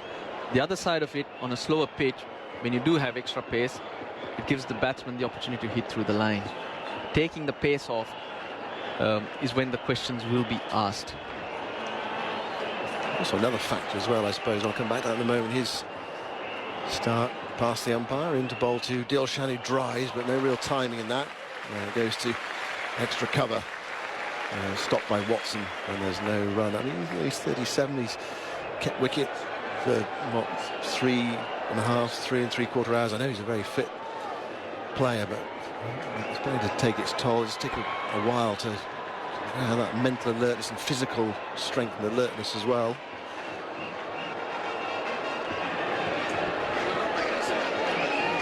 Stark turns to that far end with Dilshan on strike. And he's with him now, and he bowls a short delivery. Is that going to be called wide? 2 umpires confer. Yeah. It has to be a wide. Yeah. It was outside the off stump and high. It went ballooning through to wicketkeeper Haddin. 67 for 1. Superb start, Simon, but the problem is when you look up and you still see over 300 runs away. In reality, no pressure has been relieved as yet. Required rate still above 7.5. Just try to stay in the game. I don't know, to be, after 40 overs, to be 240 or something like that. Dilshan drives thick edge down towards third man. Throws on its way from Finch, low to the wicketkeeper. 68 for 1. Coming to the end of the power play. Australia were 49 for 2 after 10 overs, but then they had Maxwell down the order. Actually, 240 is probably a bit conservative. It needs to be a bit close. The last 10 overs be 260, something like that. When you're chasing, you need to be closer. Yeah. It's much easier setting a target. Probably try and keep that required rate around 9 or 10. But you've got to believe that you can do it. 7.5, 8, the way they've gone right now. There's value for your shots in this outfield. Start to Sangakkara, clipped away down towards deep backward square leg. They've gone for 1. And then they thought of 2, but that's a brilliant piece of fielding from Warner. He got there quickly, got the throw away. And absolutely no chance of 2 there. Even if you're the fastest between the wickets the game's ever seen. 69 for 1. So it's about backing yourself and keep chipping away. They've got the right attitude right now. You have to maintain it, and if you do have to absorb some pressure or play out a couple of quiet overs, you have to back yourself to catch up. Everyone's doing it nowadays. Stark. Oh, it goes right through Dilshan, very close to off stump. To drive that through the offside. It must have been so close to off stump and so close to the inside edge as well. Very full delivery from Stark. It's also fourth stump Yorker across the right-hander, taken by Haddin.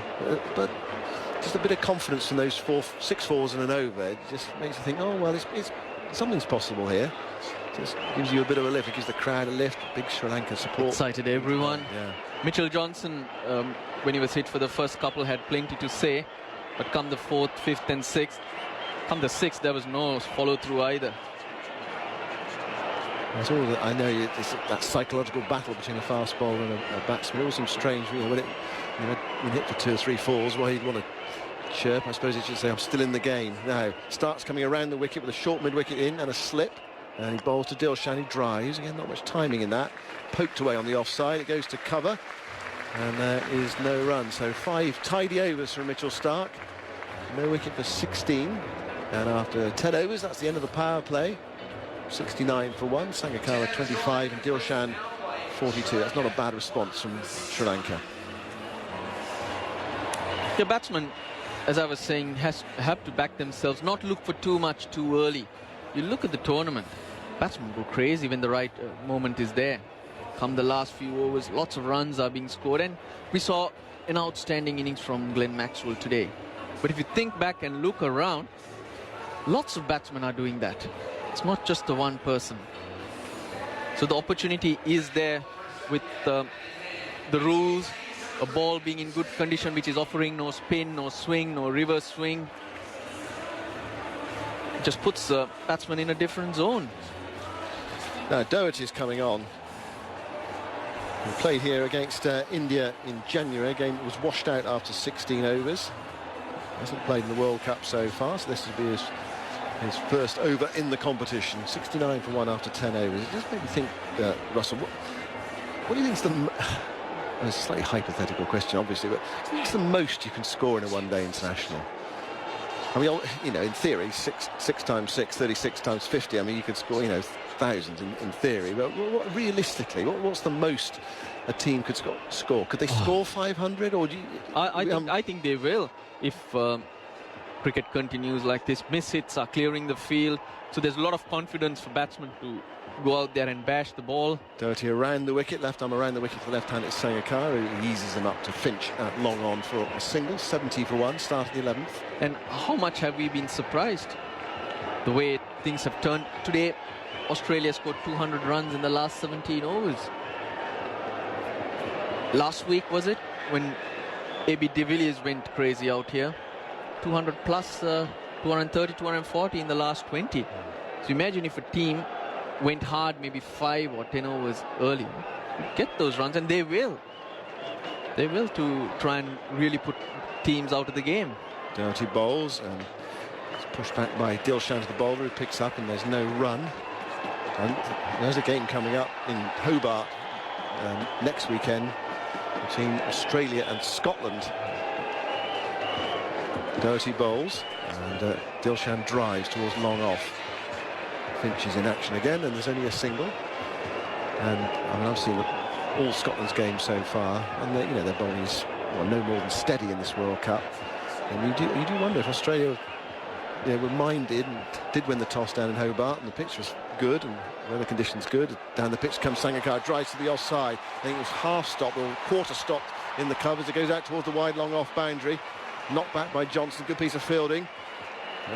Again, the older legs, only 2. Forget the legs. How about the throw? Long boundaries, and instead of going to the bowler's end, he gets it easy to head across. Well, he's got one of the great arms, Mitchell Johnson. Good chase, knocked it back, hurled it in. Only 2, 73 for 1. Doherty around the wicket, bowls. That's nudged away by Sangakkara. It's a good shot down towards fine leg. They've gone for 2. They're going to think of 3. Well, they will, but they won't get it. Throws on its way again. A lovely throw from the far end to Haddin, right by the bails. 75 for 1. 6 runs, easily off the over. 6, 7 and over for the next 10 overs, and see where you need to go from there. Get closer. On 30. And down the pitch he comes and turns that into the onside for another single, back with a square. And Stark is in action again. And that's the end of the over. 76 for 1. 11 overs gone. They are just switching on for the first time. People will be in the UK waking up on a Sunday morning. 377 the target for Sri Lanka to win the game. Maxwell 102, Smith 72, Clark 68. Watson 67. They went into the power play at 199 for 4, so 15 overs left. 177 off the last 15 overs. It's good going in the 2020 game. Now Glenn Maxwell, the hero of the day, is going to bowl from the far end, the Randwick end. Well, Dilshan hit 6 boundaries in an over earlier. He's the second batsman to do it in this Cricket World Cup. David Miller did it earlier in the tournament. There are 2 other batsmen who have done it at Cricket World Cups. That's Herschel Gibbs and Australia's coach Darren Lehmann. Herschel Gibbs hit 6 sixes in over. He hit 6 fours as well, did he? It was in that match in St Kitts in the 2007 World Cup against the Netherlands. He hit Dan van Bunge for 6 sixes. Here's Maxwell. Bowls to Sangakkara, drives up towards wide long off. They've gone for 1. Dilshan's coming back for the second this time. The throw to the wicket-keeper's end was a huge one, but no threat to the batsman. No threat to them running 2. Stark onto it again. 78 for 1. Today's score made by Australia is the highest Australia have made against Sri Lanka. The previous highest was also here at the SCG. Maxwell bowls, nudged by Sangakkara, backward a square. It's picked up by Johnson, no run. 368 they made in 2006. I remember dropping a catch in that game. How many did you get in response from the team? We got 200 something. We were never in it. Can Sri Lanka stay in this game tonight? Maxwell bowls, pushed away by Sangakkara into a gap this time to the right of Johnson at fine leg. Short fine leg. And another run to the total. 79 for at the moment, just nudging the ball around to find the gaps and tick the board over and build the base. After that onslaught from Dilshan, just got the Sri Lanka's reply going. Just a bit of belief came into the Sri Lankan camp after that flurry of boundaries. The early intent was shown by Australia, though, a snorter to dismiss Tirimana, and the dressing room would have wondered, is this what's to come?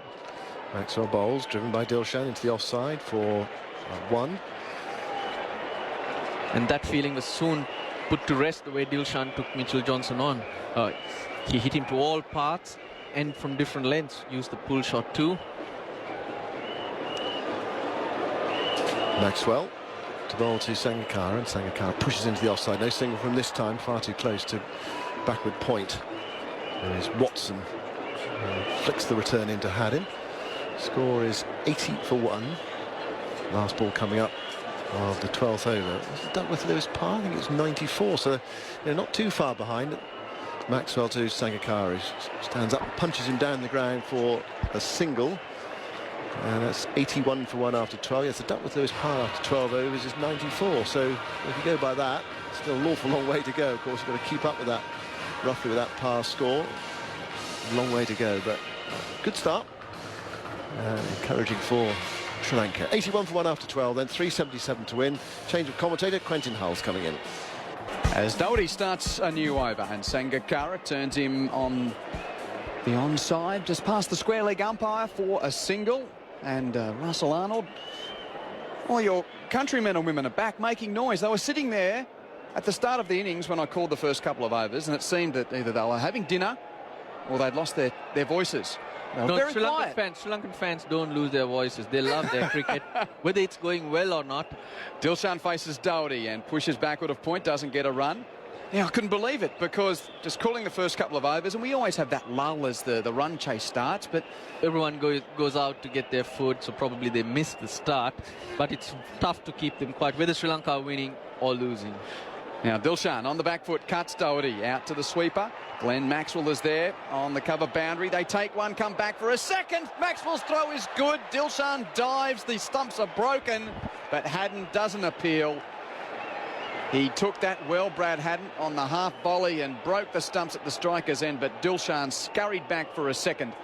And no need for the TV. Dilshan to 46, 1 for 94, 1 for 84, should I say, in the 13th over. Better throw might have had him. Hadn't had to bring back the ball from about 4 feet from the stumps.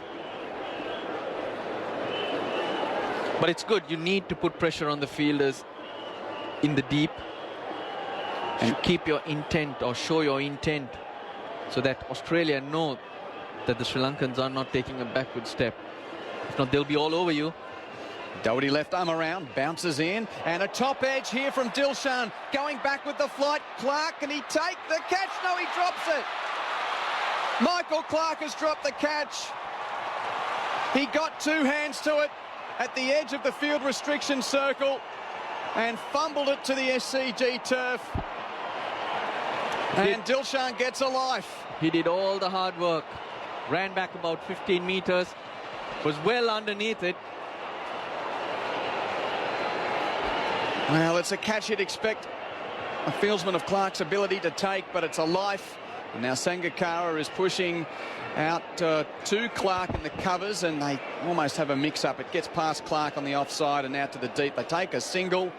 So just seeing another replay of Clark getting his hands to the ball and seeing it fall to the deck. So Dilshan with a life on 46. And that would have been just what Australia needed to break this partnership. Here's Dilshan waiting for Doherty, and he turns him down the onside, and the X-Man scurries to his right to do the fielding.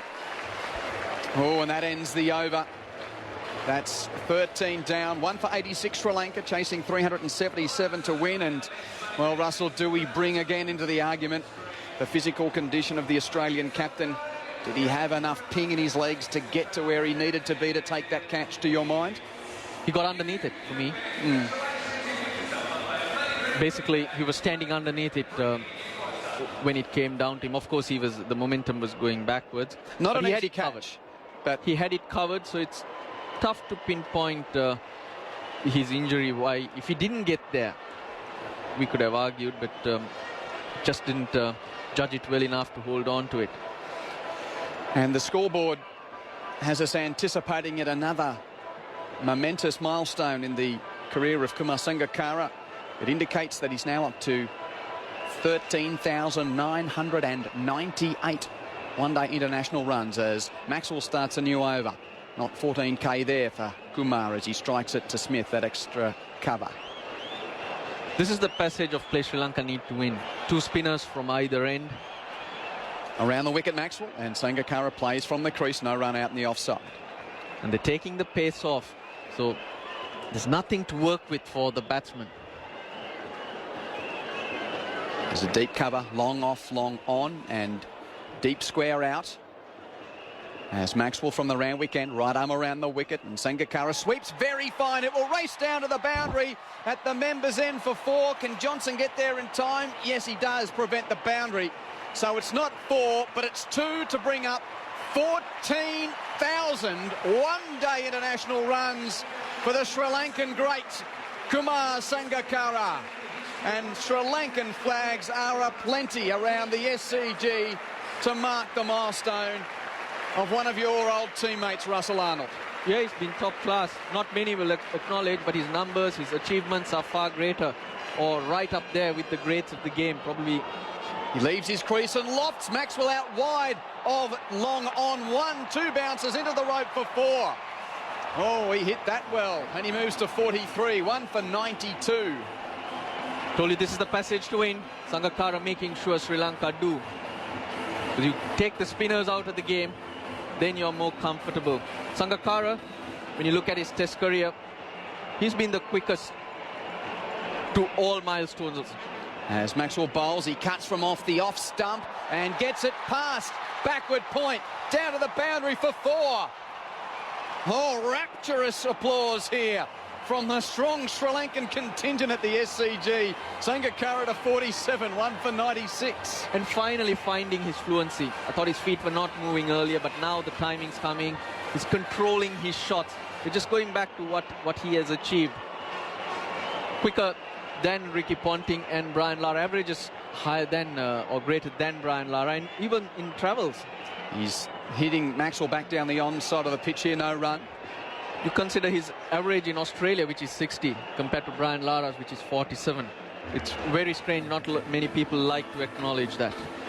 Yeah, he's been an unbelievable performer. Thanks, Russell, and great to have former Sri Lankan representative Russell Arnold with us here on ABC Grandstand BBC TMS as that over of theatre surrounding Kumar Sangakkara took place. 14 overs down, 1 for 96. Sri Lanka needing 377 to win. Jeff Lawson rejoins me. Xavier Doherty will continue from the members' end. Dilshan has taken his helmet off. He's just there without a cap, just batting, and hits that out to the deep on the offside and takes a single. Henry, good bubble around this famous venue at the moment. A little bit of bubble, toil and trouble for the Australians at the moment. Dilshan 48 with that stroke, 1 for 97. Catch put down, and that may not have a big effect in the long run. Sangakkara strokes and misses. Doherty with that ball, pushing it through outside the off stump. Haddon's broken the stumps, and he's appealed to the square leg umpire, who is going to go for the cursory look on the replay. There doesn't seem to be great animation or concern from Sangakkara's perspective. But a slick piece of work from Brad Haddon. We just have the wait to see whether there was any movement from the back foot. And first and foremost, it's not a no ball, a legal delivery, and Sangakkara's back foot was planted. Not out. The old straight ball causing trouble. Good variation, left arm around slider. the wicket. Yeah, he's bowling around the wicket, try and slide it away from Sangakkara. And maybe the odd one and just grip and come back. He bowled a 4 on the off, 5 on the leg, so his line's not outside off stump. Big gap behind point for the cut shot. And there's the cheer is not out. He's semaphore on the big screen at the SCG. 1 for 97. Sangakkara looks at Doherty and walks at him and works the ball out towards deep mid-wicket. They have 1 and they're scampering back for 2. Oh, these senior statesmen of world cricket running around like they're 18-year-olds here at the moment. A very slick 2 to the deep, and it forced a hint of a fumble there from Glenn Maxwell in the field. 1 for 99. Terrific cricket. Yeah, the 20,000 Sri Lankans behind Glenn Maxwell appreciated that. Doherty bounces in around the wicket. Sangakkara pushes that out on the offside for the 100th run of the innings. And that will be recognised by the strong fans with their Sri Lankan flags. 1 for 100. 377 is still a long way off, but it's much better than 1 for 5 when Tiramana was out in the second over for 1. So the partnership worth 95 as we approach the end of the 15th over. And that was Sangakkara's 50th run as well from 45 balls. Now Dilshan on strike. A bit of grip for Doherty. Turned and straightened to the right-hander, who plays it back down the pitch. Yeah, he still bowls to 5 on the off, 4 on the leg, even though the right-hander's on strike. And two of the men on the offside are behind point. Do cover, extra cover, and the long off. Last ball of the over from Doherty. And Dilshan sees the length, thought of going hard, but then just strokes it along the deck to long off, where Aaron Finch does the fielding in the deep for Australia. 15 overs down, and Sri Lanka 1 for 101 with Dilshan 49 not out and Sangakkara 50 not out. Earlier today, Glenn Maxwell with his maiden one-day international 100. He made it from just 51 balls, and he finished 102 from 53. 10 fours, 4 sixes, 72 for Smith, 68 for Clark, and an important 67 from Watson batting down at 6 as Australia made 9 for 376. Maxwell to continue from the round weekend. Around the wicket, Sangakkara, Dilshan should I say, tries to smack it out on the onside. Misses it, and Haddon picks up a dot. Maxwell around the wicket to the right-hander. I prefer to get hit on the leg side. He's got 3 men out in the deep there, and Dilshan just decides to work him back foot of square. Doherty does the fielding. That's the 50th run for Dilshan. Having been given a life a short time ago with a skied ball, a tough chance that Michael Clark couldn't take despite getting hand to it. And you wonder just what price the Australians will pay for that as Dilshan registers his half-100 from 42 balls. Maxwell in again. Sangakkara leaves his crease and pushes uppishly on the offside. It didn't carry to Smith in the covers. It just perhaps points to the bowler there. And Stevie Smith, I wonder if we might see him with the ball, just to break up the rhythm of the finger spinners. Maxwell once more around the wicket, and Sangakkara turns it off his pad past the square leg umpire. An easy infield single with the men on the onside in the infield at fine leg and mid wicket. We were discussing in the first innings whether this is a a 4-spinner wicket as opposed to a 4-seamer wicket. Well, Australia got 4 spinners, so they want to use them. You're not counting David Smith. Warner? Well, sorry, they got 6, including Warner. Around the wicket. Oh, Dilshan attempts the reverse slog sweep and got an edge down towards the fine leg boundary. Doherty does the fielding. Well, there was no edge. That was all spin off the deck. It's byes and 2 of them. So Dilshan there, yes, trying to... Well, keepers hate when batsmen go into reverse hitting positions. Keepers hate that. It's all of a sudden their heads are right in line for a top edge. 2 runs to the score, 105 for 1. Maxwell again. This time Dilshan does find the blade of it on the ball and turns it on the onside for a single. And the 6 spinners, Finch and Warner and Smith Warner and Clark. Smith, Clark, Doherty, Maxwell. Anyone else bowl? Who else can bowl a bit of finger spin? That sums it up, I think. Well, James Faulkner's, some of his variations are basically spin, aren't they? Yeah, exactly. It's like facing spin at the end of the innings. And Brad Haddon's off-spin is total rubbish. I have seen it. It's just not worth the effort. Does he do any bowling in the nets for New South Wales or over the years? Leap years. Leap years, OK. Very rare. It is trite, like so many wicket-keepers. 16 overs down, 1 for 106. Quinton Hull and Jeff Lawson with you at the SCG.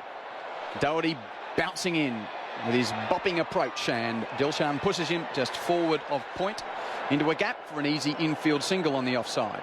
107 for 1 as the Mexican wave makes its way around the SCG. And what's a sticky Sunday night by Sydney standards. Are the members for this game? Because they actually did the wave. No, they're not. That's probably why they're doing the wave. Doherty flat on outside the off stump. Sangakkara times it beautifully backward of point. But good work in the deep to prevent the boundary. Warner scampering around the rope there to keep it to 2. Sangakkara to 53, 1 for 109. Yes, the members aren't the members, so that's why we're seeing a bit of wave come past the Noble and Bradman stands and also through the ladies and members pavilion. Really good atmosphere at the ground at the moment. Sangakkara slogs Doherty out through cow corner. 1 bounce over the rope for 4. That was outside the line of off stump, but he liked the length and just picked it up and plonked it away out towards the Dally Messenger stand. Sangakkara to 57, 1 for 113. Well, the width is what helped him with the leverage, and he could hit it between the long on and the deep mid-wicket. Doherty quickly back into his work. Sangakkara turns it backward of square. Fine leg is in. Stark does the fielding, and they get a single. Wow, this is fantastic from the neutrals' perspective. This is just exactly what the game needed. A good partnership early on without too many top-order wickets tumbling away, and the run rate is healthy at 1 for 114 in the 17th. Dilshan forward to Doherty and takes a well-taken single just to the left of Smith at cover in the infield. Another run to the scoreboard. They've got to try and stop that single. It's just too easy. When Doherty bowls a good ball, he's well, lots of good balls. They're just pushing into the gap, just wide of the short cover, the short mid-wicket, and picking up their quick one. Left arm around again. Sangakkara walks it. Doherty hits him over mid-off. He didn't get all of that, but it will still go to the rope for 4. Didn't give it the full flourish, but sure that the man was inside the circle and just did enough to lift it over his head. And it rolls to the boundary for 4. And we're going to, I think, take a refreshment. Is it an official drinks break? Yep, the bottle's about to run onto the field. So we will take a pause here at the SCG with Sri Lanka making a terrific start in its pursuit of 377 for victory. After 17 overs, Sri Lanka 1 for 119. Dilshan 53, Sangakkara 62. The hiccup early on was the loss of Tiramana for 1. But since then, this veteran pair has certainly given Sri Lanka a sniff in this big run chase. 1 for 119 after 17 overs with drinks on the field. But the ball's done very little here. We've talked about lack of seam and lack of swing early on with that new one. And it's not spinning very much. Maybe the trick is to bowl a bit slower. So what's the quality of the pitch in your view? Well, it's not as slow and turning as much as I thought it might. Certainly not like sometimes we used to have back in the 90s, which would get really slow It's stopping a bit, but you know it's obviously still very playable. But I'd really like to see Doherty and Maxwell bowl much slower. I don't think Sri Lanka's biggest error with their spin bowlers was to bowl too quick. And it was very easy for the batsmen to hit through the line. So I'd like to see a change of pace of the spinners if they could. They've got one of the spinners on now, Faulkner. Yeah, well, he was due to bowl, and it will be interesting to see what his combinations are like, how much he bowls his back of the hand slower ball, and how much he bowls seam up. Now, James Faulkner also likes to go to the bouncer a fair bit. We haven't seen too many of those, a couple early on. I mean, Johnson bowled a really good one to Sangakkara early, and he belted it for 4, and it was a good bouncer, right height, right line, pace.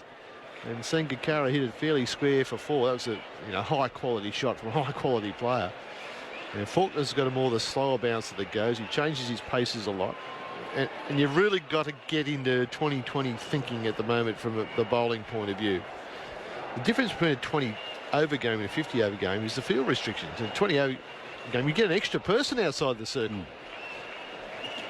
So Faulkner's going to bowl with a 5-4 split in the field. 2 men deep on the onside, a long off and a deep cover, and 2 just behind point with the extra cover, the mid off and the mid wicket. He's in from the southern end, and he's guided to short third, and there's no chance to score with Johnson fielding there. So Dilshan has made 53. He hit 24, 6 fours from 1 Johnson over. What an unbelievable over. Johnson didn't bowl too many bad balls in that over. 3 of those drives for 4 were good length balls at pace. Just unbelievably good shots. Mid-off's up, third man's back now as Faulkner rolls in, and Dilshan pulls him away. Didn't get hold of it, dragged it off a bottom edge for a single. He's now 54. 1 for 120. We're in the 18th over. So the asking rate is around 7.5 runs and over, and they're going at 7, 8 and over here. 7, round 7.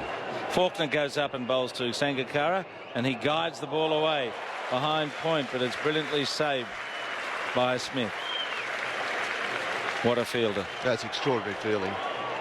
Dive to his right. Yeah, and Sangakkara timed that and hit it hard behind point. And got the Smith in a flash and not just stopped it, but he picked it up cleanly. Faulkner in again. Sangakkara on the nibble down to third man.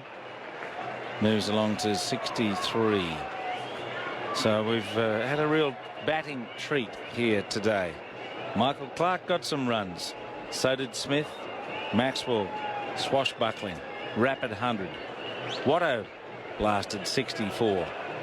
And there was a cameo of sorts from Haddon with 25 at the end as they got to 376 for the loss of 9 wickets. And now these 2 famous Sri Lankans are going strongly. Dilshan back, tries to pull. The ball stayed down, and he dragged it around the corner to fine leg.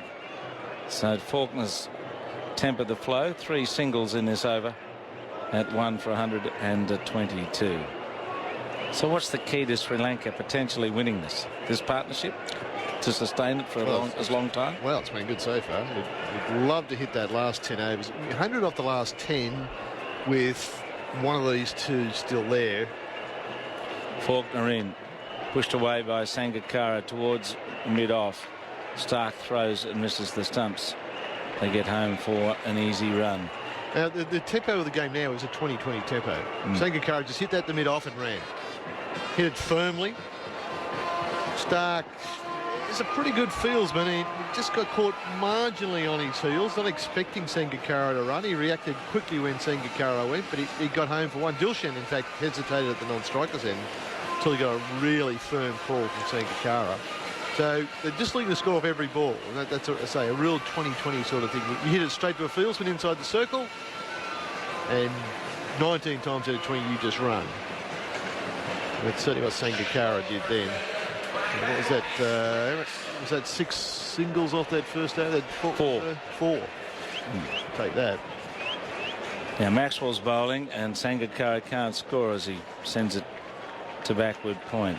And that was slow. That was a much slower delivery from Maxwell. Sangakkara had to wait. It's got the long off here as well as a deep cover and a long on. Sangakkara waits, just knocks the ball away towards mid-wicket. A couple of dots. Just keeping the game tight, as tight as possible. Don't give the batsman too much opportunity to go through the line. He does now. He lofts it straight back over the bowler's head. It's a lob wedge for 2. Down below us, it's tidied up by Doherty, throwing back on the bounce. 1 for 125. Sangakkara 66. He picks his mark. He knew he couldn't hit that for 4, so he just chipped it back over the bowler's head. Now he's onto his stumps and sending the ball to deep cover with some exquisite timing again on the drive.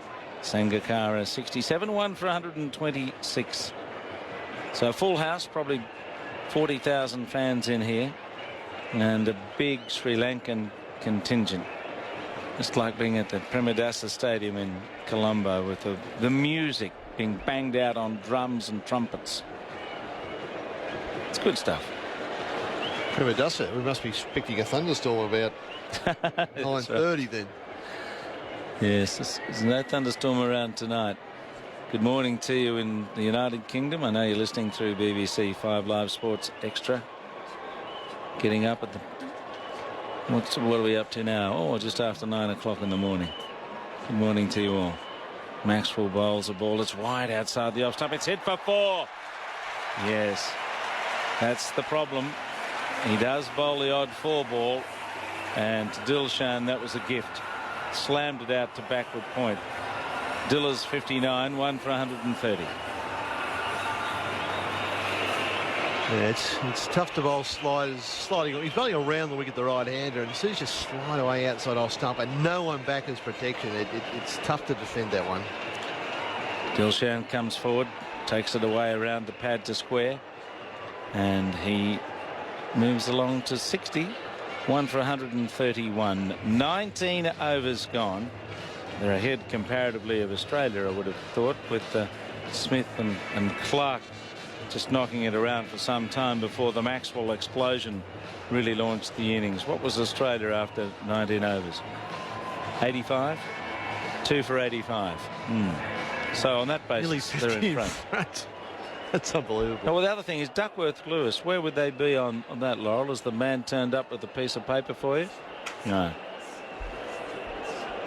Somewhere around there. Have you got that Duckworth-Lewis there, Ned? I knew there'd be a piece of paper as he tries to turn Faulkner away and Dilshan misses out and it hits the pad. That's the analysis you should make. So 1 wicket down after 19. They should be 134. So they're about, yeah. They're on par course with the DL.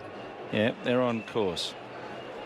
And this is setting things up nicely, isn't it, for your entertainment and Sri Lanka's hopes of pulling off an extraordinary win. Faulkner bowls back, goes Dilshan, squirts it around the corner to backward square, takes a run, and he's 61. They lost the early wicket of Tiramana, got a lifter from Johnson. It hit the glove and went to Haddon. He was out for 1 when the score was 5. But within a couple of overs, Johnson had been dispatched for 6 boundaries, and Watson had 13 from an over. It was 37 from 12 deliveries. Faulkner bowls angled away by Sangakkara towards point, backward point, but there's no run for him there. So it's a sweaty night here. It's still quite humid, even though the sun's gone and we're into night time, but pleasant enough.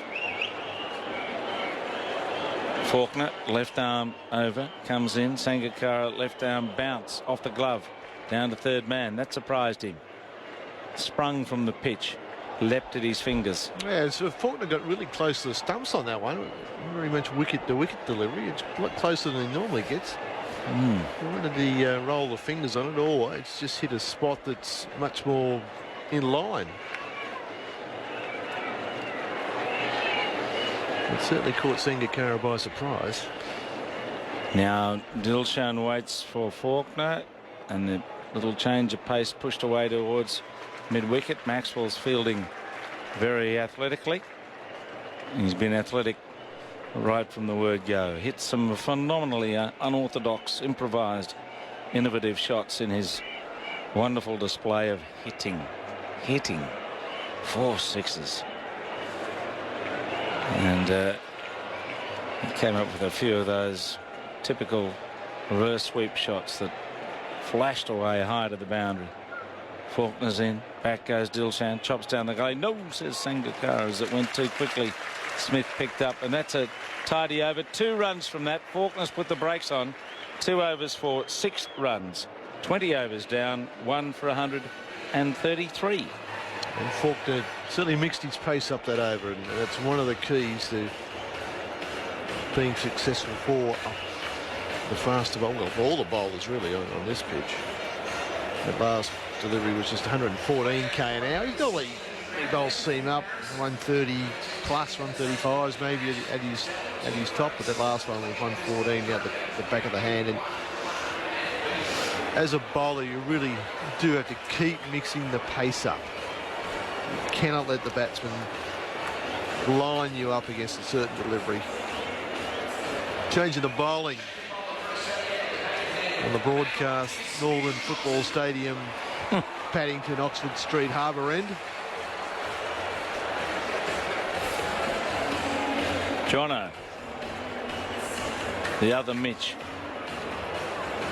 took a bit of stick in his first spell after claiming that important wicket. So he's going to bowl without a slip, and with 5 in the circle, the 4 out, third man, deep cover, fine leg, deep square. He bowls to Sangakkara. Sangakkara plays on the bounce out into the covers, and Smith is there to collect it. So it's a great sight here. The lights are in full blaze, full lux. The ground is a superb arena, an immaculate outfield, firm, fast, and the pitch is playing well enough here to keep batsmen in the frame of mind to be confident through the line. These white balls still pretty hard, 1 from each end, of course, in this series. Now Johnson's bowling, he's pitching up, and he's played on the bump by Sangakkara back into the pitch. But again, you can hear the buzz in the crowd. They are very much in the game. Well, you can hear that applause for the dot ball. The crowd understand how hard it is to contain these batsmen. It's applause from the Australian supporters, and if Sri Lanka score a single, it's dancing, cheering, flag waving. Well, in fact, they're doing a bit of flag waving now and nothing's happening. There's a few Australian flags I can see down there with the youngster as Johnson bowls again tight right on the line of the stumps. Knocked down to Maxwell, who's out there at short mid wicket. There were a few beach balls going around, but it's all in a good spirit. I haven't seen any come out onto the ground. In fact, it's a somewhat different setup there, isn't it, around the boundary? Normally we have security chaps sitting on seats facing the crowd, and there probably are some, but there don't seem to be as many as we have during an Australian series.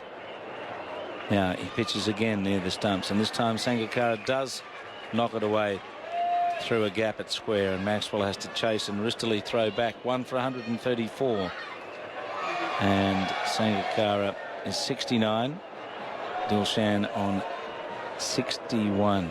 Michael Clarke had a good hit out there before he played over 1 from Malinga and was bowled for 68.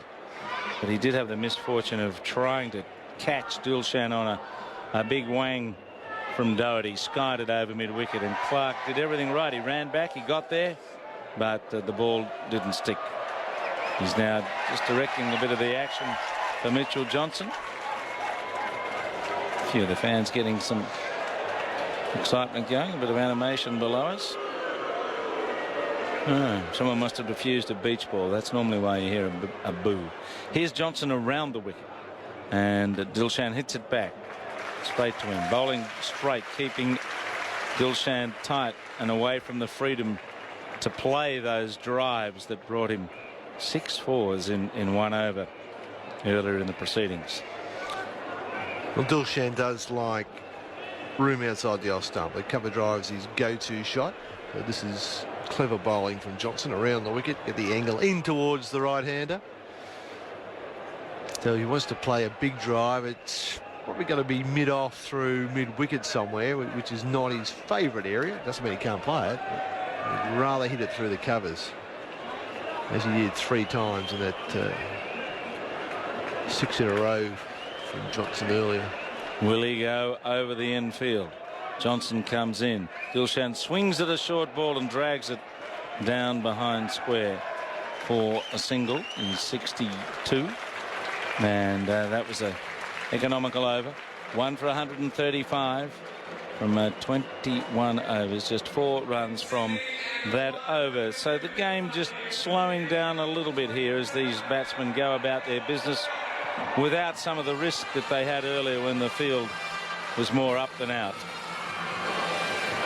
Well, that was a good over from Johnson. He got the line exactly right to Sangakkara.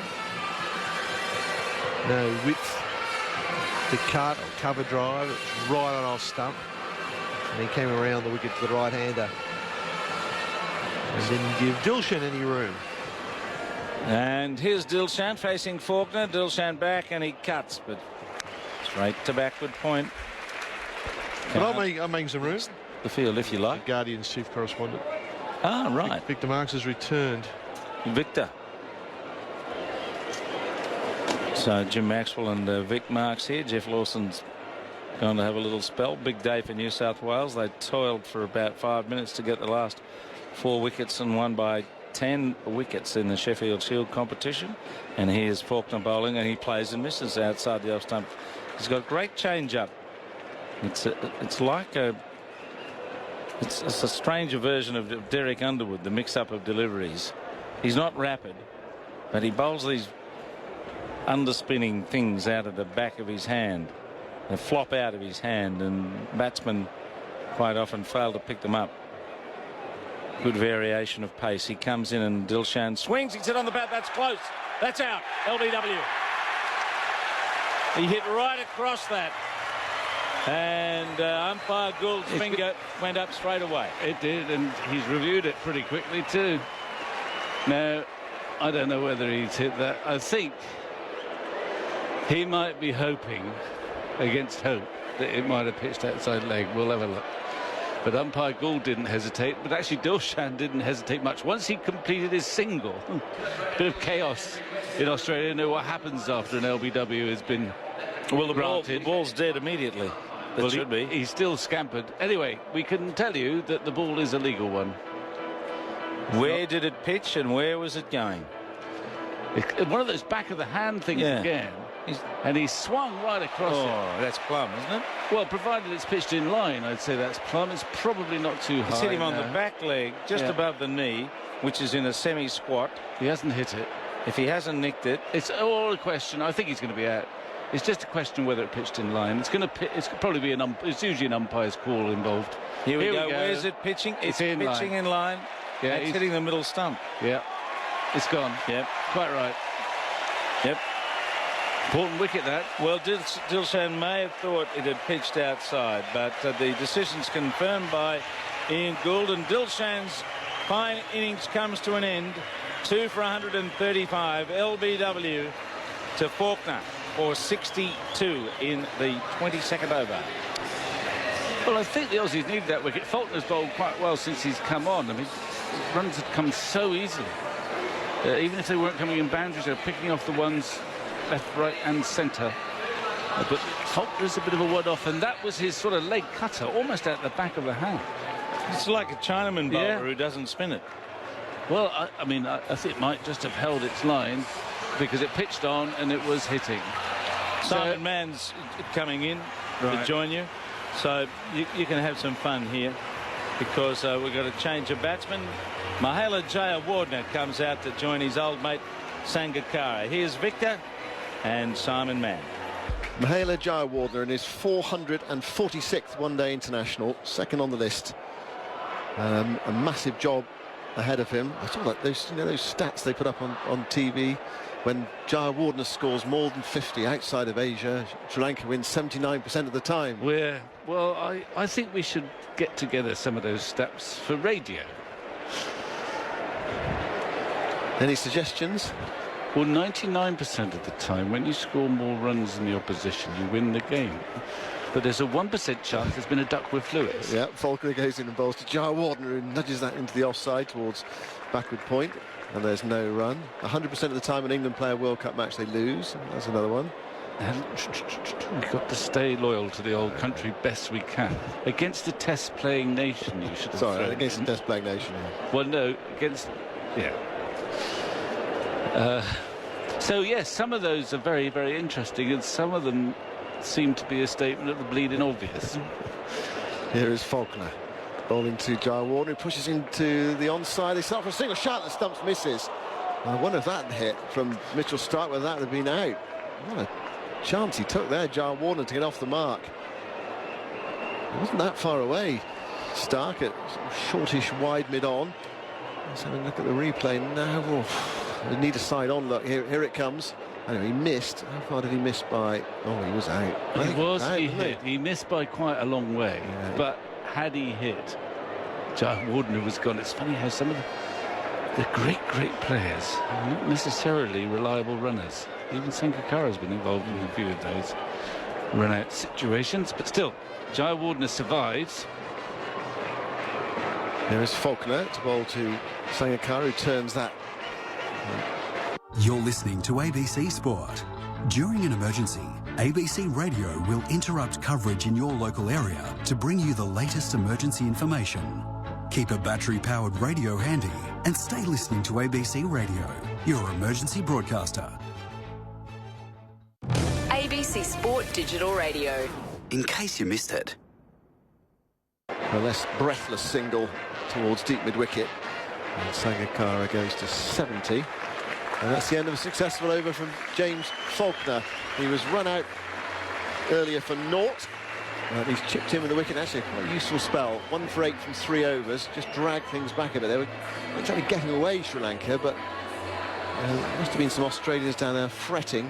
But he just pulled it back. That Duckworth Lewis par has gone up to 172. And we can, just a guide, but yeah, that can be made up. 137 for 2 is the score, and we have had 22 overs. The target is 377 to win. A long way off, and you'd think hugely unlikely, but Dilshan and Jayawardene were Dilshan and Sangakkara were together rather, just beginning to threaten.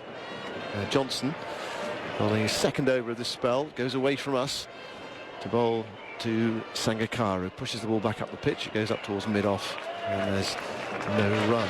There are all sorts of stats flying around. I saw one earlier about opening batsmen's partnership without there being a run out. I think today McCullum and Guptill raised their 50 partnership without a run out. Yeah, 50 times they batted together without a run out. And that's the leading in non-run outees in one-day international cricket. Was it? No, unlikely. Unlikely. Johnson to Sangakkara down the leg side, tickled away. It's going down fine. It's going for 4 somethings, either leg buys or runs. It doesn't matter really. Gone away to the boundary. It's off the pad. Just fine enough to evade Brad Haddin and the fine leg fielder as well. 137 for 2. Someone you played with. Opening batsman. Not really. Richards?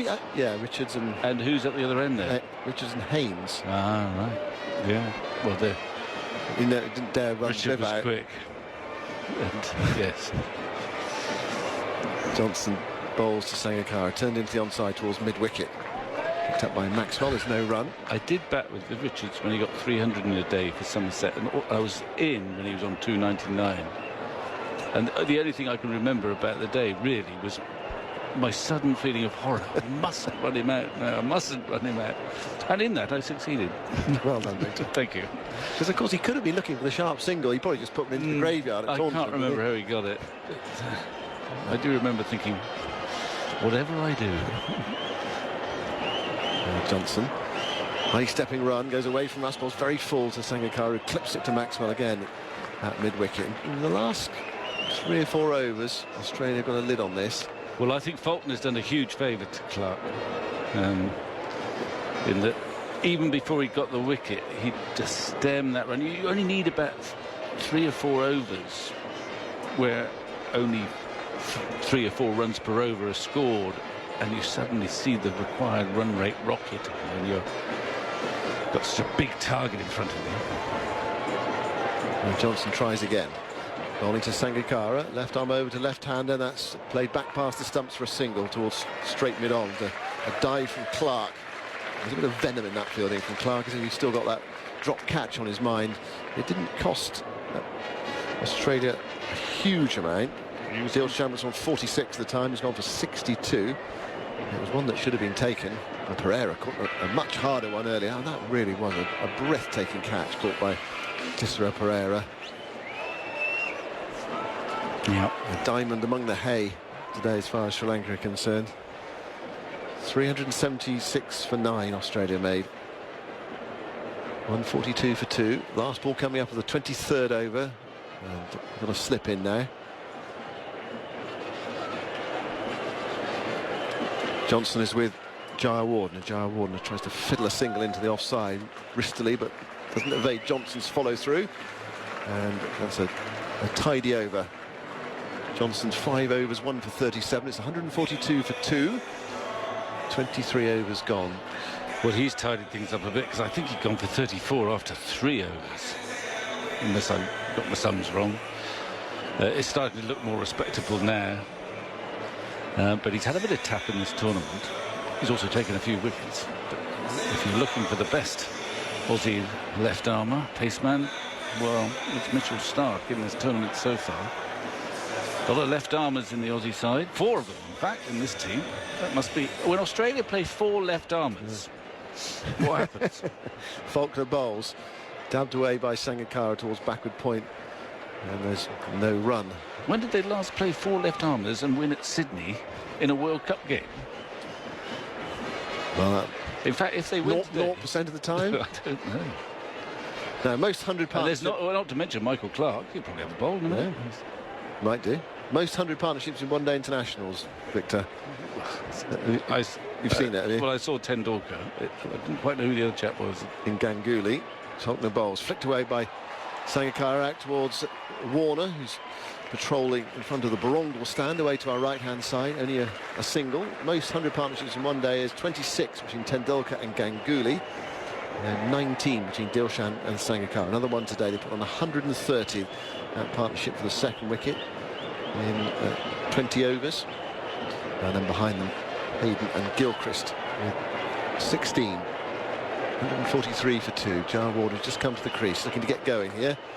Clark's in at slip, quite wide there. It's slip on my second slip. And he does get going there, Jayawardene. He clips that 1, 2, 3 banks is out towards the Bill O'Reilly stand. Cue the flag waving from the thousands of Sri Lankan supporters in that stand.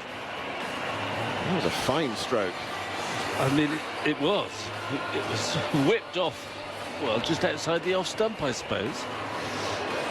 Fetched to the deep mid-wicket boundary. Nothing really intrinsically wrong with that delivery, especially when it's against a new batsman, but he slogged it with such elegance. He didn't slog it, really. It was a whip.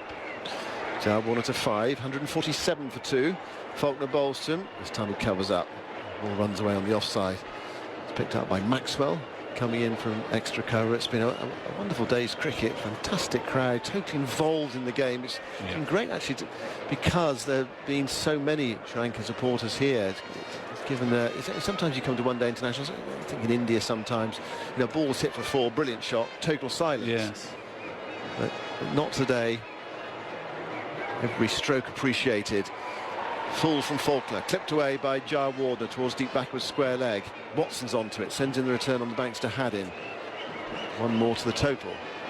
Well, Sydney Pack takes some beating and floodlit. I mean, so for us Poms, we don't like to admit it, but this is fantastic theatre. And we can't do night cricket like this back in England. We try, we keep trying, but it's not the same. Faulkner to Sangakkara off his hip, down towards fine leg. Johnson is down there, sends in the return to Haddin, and another run to the total. 49 for 2 after 24 overs. Yeah, night cricket in England, it's either freezing cold or it's not dark. Whereas somehow it's always worked fantastically in Sydney and indeed around Australia. And when the ground is full like this. And you're right, it is strange to see a stadium packed. It's one of the wonders of the World Cup, perhaps. A stadium packed with, I don't know what the capacity is, 40,000 here. Well, if so, there's about 15,000 fans supporting Sri Lanka, I guess, and 25,000 Australia, something like that. Johnson begins a new over, bowls to Sangakkara. Sangakkara forced to defend. He's out to mid-wicket. Maxwell is there, whipping in the return to Haddin. And they're all having a good time. No, of course, don't care who wins at all. That's nearly true. Well, whichever team you're supporting today, and even if you're neutral, you'll have enjoyed what you've seen so far, absolutely. with the prospect of more to come. This feeling if Sri Lanka could get up to something like, I don't know, 265 for 3 with 10 overs left, you're just about in the game still.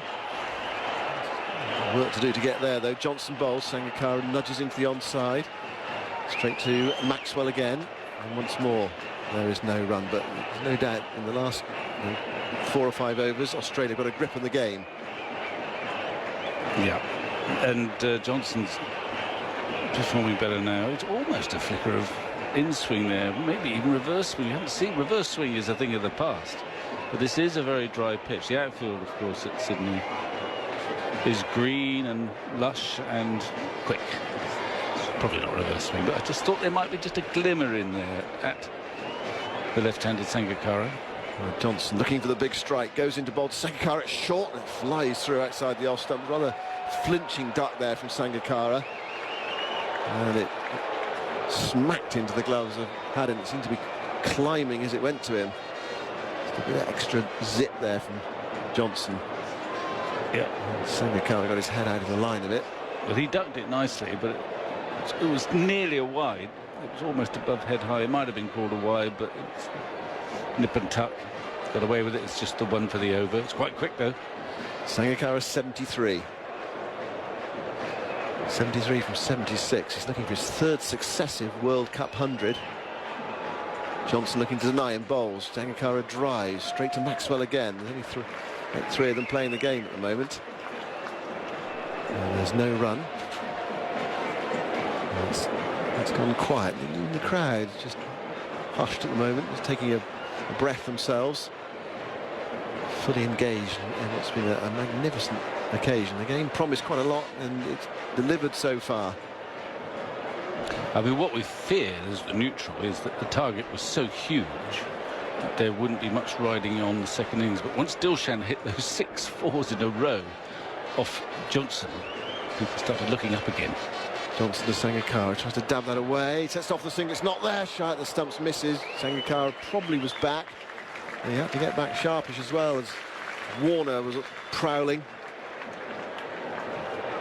Warner's throw missed the stumps. Yeah, he just seemed to give Sri Lanka some confidence. Oh, OK, this might be possible. We can score off these bowlers. The Bill O'Reilly stand going, because that's where a lot of the Sri Lankan fans are enjoying this game. Johnson circles. And now he starts off. Past umpire Dar, up to the stumps, bowl to Sangakkara. That's down the leg side, flicked away by Sangakkara off his hip. Bobbling down towards fine leg. A single, and the 150 is up for Sri Lanka. And the 25th over, indeed, at the halfway stage of their innings. So 150 off 25, that's 6 and over. But they've got to score another 227 off the last 25. It will need something spectacular to get them there. And just a brief pause to bring you full time in the NRL. The Raiders 24 have defeated the Sharks 20. Earlier, it was the Panthers 24 defeating the Bulldogs 18. Back to the SCG. Have a look at the bowling figures. Who's bowled what so far? Is that Johnson's through 5 overs? Johnson threw 6 overs, so he's got 4 left. Stark's bowled 5. So that the main two big quickies got 9 overs of those last 25 between them. I expect they'll want a bit of Stark for the power play. Watson's bowled a couple. Doherty's bowled 4. Maxwell's bowled 4, and Faulkner's bowled 4. So this is Maxwell from the Randwick end. The far end from us, bowls to Sangakkara, tries to drag the ball into the onside. And as for now, he's getting a bit tucked up and he's hitting the fielders. He's only going through a sticky patch, but he's going through a non-scoring patch. Australia looking to capitalise. Maxwell into bowl to Sangakkara. Hits that through forward square leg.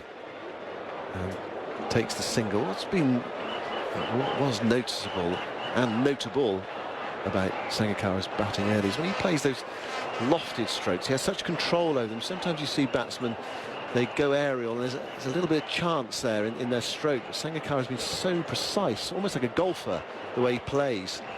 We saw one between long on and long off earlier, and if he got it slightly wrong it could have drifted out to the long off fielder. It was so precise. He wasn't looking to hit it for 4, but just chipping and manoeuvring Maxwell around the wicket. Turned away by Jayawardene for 1. I'm sure that's all there'll be. That effort there from, was that Smith after it? Yeah, he's a brilliant fielder. He was chasing after that as if it was the last ball and they needed 2 to win. He had to keep it down to a single.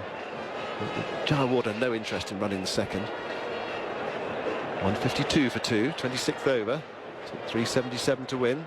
That was driven away by Sangakkara. Nice fluent off drive, but it'll only be a single picked up by the boundary rider there. There is Watson. Waste no time by returning to Maxwell. He'll be ready to bowl the next ball, but Smith's having a chat with Clark. A little conflab, tactical conflab there. Clark's in at short fine leg. Smith's in at mid-wicket. Maxwell around the wicket to bowl to Jayawardene, who stretches forward, tries to dab a single into the offside. It's not there. Finch picks up that shortish extra cover. As if Maxwell here is trying to hustle through the over. He's in again to bowl to Jayawardene, who this time knocks it through backward square leg for a single down towards fine leg. And yeah, that was probably the quickest over the innings so far. Not in terms of the pace of the ball, but in terms of how long it took just to get through and over quickly. Builds the pressure on the batting side. 26 gone, 154 for 2. Well, that helps too. It helps for league captains who don't want their teams to bowl slowly because they get banned if they do it too often. So it helps to have someone like Maxwell who doesn't hang around. Batsman just picking off singles there. Field changing around quickly when the left-hander comes on strike instead of the right-hander. Now then. Doherty time? Yeah. Is it? Yeah. He's juggled round. He's had a dual spin attack for a while. Then he took them both off. Now he's got Doherty back on. He's bowled in quite expensive so far. First game of the tournament, I think, for him. And he's gone for 30 and 4. And I would have thought, you know, Sri Lanka have got to pressurise someone, try and get inside the heads of some of the bowlers. They can't just pick off singles all the while. Doherty, you'd think, is a candidate simply because he's not quite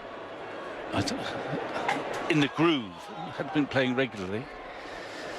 Yeah, his last game was that match I was mentioning earlier, that rained-off game against India in January.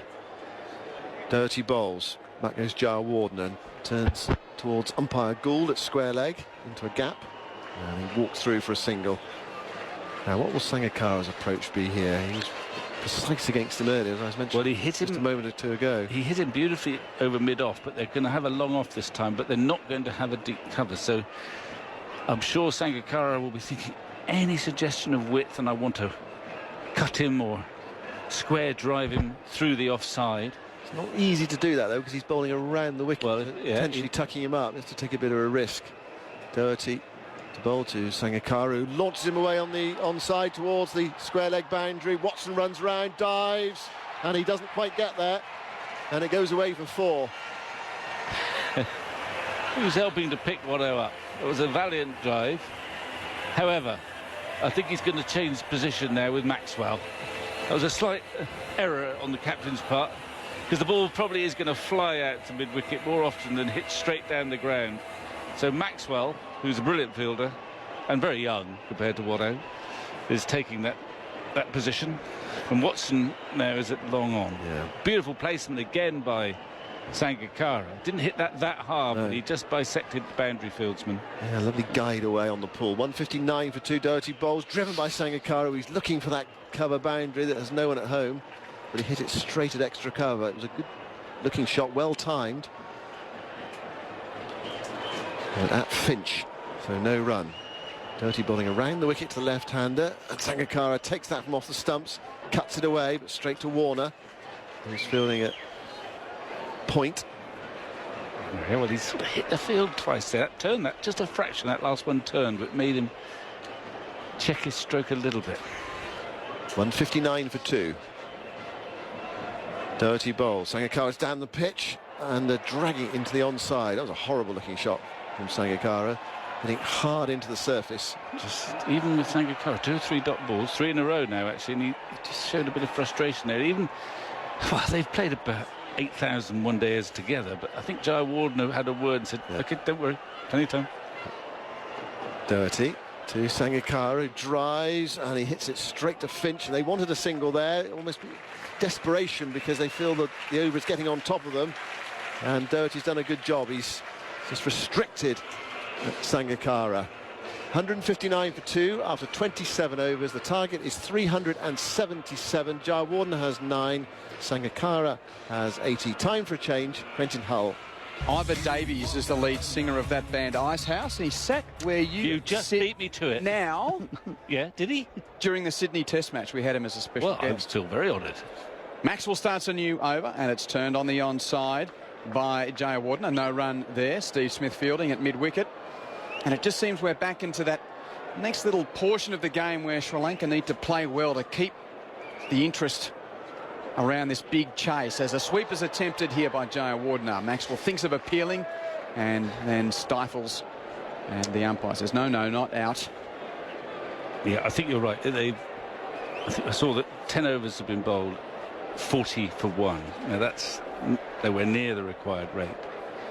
Jayawardene on the back foot, turning Maxwell from outside the off stump backward of square, and an easy single. So Jayawardene to 10. 2 for 160 in the 28th over. The magic number is 377. That's right, 377 after Australia made 9 for 376, with Glenn Maxwell making 102 from just 53 balls. He's got the ball in hand, bowling right arm around the wicket. Sangakkara walks at him and drives down to long off and continues walking to the end of the pitch to take an easy single. Plenty of noise around the SCG early on, with Sangakkara and Dilshan going along. A big Sri Lankan contingent here, as the right-handed Jayawardene turns Maxwell out through mid-wicket to the sweeper and takes a single. So just in that interesting phase, Vic, where if the wicket's essential, it seems that they can't lose any more than the next couple in the next 10 overs or so. As here's an attempted slog from Sangakkara, got a top edge and it goes over the head of Haddon and down towards the boundary behind the keeper. Johnson tracks back from fine leg inside the circle to do the fielding. They get a couple. That was a mistake from Sangakkara, but he gets 2 runs. That's the end of the 28th. Sangakkara 83, Jayawardene 11, 164 for 2. Well, by his standards, that was a really cultured shot, getting down on one knee, trying to mow him on the leg side. Sri Lanka need some boundaries in between the singles. Sangakkara, of course, has hit 200s in his last 2 innings, and keeping wicket as well. Well, he needs to be a very, very fit man at his age, and he is clearly. And I'm just wondering whether he's just suffering a little bit from fatigue. If you play these long innings, they're bound to be lulls somewhere along the line where the timing just goes slightly awry. You get in a little bit of a rut, and he's such an experienced player that he's able to get through those ruts sometimes. But I think he's in one at the moment where it's a bit of a struggle. He just about managed to pick up the singles, but the boundaries have gone. I think that's partly because the Aussies have regrouped pretty well in the last 30-40 minutes. Starting with Faulkner, actually, who got the wicket, but also bowled 3 or 4 very tight overs. Johnson came back well, and the spinners have done okay too. The rate is rising every over at the moment. Watson's back. Virtue in that. He didn't have to do all that fielding. Yes, hearts went into mouths as he dived around the boundary a short time ago. Here he is right arm over the wicket, full outside the off stump and slashed by Jayawardene over backward point down to the deep, where they come back for a second with Mitchell Starc doing the fielding, and a fine return right next to the stumps. But 2 to the score. Jayawardene to 13, 2 for 166. And just thinking that this Sri Lankan batting order, it's deep, but they haven't had much practice. No, of late. Angelo Matthews next to come in, and then Dinesh Chandimal, well, he's hardly had a bat in the competition. Upal Taranga at 7, and Tisara Pereira at 8. So that's good talent down deep, as Watson delivers outside the off stump, and a punching single taken to mid-off by Jayawardene. He hit it straight to Michael Clarke, but went with the shot, and it was always an easy run to the Australian captain in the field. Jayawardene to 14. Yeah, well, when I last remember Taranga, he was opening the batting. Yes. And he's down, I think, to come in at 7. Matthews, I'm sure, will come in next, who's had a terrific year. And is a very fine cricketer. But the target, well, the run rate now is almost into double figures. 210 to win from 130 balls. But 8 wickets in hand. And Sangakkara 83 not out, facing Watson, and off an edge. He can't get a run thanks to a brilliant piece of fielding by David Warner at backward point.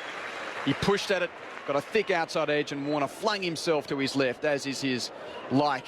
He really is a terrific fieldsman, particularly, well, anywhere really, but I love the athleticism that he throws himself around in the infield, and he saved a couple there. Yeah. And that's a frustration to Sri Lanka, a lift for the bowler. A good over from Watson so far. Sangakkara, who's passed 14,000 one-day runs in this innings. He's working Watson from outside the off-stump backward of square, and just a single as Starc is inside the circle at fine leg, but can't prevent the run. He's changing his bat. In the middle of the over, actually, he's changing his bat. Is Sangakkara. Just the 3 to choose from.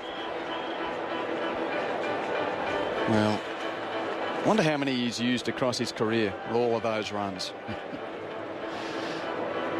No, I don't know. He was pretty quick to choose. I mean, you see some batsmen are so finicky, they feel all the ones that are brought out from the shed. He just sort of grabbed one, had a quick... Well, nowadays, I expect it's like tennis players. They've got all these rackets, take another one out the wrapper. Get a restring. Jayawardene whips Watson off his toes on the bounce. Too deep backward square. Finch does the fielding and throws at the non-striker's end. Watson wasn't there to back it up, but Clarke comes across to do the backing up. Mind you, it was pretty quick work from Finch out in the deep.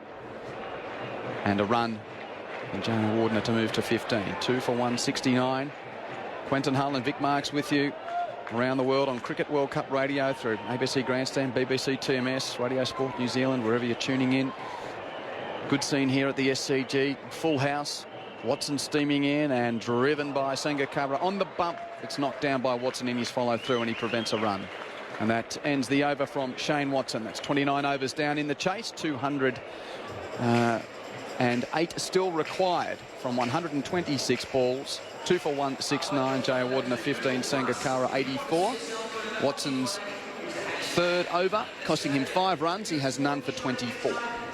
Well, it's not exactly a stranglehold that the Aussies have got over the Sri Lankans, and they would clearly, Australia, like to get one of these big men out, Sangakkara especially. But they are controlling things much better now. Just as we said, Kumar Sangakkara was happy with his bat. He's got the wrong one. He's asked for another couple to come out. Yeah, didn't like that restring. Give me another one, please. Has he played a shot with the one he had? I can't remember. Yeah, he hit that defensive shot into the turf, and it bounced, and Watson got. So he has felt it, yeah. Well, you're standing up, looking. I'm going to go around. I'm going to. A replacement. You need some pace in here. Need some pace. Yep. So the best we can muster is Lawson. Okay.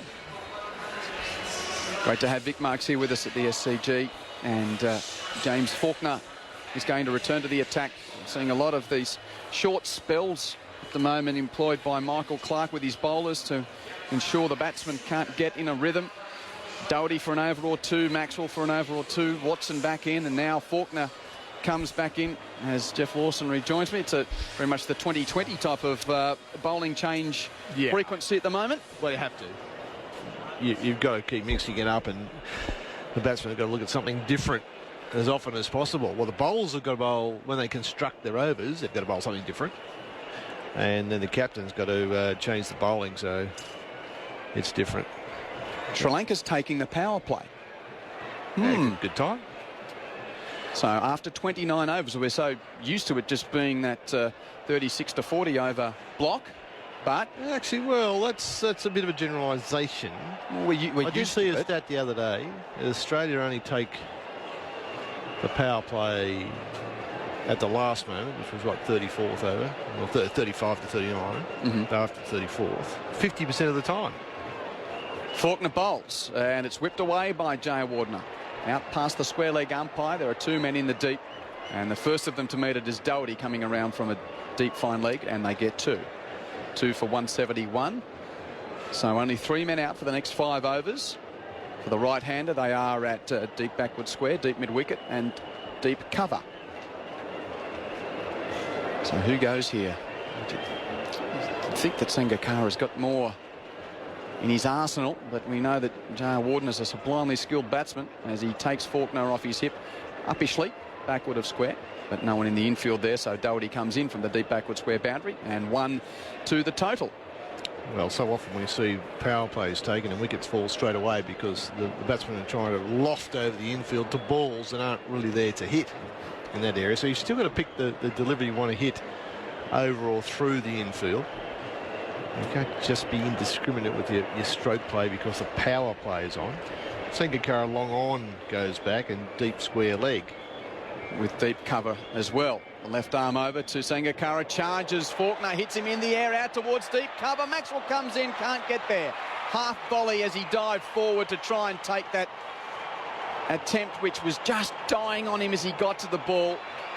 So not a chance, but a streaky shot from Sangakkara, and he picks up 2. 2 for 170 for Sangakkara to 86. And went after the back of the hand slower ball and didn't quite get it. And got it so poorly that it fell short of Maxwell sprinting in from the cover boundary. Faulkner in again. Sangakkara turns it backward of square for 4. Just the swivel shot there to get it past fine leg inside the circle. And no one in the deep. And Sangakkara moves to 90. 2 for 178. Gee, that's a good shot. He looked around to see where his boundary possibilities were. Now, the ball before, Faulkner's bowled the back of the hand slower ball, and then Sangakkara, I think, had a bit of a punt that Faulkner wouldn't follow it up with 2 in a row, and he didn't. And it was seam up, and it gave him some pace to work with. An ultimate ball of the over. Sangakkara gets another boundary. This is much finer. Another variation out of the back of the hand from Faulkner. And Sangakkara picked it and tickled it down to fine leg for 4. He's 94. 2 for 182 in the 30th over.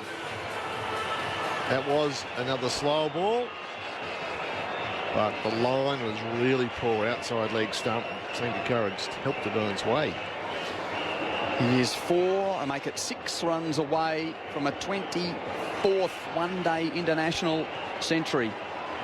Kumar Sangakkara, and the flags of the Sri Lankan fans are waving in anticipation in the lower deck of the O'Reilly stand. Sangakkara 94, cuts uppishly, it will go for 4. 1 bounce over the rope at backward points. 98 to Kumar. 2 for 186 at the end of Faulkner's over, which costs... Was that a 15er? Counting them up, 17. 17 from the over. That's why you take the power play. I mean, that is a phenomenal batting.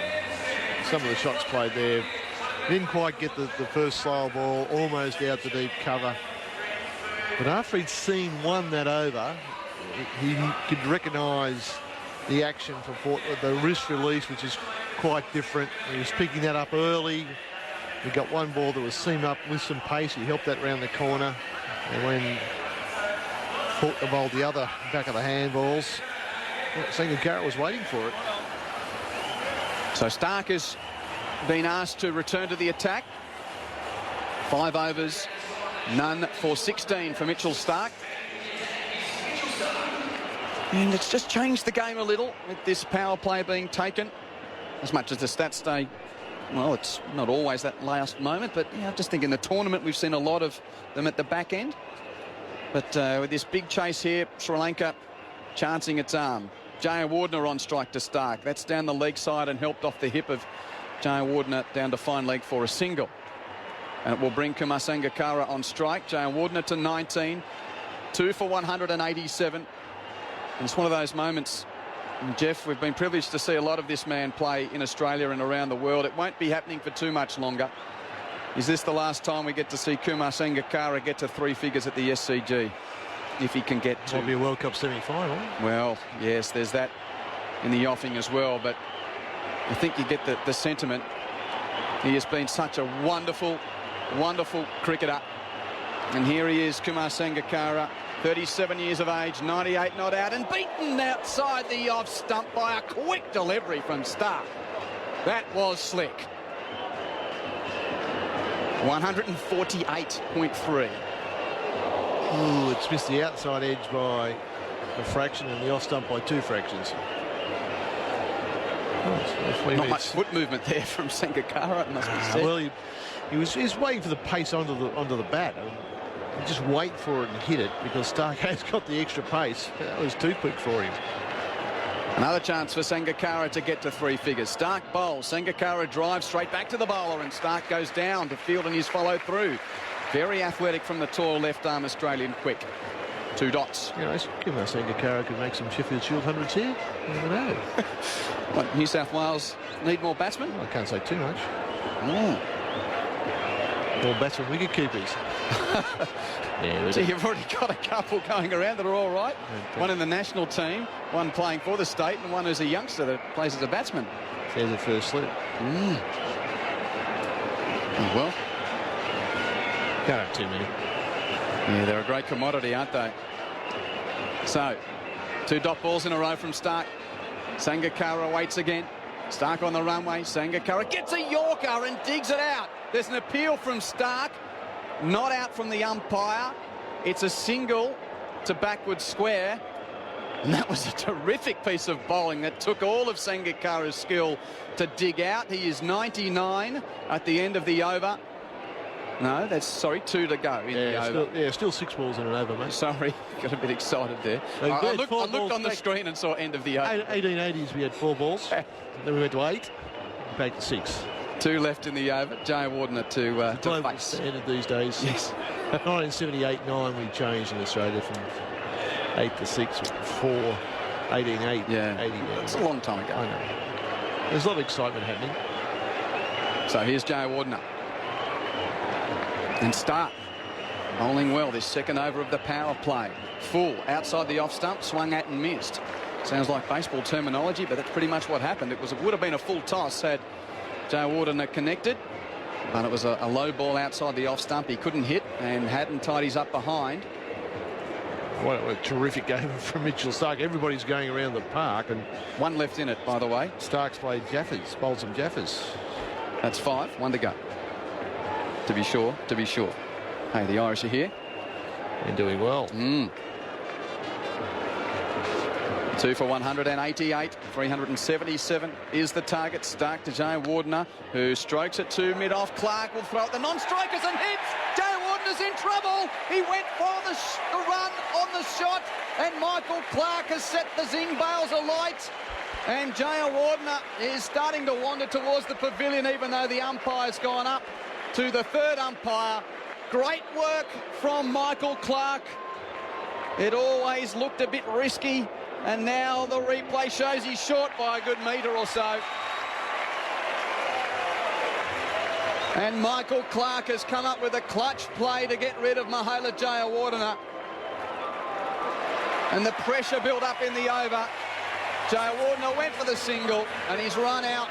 It's 3 for 188. Jaya Wardner gone for 19. And you're exactly right, Quinton. The build-up of pressure during the over. That ball, that quick single hit straight to mid-off. And Jaya Wardner actually hesitated before he took off. Well, sorry, he took off for 2 steps, looked up. Sangakkara hadn't gone. He didn't think there was one in it. And then Joe Warner went again after a small hesitation and found himself, was about 15 centimetres short, 6 inches or so. But if he had gone straight away, he may have made it. But the pressure, the quality of the Stark over, and the fact that Joe Warner missed a full toss outside off stop, a low full toss that normally he would just caress away behind point for 4, brought the pressure to the 6 ball the over. There's still 6 balls in the overs these days. Hit it straight to mid-off, and Clark was just too good. Terrific piece of fielding and just the breakthrough that Australia needed. Angelo Matthews is the new man, and Jim Maxwell is coming in. So Angelo Matthews comes out with Sri Lanka needing to keep up this momentum, which has kept the game alive. And Kumar Sangakkara on the verge of another memorable milestone in his extraordinary career. He's gone past 14,000 one-day runs tonight, and he's on the verge of another 100. But he's down at the non-strikers end at the moment. That was a pretty good over from Stark. He swung a few. Now Faulkner's coming in, and whoops, something's happened. Policeman Gould's put out his hand. Well, movement in the station. There was a security person in a red shirt walking almost exactly in the batsman's eye line. Yeah. Obviously aware of cricket tempo. Yes, Faulkner again bowls short. Back goes Matthews, runs the ball away to third man. Now here is that moment potentially for Kumar Sangakkara, who's played with such distinction for so long. He scored 117 not out against England, 105 not out against Bangladesh. So if he gets another run, it'll be the first time someone scored 3 consecutive hundreds in World Cup cricket. Apart from the fact that it'll be his 24th 100 to add to 93 half centuries, which is pretty good. Faulkner bowls to him. He's on 99 and he gets the run out behind square. He slipped that ball away into the deep field. He comes for 2. The crowd are up and away. There's a huge brigade of Sri Lankan fans out on the eastern side of the ground. Sangakkara removes his helmet, and for the 24th time in his one-day career, he has reached 3 figures. Angelo Matthews, the captain, comes down and gives him an embrace, and Sangakkara has reached 101, his 3rd successive one-day 100 in the World Cup. 129 minutes, 100 balls, 11 fours. Back goes Matthews. He pushes out square of the wicket on the offside, and there's a bit of kicking about for a leg by as Maxwell came in and missed out. Definitely better with his hands than his feet. No, Smith it was, trying to kick the ball, but didn't.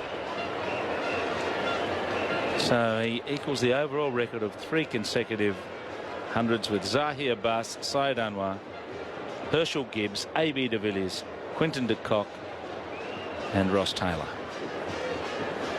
Faulkner in, whipped away by Matthews, out behind square. More runs here as he's picked him off into the deep, and Finch is on patrol out there, and this just keeps the thing bubbling along. They're down on Duckworth Lewis, Henry, but not too far astray. At the end of this over, they should be, what are they, 3 down? They should be, oh yeah, they drifted off a little bit with that wicket falling. There should be 2-3-3. But they're obviously still a chance of getting up near this total with Sangakkara there as Matthews gets a Yorker, digs it out, punches it away for a single. Well, in the Sangakkara 100, he's 24, so he's been prolific, but he's made this on foreign territory against an outstanding pace attack, at least. It's not the belter on a short outfield at the Sinhalese Sports Club or the Primadasa. Faulkner bowls. He gives it room, trying to go inside out, getting a little bit adventurous, trying to find a way through the offside, but he bumps it out on the out in front of him. And that is the end of the over. 3 for 195 from 32 overs. Get wickets and batted. Yes. But as you said, Sangakkara's done it over such a breadth of time.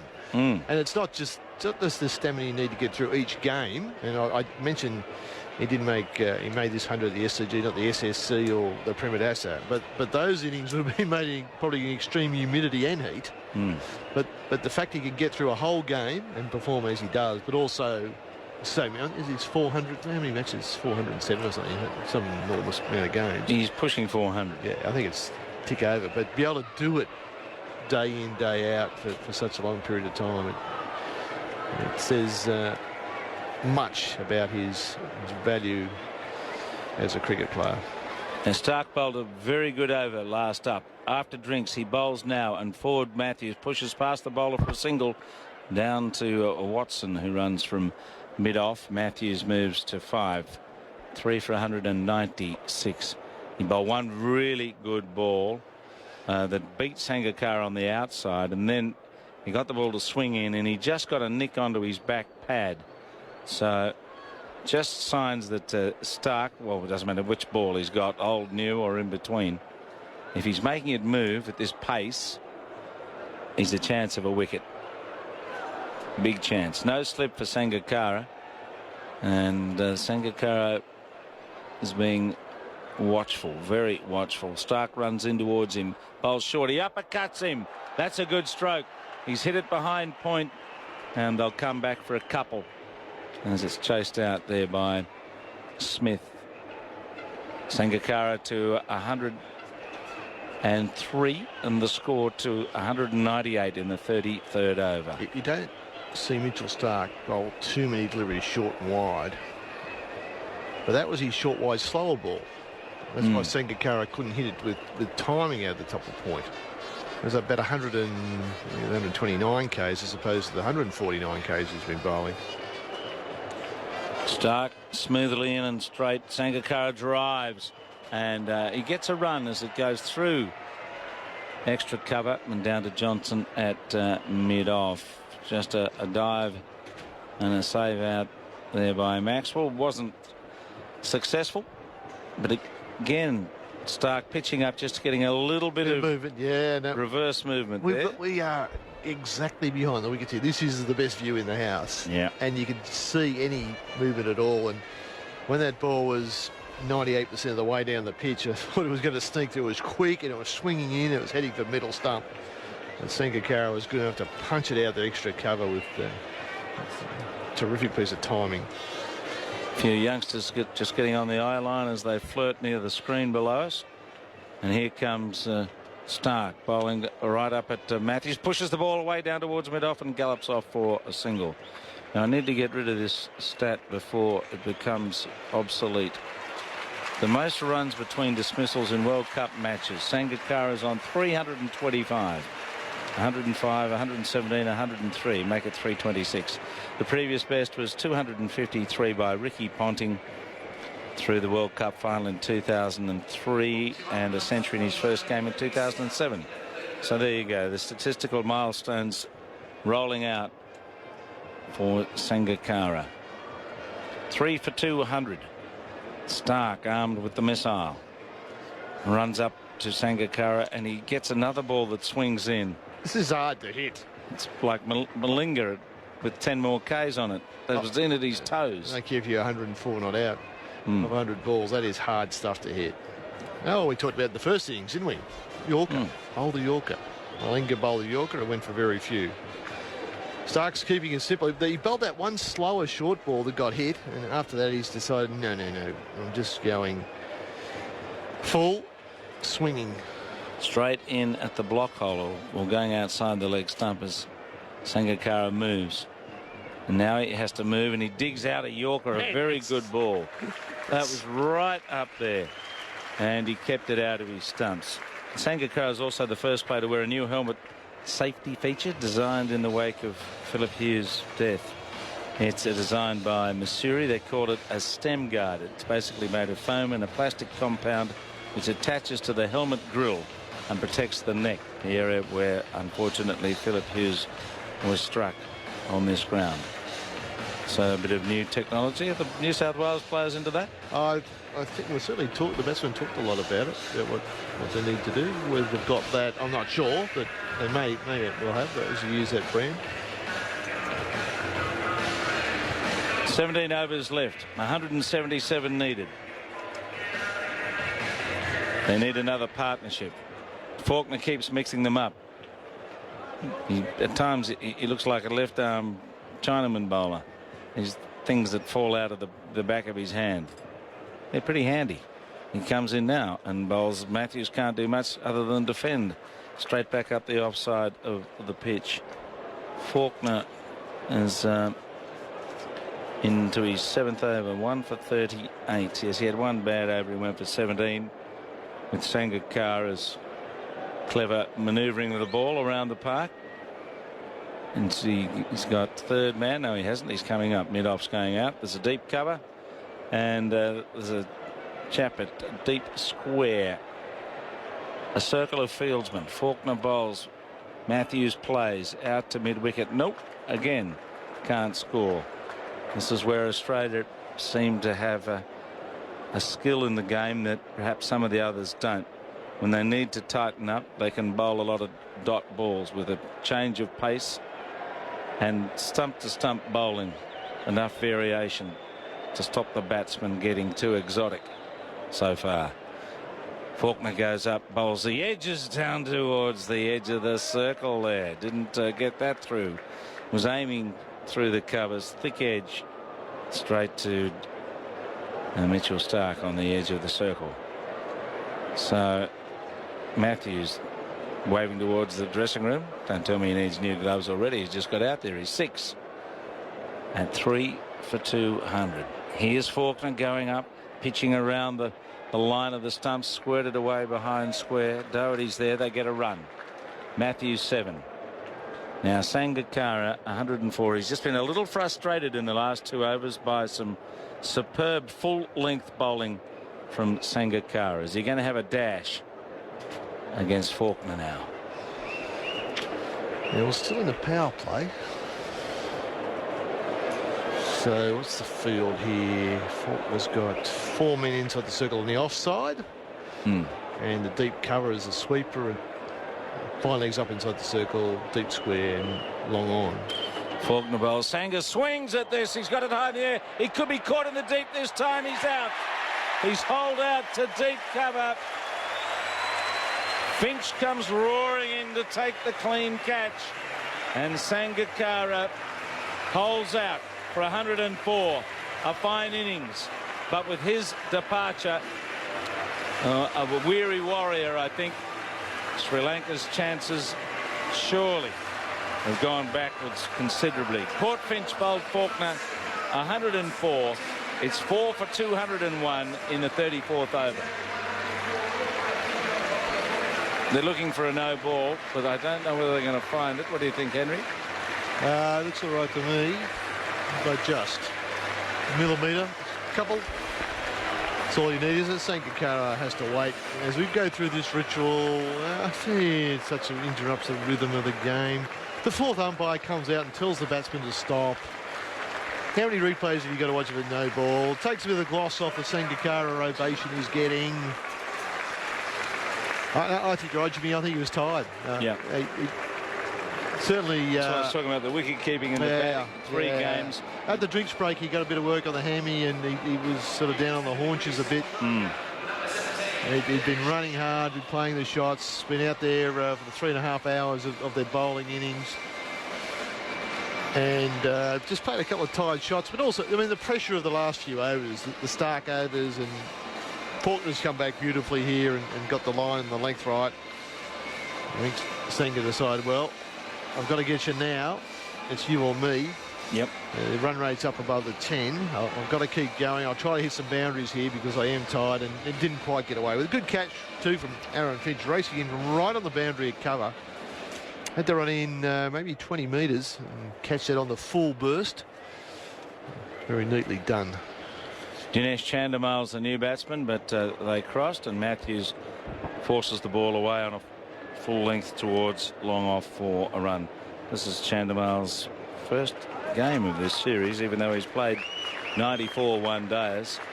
And Faulkner finishes the over with an important wicket there. Chandimal, he's averaging about 29, a couple of hundreds, 1250s. Strike rate, that's what we want to know now. What's the career strike rate? Because he needs a strike rate of about 200 at the moment. 73. Yeah, might have to lift that a bit. Yeah. So it's the end of the over. I'm going to make way for Simon Mann with the score 4 for 202. So 202 for 4. 175 to win from 96 balls. It's going to be Doherty to bowl. It's Matthews on strike and clips that towards mid-wicket, and there's no run. 326 runs between dismissals for Sangakkara in this World Cup, and that's a World Cup best. What you want to throw in there is how many balls he kept forward during that time as well. Yeah. Because you'll probably you're winning the thousands. Doherty banks into bowl to Matthews, who pushes forward and plays to extra cover. It's picked up by Maxwell. And, well, Sri Lanka need a Maxwell-type innings at this stage to win the game from here. Australia with a grip on the match. Bowls to Matthews, turn through mid-wicket, a wristy flick. And another run to the total. 203 for 4 in the 35th over. Sangakkara, I mean, 37 years of age, just keeps reeling him off. 3 successive World Cup hundreds. It's 11th score of 50 or over in his last 17 one-day innings. It's his 5th 100 in his last 11 as well. Doherty bowls. Back goes Chandimal and plays back down the pitch. And there's no run, picked up by Doherty off his own bowling. And that wicket just means they've got to regroup and rebuild for a bit. No time to do it. Matthews on 9. Chandimal yet to score. Doherty into bowl, and Chandimal heaves this away on the leg side. Agricultural but effective. Goes out towards the ladies' stand, and he is off the mark. 207 for 4. This is the age of agriculture. Well, it's still allowed to be agricultural, though, isn't it? That was. Well, that was hit to cow corner. It was very agricultural, but it was hit fairly well. Yep. Down on one knee. I think a tail ender wouldn't mind that description. The top order player, not so much. Doherty bowls. Chandimal pushes that up towards long off. Keeps the dive at extra cover. And Chandimal gets his 5th run. And that's the end of the over. So 15 overs left. 208 for 4. And well, that's the way Chandimal plays, isn't he? He likes to. I mean, he's not a slogger, but there is that sort of agricultural element to his game. I don't think he'll leave us guessing as to what is possible. They need 169 of 90 balls. Now, if we're talking about a 2020 fixture, when we get down around the 40 balls, so 80 or 40, that's doable. That's almost 50-50 to a ball. 3 a ball's about 1 in 5, and they're under that. It's the wickets they don't have in hand is the problem. You know, the jail warden sacrifice on the run out. I'm not blaming Sangakkara. He looked quite weary. Yeah, all those miles in the tank from batting recently, and I mean they've been on tour for a long time. They've been away from Sri Lanka for 2.5 months, and they had a series against England before that, and a series against India before that. They've just been playing so much cricket, and Sangakkara playing most of it and keeping wicket as well. Watson bowls to the Randwick end, and Chandimal goes over the extra cover out towards the wide long off boundary for 4 more. Welcome to the crease, Watto, and welcome to the microphone, Russell Arnold, when he's finished doing it. Well, you can't play Angry Birds when you're about to commentate. I think he's tweeting. 210 for 4, 212 for 4. Chandimal joins Matthews on 9. Well, this is what they need. Some shots right from the start from Dinesh Chandimal. 3 men on the leg side boundary, 1 on the offside boundary. Chandimal plays that one carefully back down the pitch, and Watson bends down to pick up and walks very slowly back to his mark. Out for 67 today. Watson batting at number 6. Clark 68, Smith 72. Maxwell, the duel, 102 from 53 balls. Watson turns. Chandimal waits, bat raised. Watson is with him now. And Chandimal heaves us away on the leg side. This is going for 6. It is. Into the lower tier of the Victor Trumper stand. Perhaps there is some hope still for Sri Lanka. Chandimal to 15, despite the dismissal of Sangakkara for 104. Russell's here. It's good to see Chandimal playing positive cricket. He's had a tough time, not batted in the last couple of games. Over the last 2-3 months, not many scores of note in and out of the team. This is a great opportunity to come out and play free cricket, to be free with his shots. It can only help his confidence going forward because a steep target. Well, he's got to play like this. Watson bowls, turned away into the onside. They're off for 1. They're looking for 2 here. They might just get it as well. Chandimal younger, quicker. Batting with his captain Matthews. Fresh, younger legs out there. And he was scampering too, and he got it comfortably. He's on to 17. And they scored 220 for 4.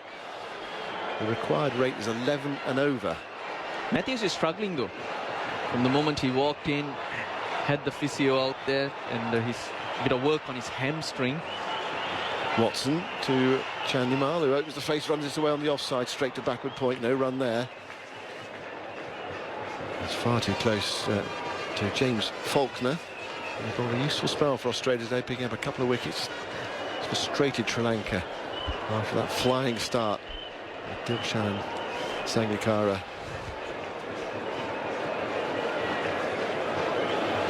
In the past too, Matthews has been injury prone and not a lot of bowling being done, so I'm not so sure.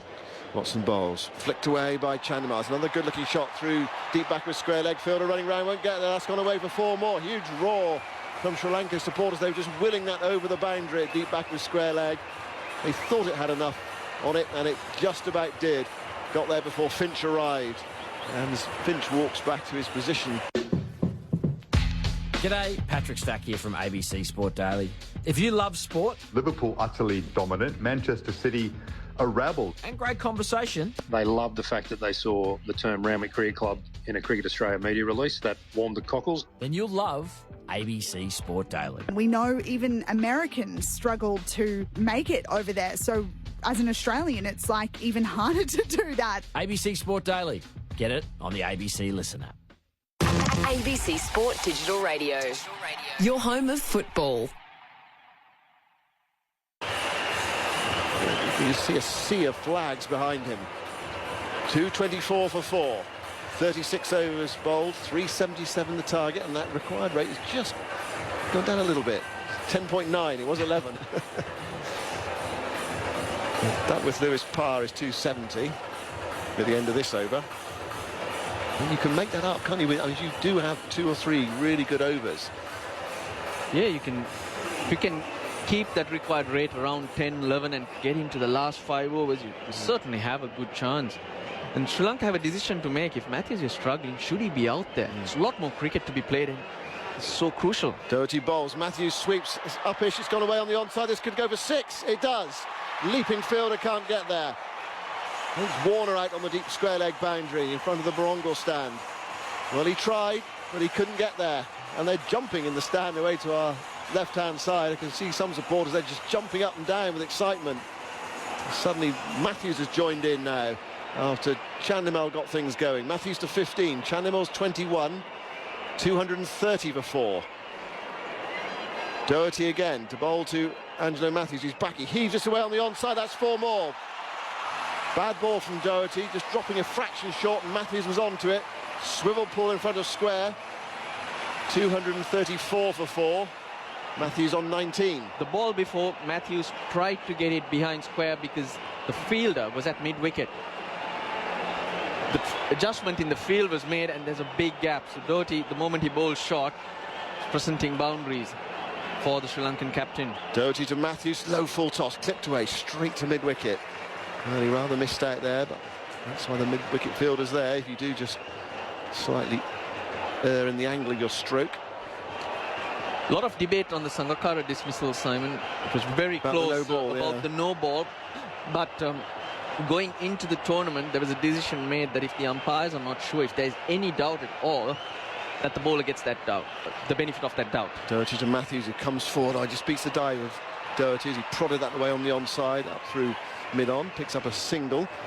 235 for 4. We had one in Australia's innings as well that was very tight. It was similar on a wicket that fell in their innings as well. I can't quite remember which one it was now, but Malinga was the bowler. Yeah. And who was his second wicket?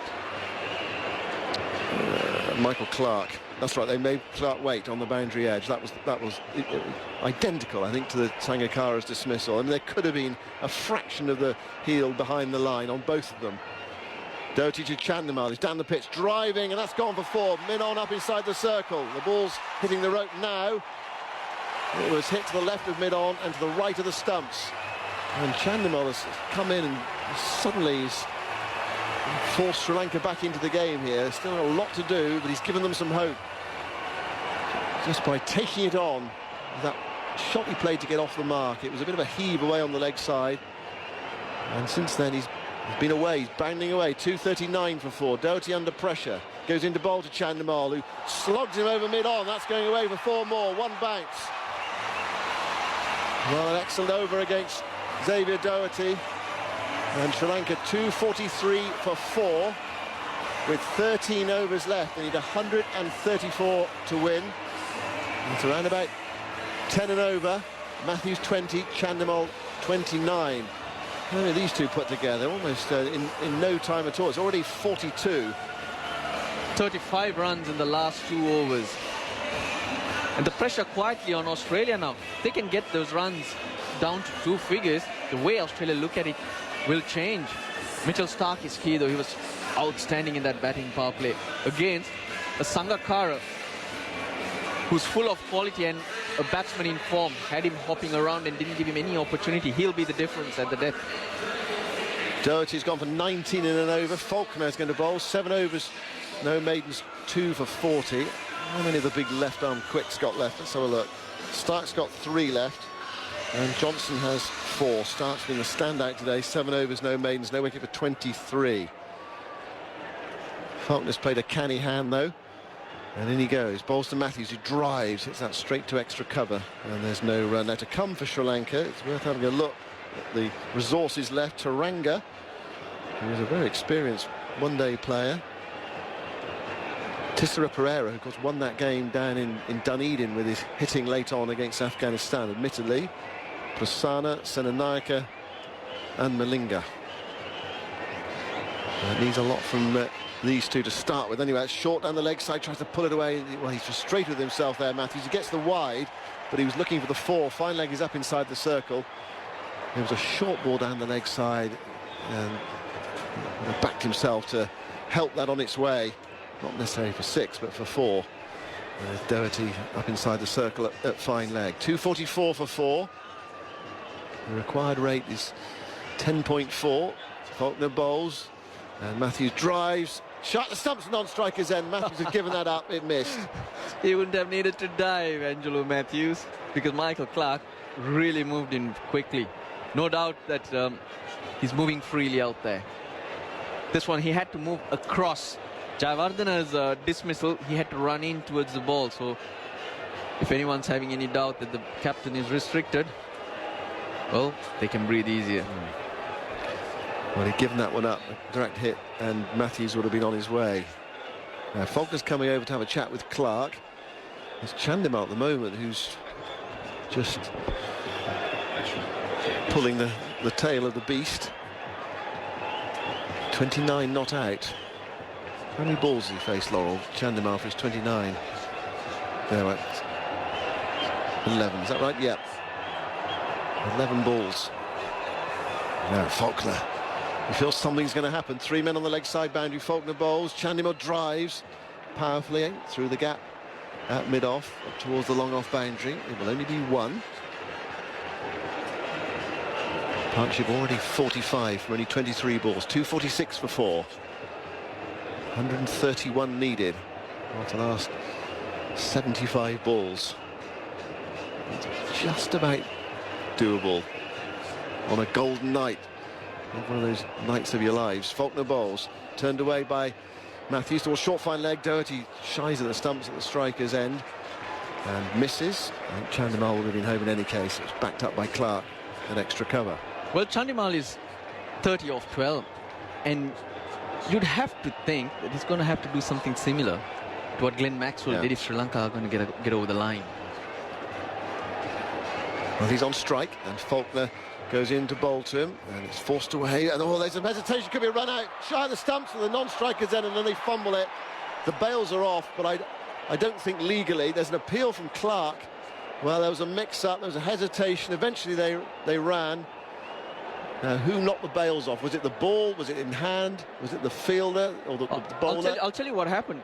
Faulkner got into a tangle, and Dinesh Chandimal basically gave up. He didn't crease. He was lazy in making his ground. That's why Clark is interested. Well, it's going upstairs. The bails came off, but how? That's the question. Just seeing the replay, I think he's okay. He's past the stump. Yep, Didn't need to go upstairs. No, he's okay. But there was a fumble. But, I mean, how on earth they got a run there? It was hit straight to cover. The throw came in. All that hesitation. Yeah, all that hesitation. The throw came into the non-strikers, and it should have been a run out. Nothing wrong with the throw. It was straight into his pouch. He just started juggling it and couldn't get hold of it. So a single to Chandimal, a fortuitous one. Matthews on strike on 22. 2:48 for 4. Last ball, the 38th over. Dabbed away towards backward point. Watson is there, and they're so quickly through this time. They just went. I mean, if you really go, if you go straight to the field and he hits the stumps, then you're going to be struggling. But if you're really positive with your running, it's amazing what you can get. 2:49 for 4 at the end of the over. 12 overs to go. The required rate is 10.7. When the required rate is 10.7 and you look up, you see batsmen getting runs as they wish. Fielders tend to sit in the circles. So the moment you drop the ball or you even hit it to them and you take off for a run without hesitating, you will make it. 99 times out of 100. It's the moment you hesitate that you find yourself in trouble. If the fielders are creeping in, it's a different setup, but at this stage, they're holding back, looking to save the boundaries, because conceding a single is not going to hurt Australia. Right, now Mitchell Johnson's going to bowl. He's bowled 6 overs so far. And, well, he's had a slightly chastening night because he was hit for 6 fours and an over by Dilshan.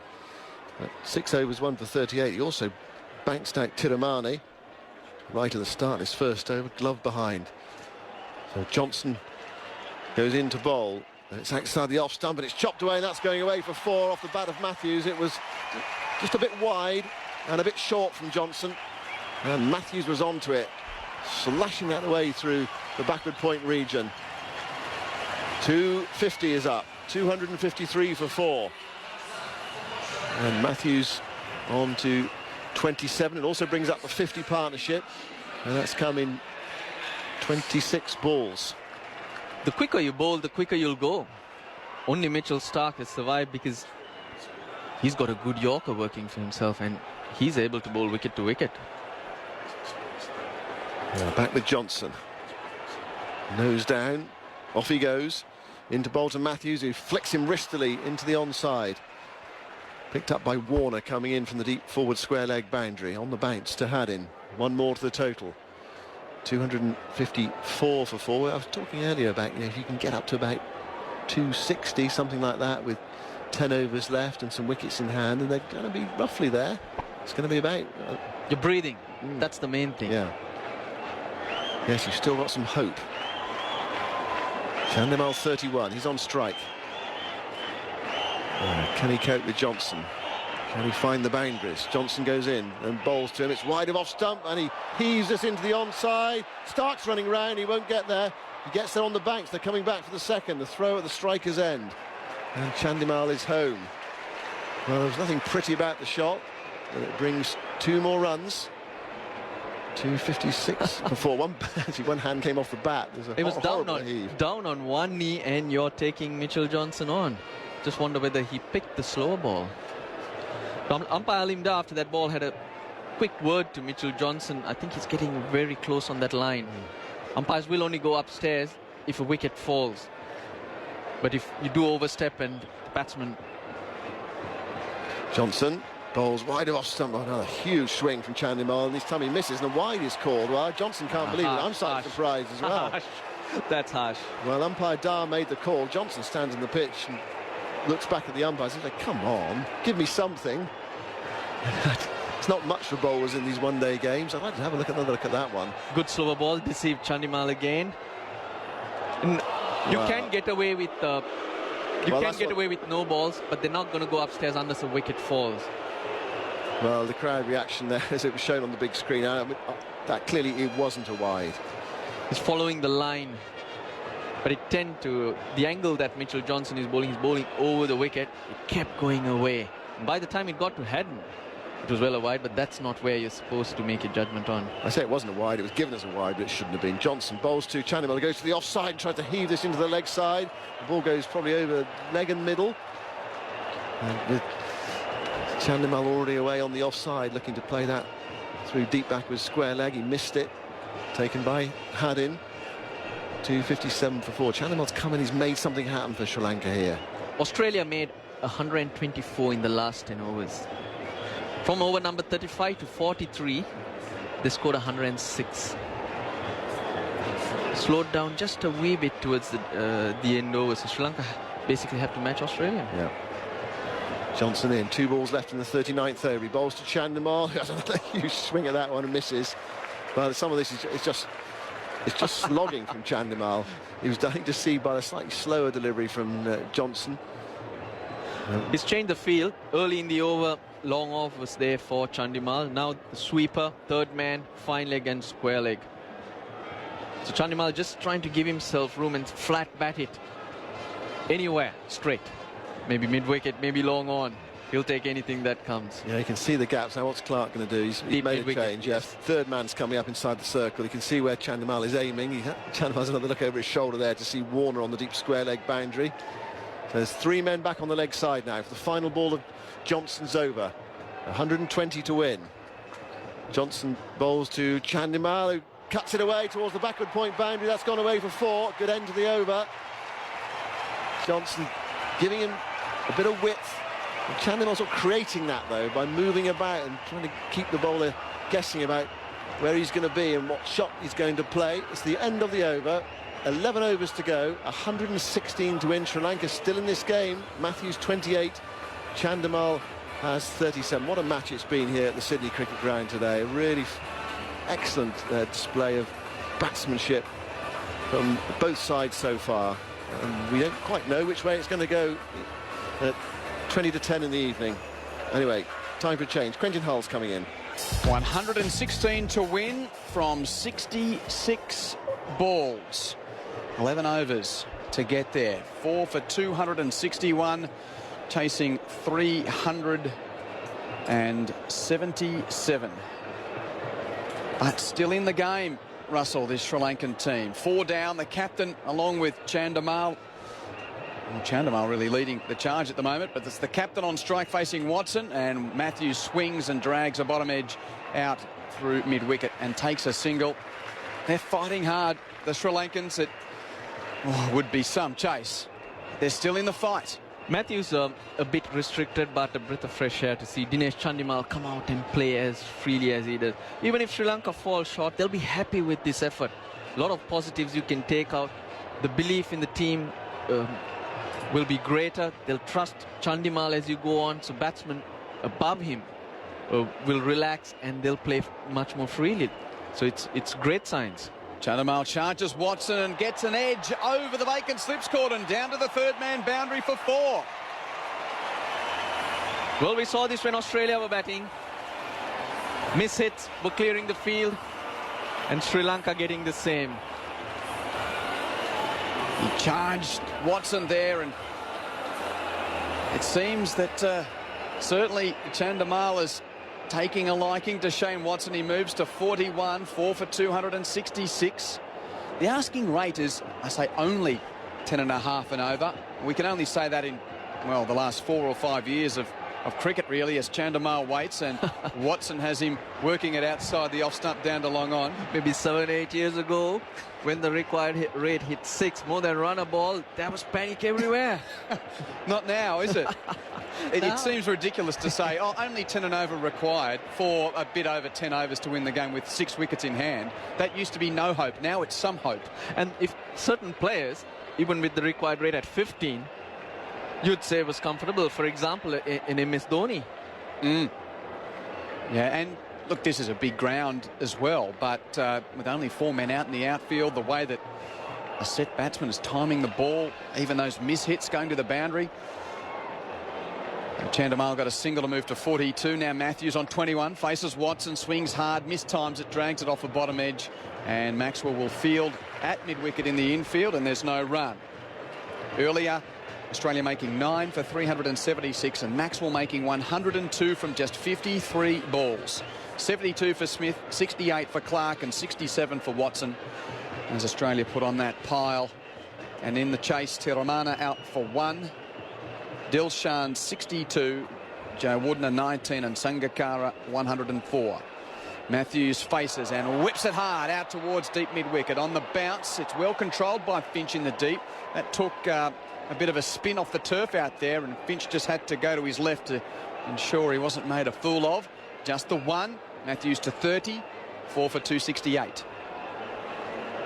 109 required. And the hubbub around the SCG suggests that the contest is still well and truly on. Just looking around, you can see all the kids by the fences, everyone interested. Watson over the wicket, bowls a full toss, smashed by Chandimal out through, cover point for 4. He lashed it that hard outside the off stump. No cover in the deep out on that side of the ground. And once it was through the infield, it was always going to be a boundary. 4 for 272 after 40 overs. Chandimal to 46, Matthews is 30. 105 runs required off the last 10 overs with 6 wickets in hand. Attempted Yorker. The idea was right, but Chandimal was able to get underneath that. His front leg, outside leg stump, gets enough back, gets the gap, and crucial runs. You make a good point, Russell, about the way that Sri Lanka has gone about this. Sure, if they fall short, it will be disappointing, but they've shown enough. This is a huge chase, and their batting in the last couple of games after a bit of a sputtering start, it must be said, is really coming on in this tournament. I mean, Maxwell makes 100 off 50 balls. Who's going to stop that? Might be the difference. Johnson delivers outside the off stump. Matthews swings and misses, and Haddon takes it on the second bounce. And you just reflect on that innings. It may well be the difference in the game. The man makes 100 off 51 balls. Gee. Well, Chandimal is at 46 off about 20 balls. If he can double it. That's easy maths, isn't it? It's straightforward. Sri Lanka need another 100 runs. Someone getting you 40 runs off 20 balls just closes that gap. And other batsmen are capable too. It's not only Maxwell who played very well today, but we're seeing lots of batsmen go out there and do unbelievable things right through this tournament. Matthew faces Johnson, and off a bottom edge, he'll get a run to square leg. It was full from Johnson outside the off stump and dragged away on the onside by Angelo Matthews for a single. He's 31, 4 for 273. Still possibility of a special knock. Maybe the next batsman in gets a quick 40. It's not only Chandimal. And the game is... Pereira can bash it around hard, can't he? Yes. He's still to come. So game is not over yet. Upal Taranga as well in the shed. So there's that batting firepower still available for Sri Lanka. It's Chandimal on 46 facing Johnson, pulling hard out towards the deep square boundary. It will be cut off by Warner in the deep, and they come back for 2. And Chandimal moves to 48. 4 for 275. Quinton Hull and Russell Arnold with you at the SCG. This match essentially a race for either side to try and nail down second spot in Pool A. Both teams to play Scotland in Hobart, and it would be a major upset if Scotland was to get a victory in either of those games, and it looks like, though, there might be a problem here for Chandimal, who seems to be feeling at a right hamstring or right quad, having run hard for that second. He's left his bat. He's on the ground now. Steve Mount, the physio, is out there. We saw the same situation with Angelo Matthews a while ago, but he's managing, clearly restricted. And you do want your players to be very fit, because we're coming to the business end of the tournament.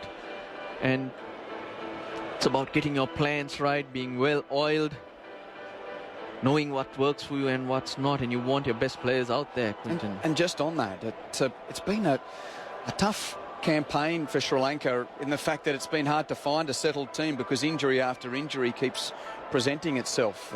They've already had 3 replacements. Jivan Mendes out, Upal Taranga comes in, Damika Prasad out, Chamira came in but hasn't really been used as yet, and then Rangana Herath is injured. Yep. Hopefully he'll be back, because I think he'll make a big difference. So he's still in the squad, but they've already replaced a batsman with a spinner, with Karuna Ratna coming out, and the leg spinner that we saw today, Prasanna, coming into the squad. But what really happened was Jivan Mendes gives you a bit of leg spin.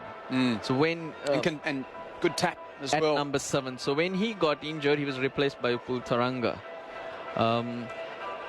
Rangana Herath, Damika Prasad to Chamira was a straightforward swap. When Rangana Herath got injured, Sikuge Prasanna was flown over as cover.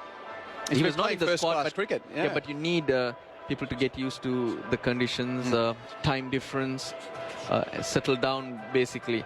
And coming into this game, Dimut Karunaratne fractured a finger, and hence, looking at the options the team needed, they were short a spinner. And Sikuge Prasanna was drafted in rather than another batsman being brought out. Yeah, it's interesting that, I just had a look at his recent cricket, and it's all first-class cricket for the Sri Lankan Army Sports Club in the first-class competition back home in Sri Lanka. So a huge jump in attention, in importance, in eyes on your performance by the leg spinner, who earlier today bowled his 10 overs, 1 for 77. And we just continue with this delay here midway through the 41st over, because Dinesh Chandimal, who is 48 not out and has been striking the ball fiercely, is just receiving some attention on a troublesome right hamstring. And just imagine, finally, he's come out there looking positive, playing a special innings, and he pulls a hamstring. He's had a tough time, in and out all the time, not batting in the previous games, failures in the New Zealand series, and here he's playing a gem and he starts limping. Yeah, that's unbelievable. Well, they need him to keep going. He's still on his on the ground. He's taken his pad off and now is just reattaching his batting pad on his right leg. So it looks like he's going to continue, but he's got a grimace on his face, Dinesh Chandimal, and walking gingerly to get his helmet on. So that'll restrict the Sri Lankans in the running between the wicket. Big ground, lots of spaces, Quinton. Every run will matter, and you have to be at your sharpest at this stage.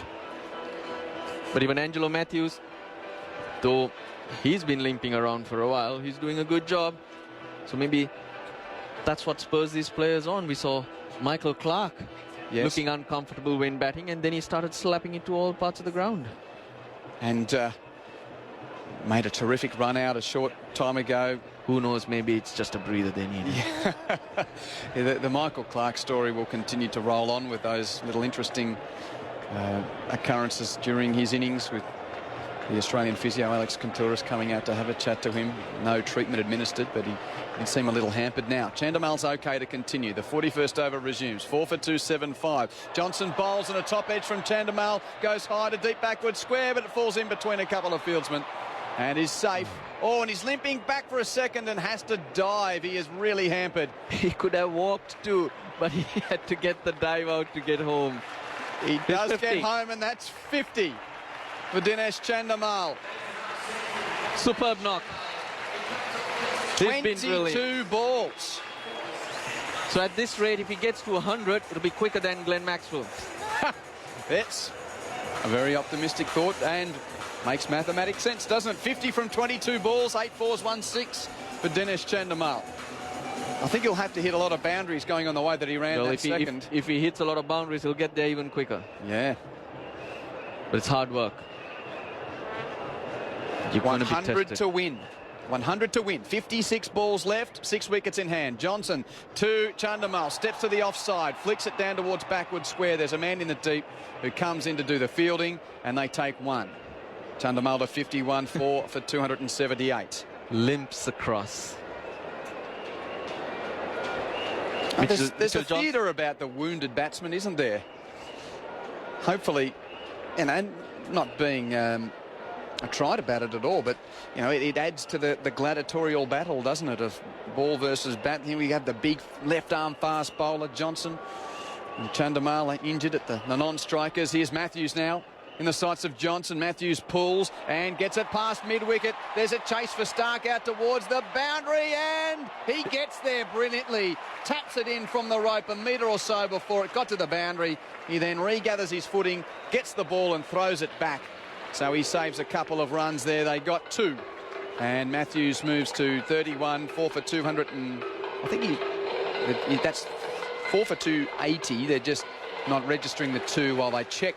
If it's a 4, but we can say from here he's done very well. Yeah. And the batsman not being able to run hard has cost Sri Lanka another run. So effectively, they got only 2, but should have easily been 3.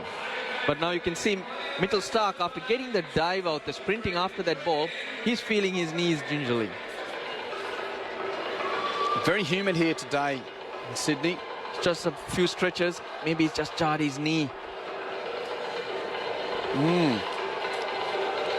And again, there seems to be treatment for Chandimal. And I think, you know what Angelo Matthews is saying? I said, you go and retire hurt. He's telling him to go off the ground because, as you say, Russell, they can't afford to not have a man who can sprint between the wickets. That's what the body language seemed there for a minute. Angelo Matthews is sitting on his bat at the non-striker's end. And it looks like Chandimal's going to continue, but I got the feeling the captain said, come on, off you go, because we need someone to run between the wickets. Yeah, the physio was out there and the umpires are saying either Chandimal's got to go off and Steve Mount can't keep running in there. Runners are not allowed anymore. No. And, well, the cynical of us would suggest that Sri Lanka's responsible for that, Russell, with former skipper of yours, Arjuna Ranatunga. But that would be a cynical thought, wouldn't it? No, it's always the case, isn't it? 4 for 280, and Chandimal is going to continue. Watson around the wicket, bowls, and it's a full toss on his pads, whips down to fine leg, and Doherty does the fielding, and it's 1. It's what you choose to highlight and not. That's very diplomatically put as well. Yeah, it's has it been a good thing for the game, though? That's the interesting thing. We've certainly seen a number of occasions where, and here's another conversation between the two batsmen. He's going off. Yeah, he is going off. And this is disappointing for Chandimal, because 52 not out and seeing the ball like a pumpkin, his captain has basically said, look, we need every run we can get at the moment, and you can't run between the wickets as fast as I would like. So, of course, he has the option to come out and swing later on, but for the time being, Chandimal will leave the ground retired hurt 52, and Tisara Pereira is going to come in. But it's not going to be the same coming back later. You've got your rhythm, your adrenaline is pumping, you're in a great zone.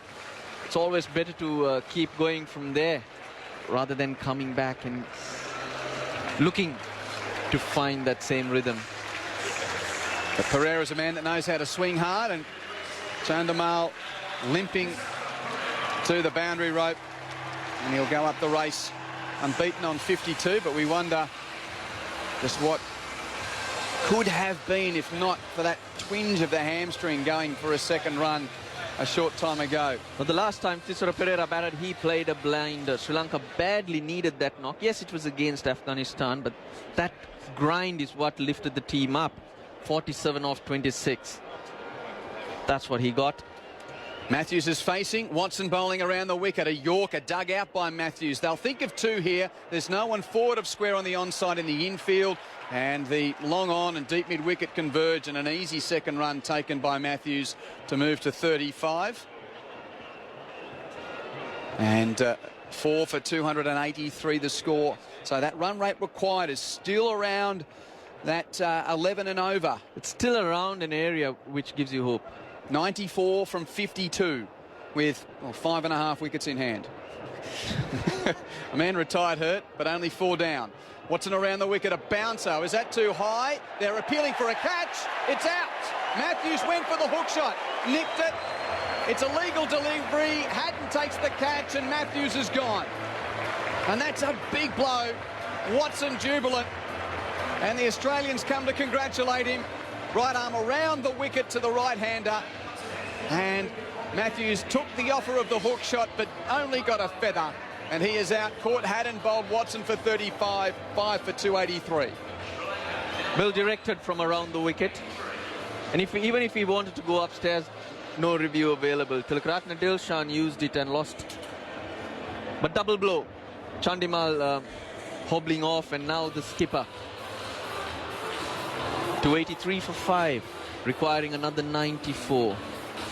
Well, it's essentially a double breakthrough, isn't it? Even though only 1 wicket has been taken. Upal Taranga now comes out. Not used to seeing him bat this low throughout his career. Not had a hit yet on tour. Coming out at a crucial time. And that Chandimal unbeaten 52, by the way, just getting confirmation, it was the fastest 50 by a Sri Lankan in a World Cup match. So that adds a bit more salt to the wound for the man who's resting up that hamstring and wondering if he can get back out there to help his team here. So 2 men on naught, 2 new men at the crease, with Taranga to face Watson. 3 balls left in the 42nd over. The field, backward point, cover. Mid-off, mid-on, mid-wicket. And out in the deep square, deep fine leg, deep third man, deep cover. For the left-handed 30-year-old Upal Taranga, who sits 8th on the all-time list of Sri Lankan run scorers in one-day cricket. Watson into him, and it's full and driven with, well, not immense timing, but he'll get a single out to the deep. And he's off the mark. He's away. Generally opens the batting, Upal Taranga. Was in the top 5 run getters in the 2011 World Cup. Sri Lanka had 3 of them. Sangakkara, Dilshan led the way, and Upal Taranga was in there too. I'm just getting the forensic replay of the previous dismissal. It was just a glove from Matthews as he was trying to hook that ball away. So that's the second caught behind dismissal where a glove has been the contact on the way through to the keeper. It's Tiramana out in the second over to a lifting delivery from Johnson, which he gloved through to Haddon's gloves. Watson now goes over the wicket to the left-handed Pereira, who gives himself room and slaps it over mid-off's head down to the boundary for 4. Cross-batted slap shot. But saw that there was no one out in the deep. And he gets the boundary. He's worked on his game, Tisara Pereira. Generally goes mid-on, mid-wicket. And bowlers tend to just dig it and he'll have a swipe. But now he's got a bit more control and looks to hit offside too. So now they have to play around with the field. Third man comes in, sweeper goes out. And a little bit of something for Clark to think about. Deep cover, long on. Deep mid-wicket, deep fine leg. Watson right arm over the wicket to the left-handed Pereira, who swings hard and hits him down the ground. Too long off for 4. 1 bounce over the rope.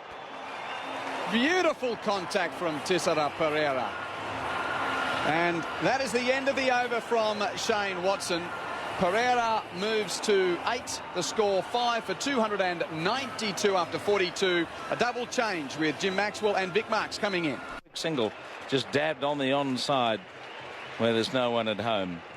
So it's still around 10 and over required, Vic. Good game. It's been a fantastic game, hasn't it? Great theatre, brilliant shots, and it just refuses to die, doesn't it? There have been moments where I thought, well, they can't possibly get that. And then someone will come in. Pereira's just hit 2 fours in a row. I think he might get peppered here. I don't think there'll be much in his half when Johnson's bowling to Pereira. The short balls become a vital, important weapon in the game, used with some discretion. Careful judgment. Johnson bowls short and he swings into this. He's hit it high in the air. He should be caught by Doherty, who's under it and takes the catch. A big swing, a high top edge. Pereira is out for 8. Johnson gets the wicket, and it's 6 for 293 in the 43rd over. Well, it was brief and exciting. Hit a couple fours. He wound up against Johnson. I'm not even sure if it's one of his quicker bounces, but it went straight up in the air. And Doherty, well, it was a fairly straightforward catch, but he had time to think about it and also think about the consequences of dropping it. But he didn't drop it. This doesn't look like Chandimal to me. Prasanna. Prasanna? No, Prasanna can play a few shots. I've seen Prasanna once or twice. Yeah. I don't think he's going to win the game, Tim. But I've seen Prasanna sent in during the power play for a bit of a switch. So, you know, he won't hold back either. But Clark has got Johnson up his sleeve. More importantly, in the context of this World Cup, he's got Mitchell Stark still up his sleeve, who's been outstanding again tonight. And it's getting too much, I think. But it's been a brave, brave chase by Sri Lanka. And a great occasion here tonight. 39,951, the crowd. And they've had a ball watching some exciting cricket as Johnson runs in now and bowls to Taranga, who just pushes out into the offside, takes a single. A throw at the stumps from Smith is a little wide. Not that it mattered, but they need a few plundering strokes. The risk reward heading Australia's way at the moment. There's still Chandimal to come back. But will he be able to run? That's the problem. I'm still not a fan of that change in the law. No, I'm with you though. I don't care whether you have to get a doctor or do whatever. And maybe a second opinion perhaps might take a bit of a while. Yeah, but if it's a genuine injury, you should be able to have a runner. Yeah. But here comes Johnson. He charges in and pitches and he beats the outside edge. A little fiddle and a miss by Prasanna, which looked more like the number 10 than the number 8 or 9. But there you go. He's quick, Johnson. Hard to get away. They've got to slip in now, sensing that he might nick one. Well, the other thing about that rule is that actually it was very rare indeed that sides, I think, put in a runner to try and take advantage. Because when you add a runner into the mix, the chances of a runner increased about threefold anyway. It just doesn't make sense to have a third person out there running. Causes chaos sometimes. Johnson's bowling a bouncer. That's a wide. That's a bit too high and a bit too leg side. But the intent's there. Pin him down, pin him back. 6 for 295. I like the rare occasion I remember when there were 2 runners. Yeah. Oh, that was fun. And it was inevitably ended up in a Keystone Cop show out there. I can see it happening here many years ago, and there was a run out in the Sheffield Shield game. It's a lot of fun. Johnson trying to get another wicket. He bowls a ball that's chased and missed. Prasanna flirted outside the off stump and flashing on the drive, and went past the edge of the bat. Australia won the toss and they made 9 for 376. Warner 9, Finch 24, Clark 68, Smith 72, Maxwell 102 from 53 balls, Faulkner a duck, Watson 67, Haddon 25, Stark a duck, Johnson was 3 and Doherty naught. And in reply, Tilamana out early to Johnson, one that lifted and hit the glove. He made 1. Dilshan 62, Jawardner 19 as Johnson is on the run in. He bowls and Prasanna plays, dropping it out on the offside. A little push Little apprehensive push, but a single. Then Sangakkara 104. Matthews 35. Pereira 8. Well bowled by Johnson. 9 overs, 2 for 62. But we have 7 overs to go, and they need to score 81. Well, I don't think they're going to do that, but as we've been saying, it's been a great evening of entertainment here. And it means Australia, I think we can assume now, not with absolute certainty, will qualify for the quarterfinals of the World Cup. That's right. Unless we see one of the greatest comebacks since, I don't know, or escape since Houdini. When Scotland play Australia next Saturday in Hobart. I don't know. I don't think even the Scotland. Oh, you're thinking Bangladesh and England? No, I don't think Scotland. I think Scotland, if Australia win tonight, Scotland can beat them in Hobart and they'll still qualify.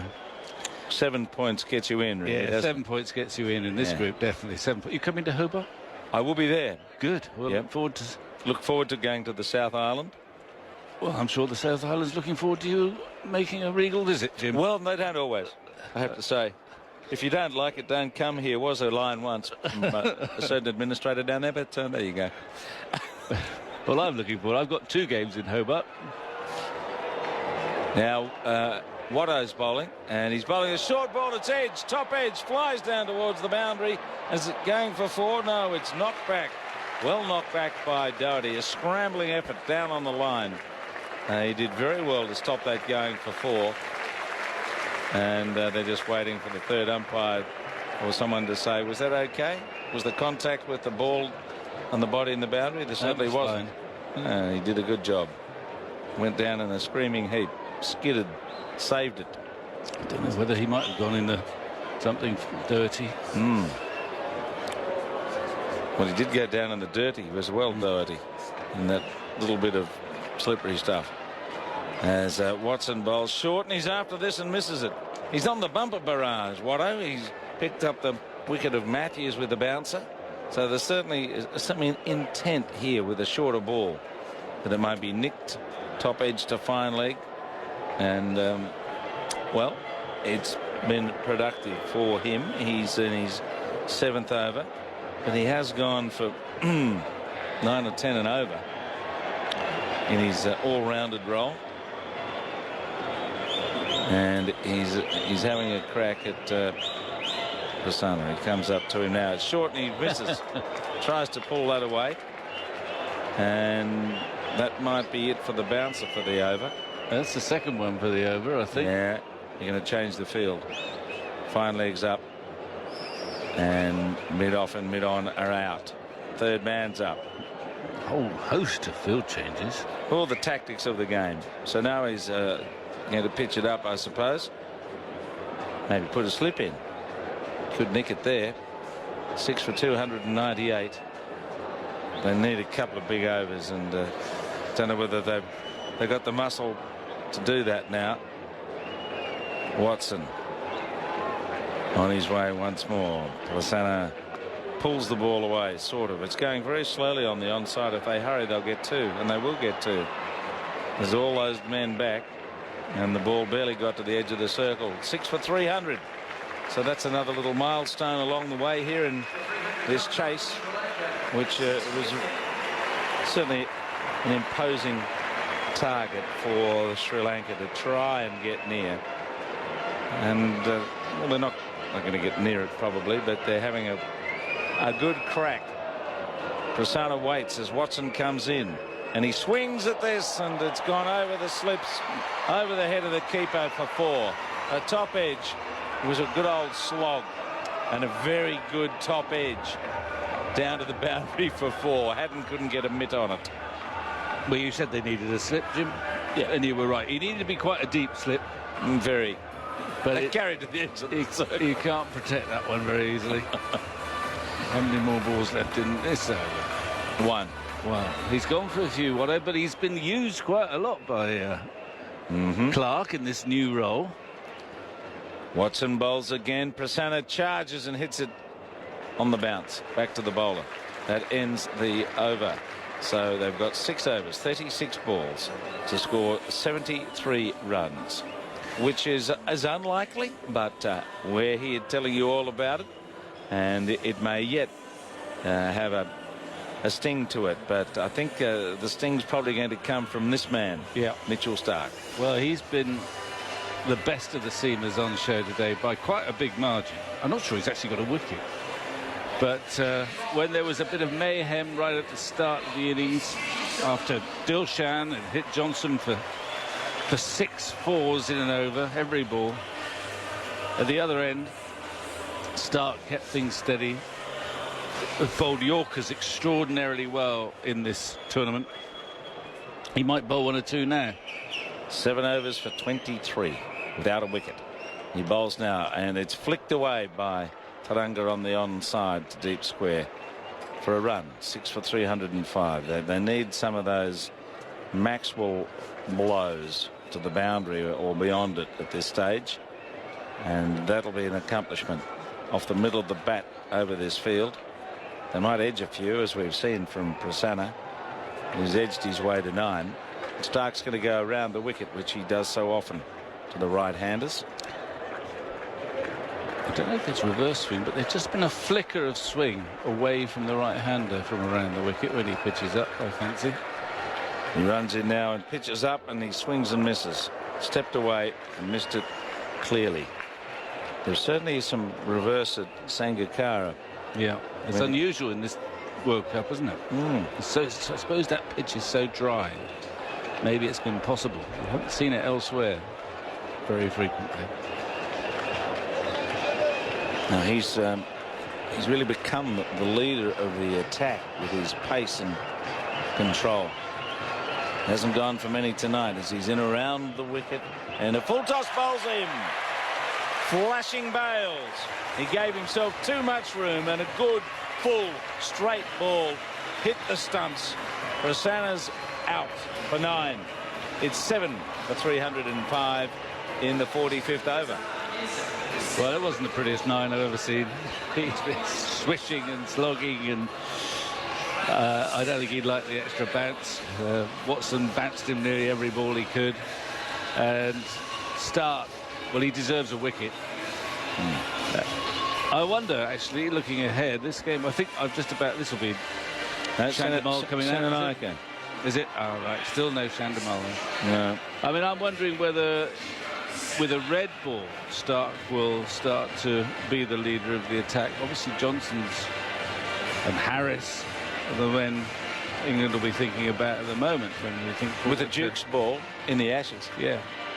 But I'm wondering, Starc, of course, was on the last tour, but did he get injured? He didn't play very much. He bowled pretty well at the Oval in patches. Might have played a couple tests only, but you feel that he looks a more complete bowler now. Yeah. And could easily take over the mantle as leader of the attack. Certainly with a white ball in this tournament, he is the leader of the attack, isn't he? He's he's the most dangerous and most economical. He's got 11 wickets at about 10 apiece in this tournament. Well, he got 6 of them the other day. So Senanayake, who's a willowy off-spin bowler, and he's a right-hand batsman. So it's more around the wicket attack. Stark's in. Bowls a bouncer. Whoosh. That was rapid. Oh dear. Just in case you're thinking of coming forward to drive me, cop that. There is a little bit of aggression in the bowling, even from Watson. He was snarling at the batsman, as it were, with a couple of bounces, and Stark's doing the same here to Senanayake. So where's he going to pitch the next one? That was the softener up. Clark stands at slip. Here comes Mitchell Starc around the wicket, and Senanayake flashes and misses. That was a quick delivery again, close to the line of the off stump. Beautifully bowled and past the edge of the bat. This is snuffing out any belated charge from Sri Lanka towards this unlikely target of 377. Yeah, it's again just a flicker of swing as well. I mean, I'm not sure, even if it hadn't swung, Senanayake would have got bat on it. Time for another Yorker. Here's Stark in around the wicket, and he flicks the ball away in the air. Drop kicked it out there to deep square for a single. 2 runs and a wicket in that over. It's 7 for 306. Just 5 overs remaining in the game. Senanayake 1 and Taranga on 4. Almost 40,000 fans here to see this very spectacular game of cricket that Australia have dominated since Maxwell made a rapid century. It's almost as if, I mean, there have been some good games in this tournament, but it's sort of come to life this weekend, hasn't it? And this is, I mean, it hasn't gone right to the wire, but this has been a fantastic spectacle. And yesterday, both in Auckland and in the South Island, there's been 2 brilliant games of cricket, which were alive right to the bitter end. Faulkner's bowling, and he's pushed down behind point for a single there as they traipse off, and Senanayake gives the more likely batsman of the 2, Taranga, the strike. Yes, let's hope that the weather's fine and cheerful down there in Hobart. Where else are you going on your travels this week? I'm going to Hobart for the last 2 games of the sort of pool section. I'm coming back here for a semi-final, which I think Sri Lanka will be playing because they've allocated. I'm coming to Adelaide for the Aussie semi-final, I think, if you'll let me into your box. Enjoy that. Yes, it's short and it's pulled away. Could be caught in the deep. He's out. He's holed out to deep mid-wicket there, Taranga. And he's found David Warner right out on the boundary. A well-judged catch. He moved forward and then saw, whoops, got to go back. And he took it. Faulkner claims another wicket. And it's falling away here with Taranga caught in the deep at 8 for 307 in the 46th over. Well, I suppose it's always liable to happen when the run rate gets higher and higher and the odd wicket falls and you've got to go for the spectacular shot and you're not really ready to play it. Taranga actually is an opening batsman in another life. Then wickets are going to fall pretty quickly, and he swung and hoped. Good catch by Warner out there on one of the biggest boundaries today. Just had to readjust there, but he judged it well, and it's all over bar the shouting. I'm pretty sure Sri Lanka, they may not have technically qualified, but I think they'll be there. If nothing else, this game has ensured that their net run rate is not badly damaged. They've got Scotland to play over in Hobart. I guess they can tie that up with a victory against Scotland, or it won't rain in Hobart because it's such a lovely place, and I'm really looking forward to going there. Outstanding place. And I'll go up to Mount Wellington. You going to do that? I don't know, but I might do if you tell me that's the place to go. Well, that's one of them. There's lots of places to go. Now, Faulkner wants the batsman to go back into the room, but he hits him on the pad a bit high as he gets in behind the lines, sort of. Senanayake getting it away on the onside. He's been joined by Malinga. I don't know whether Chandimal's going to bat again. What's going to happen there? Is it too much of a risk? Must be serious then, I suppose. It must be more than cramp, perhaps. Faulkner is slammed away by Senanayake, drags it towards long on. 8 for 308. This is quietened the Sri Lankan crowd. Have been very buoyant, jubilant times tonight. Well, they've certainly added to the occasion, haven't they? It's been a great occasion. And we know, too, that Australia are playing their semi-final in Adelaide. That's right, isn't it? Yeah. Well, I think I'm meant to be coming there. They're quarterfinal. They're quarterfinal. Sorry, they're quarterfinal. Yeah. Faulkner bowls. Malinga gives it room and almost plays it onto his stumps. He wants a run, but he's sent back as Haddon collects it. So 8 for 308. Faulkner's running back to his mark. Probably more quickly than he runs up to the wicket now. There's a sort of... Well, where they go? They're running late. Yeah. They're running late. So they'd love to finish this off soon, I would think. They've been out there for the 10 minutes extra time. Faulkner goes in. Malinga gives it room and swings and misses. That's the end of the over. I'll leave it with you, Vic, and for the finishing flourish, Quinton Hull's going to join you. 4 overs to go, 24 balls, and they need to score 69. Just for everyone on a Sunday morning in Britain.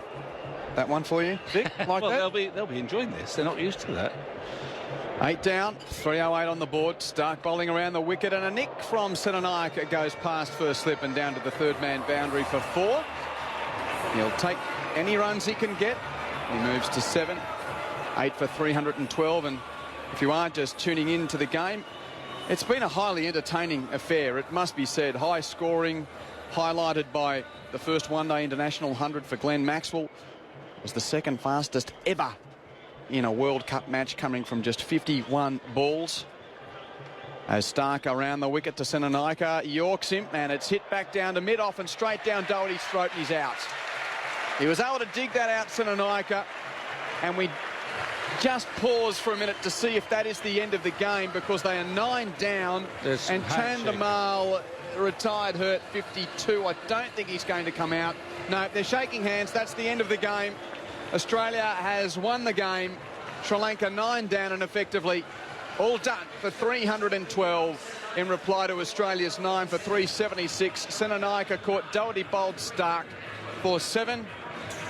And Australia wins the game by 64 runs. Yep, well, that's quite a big margin.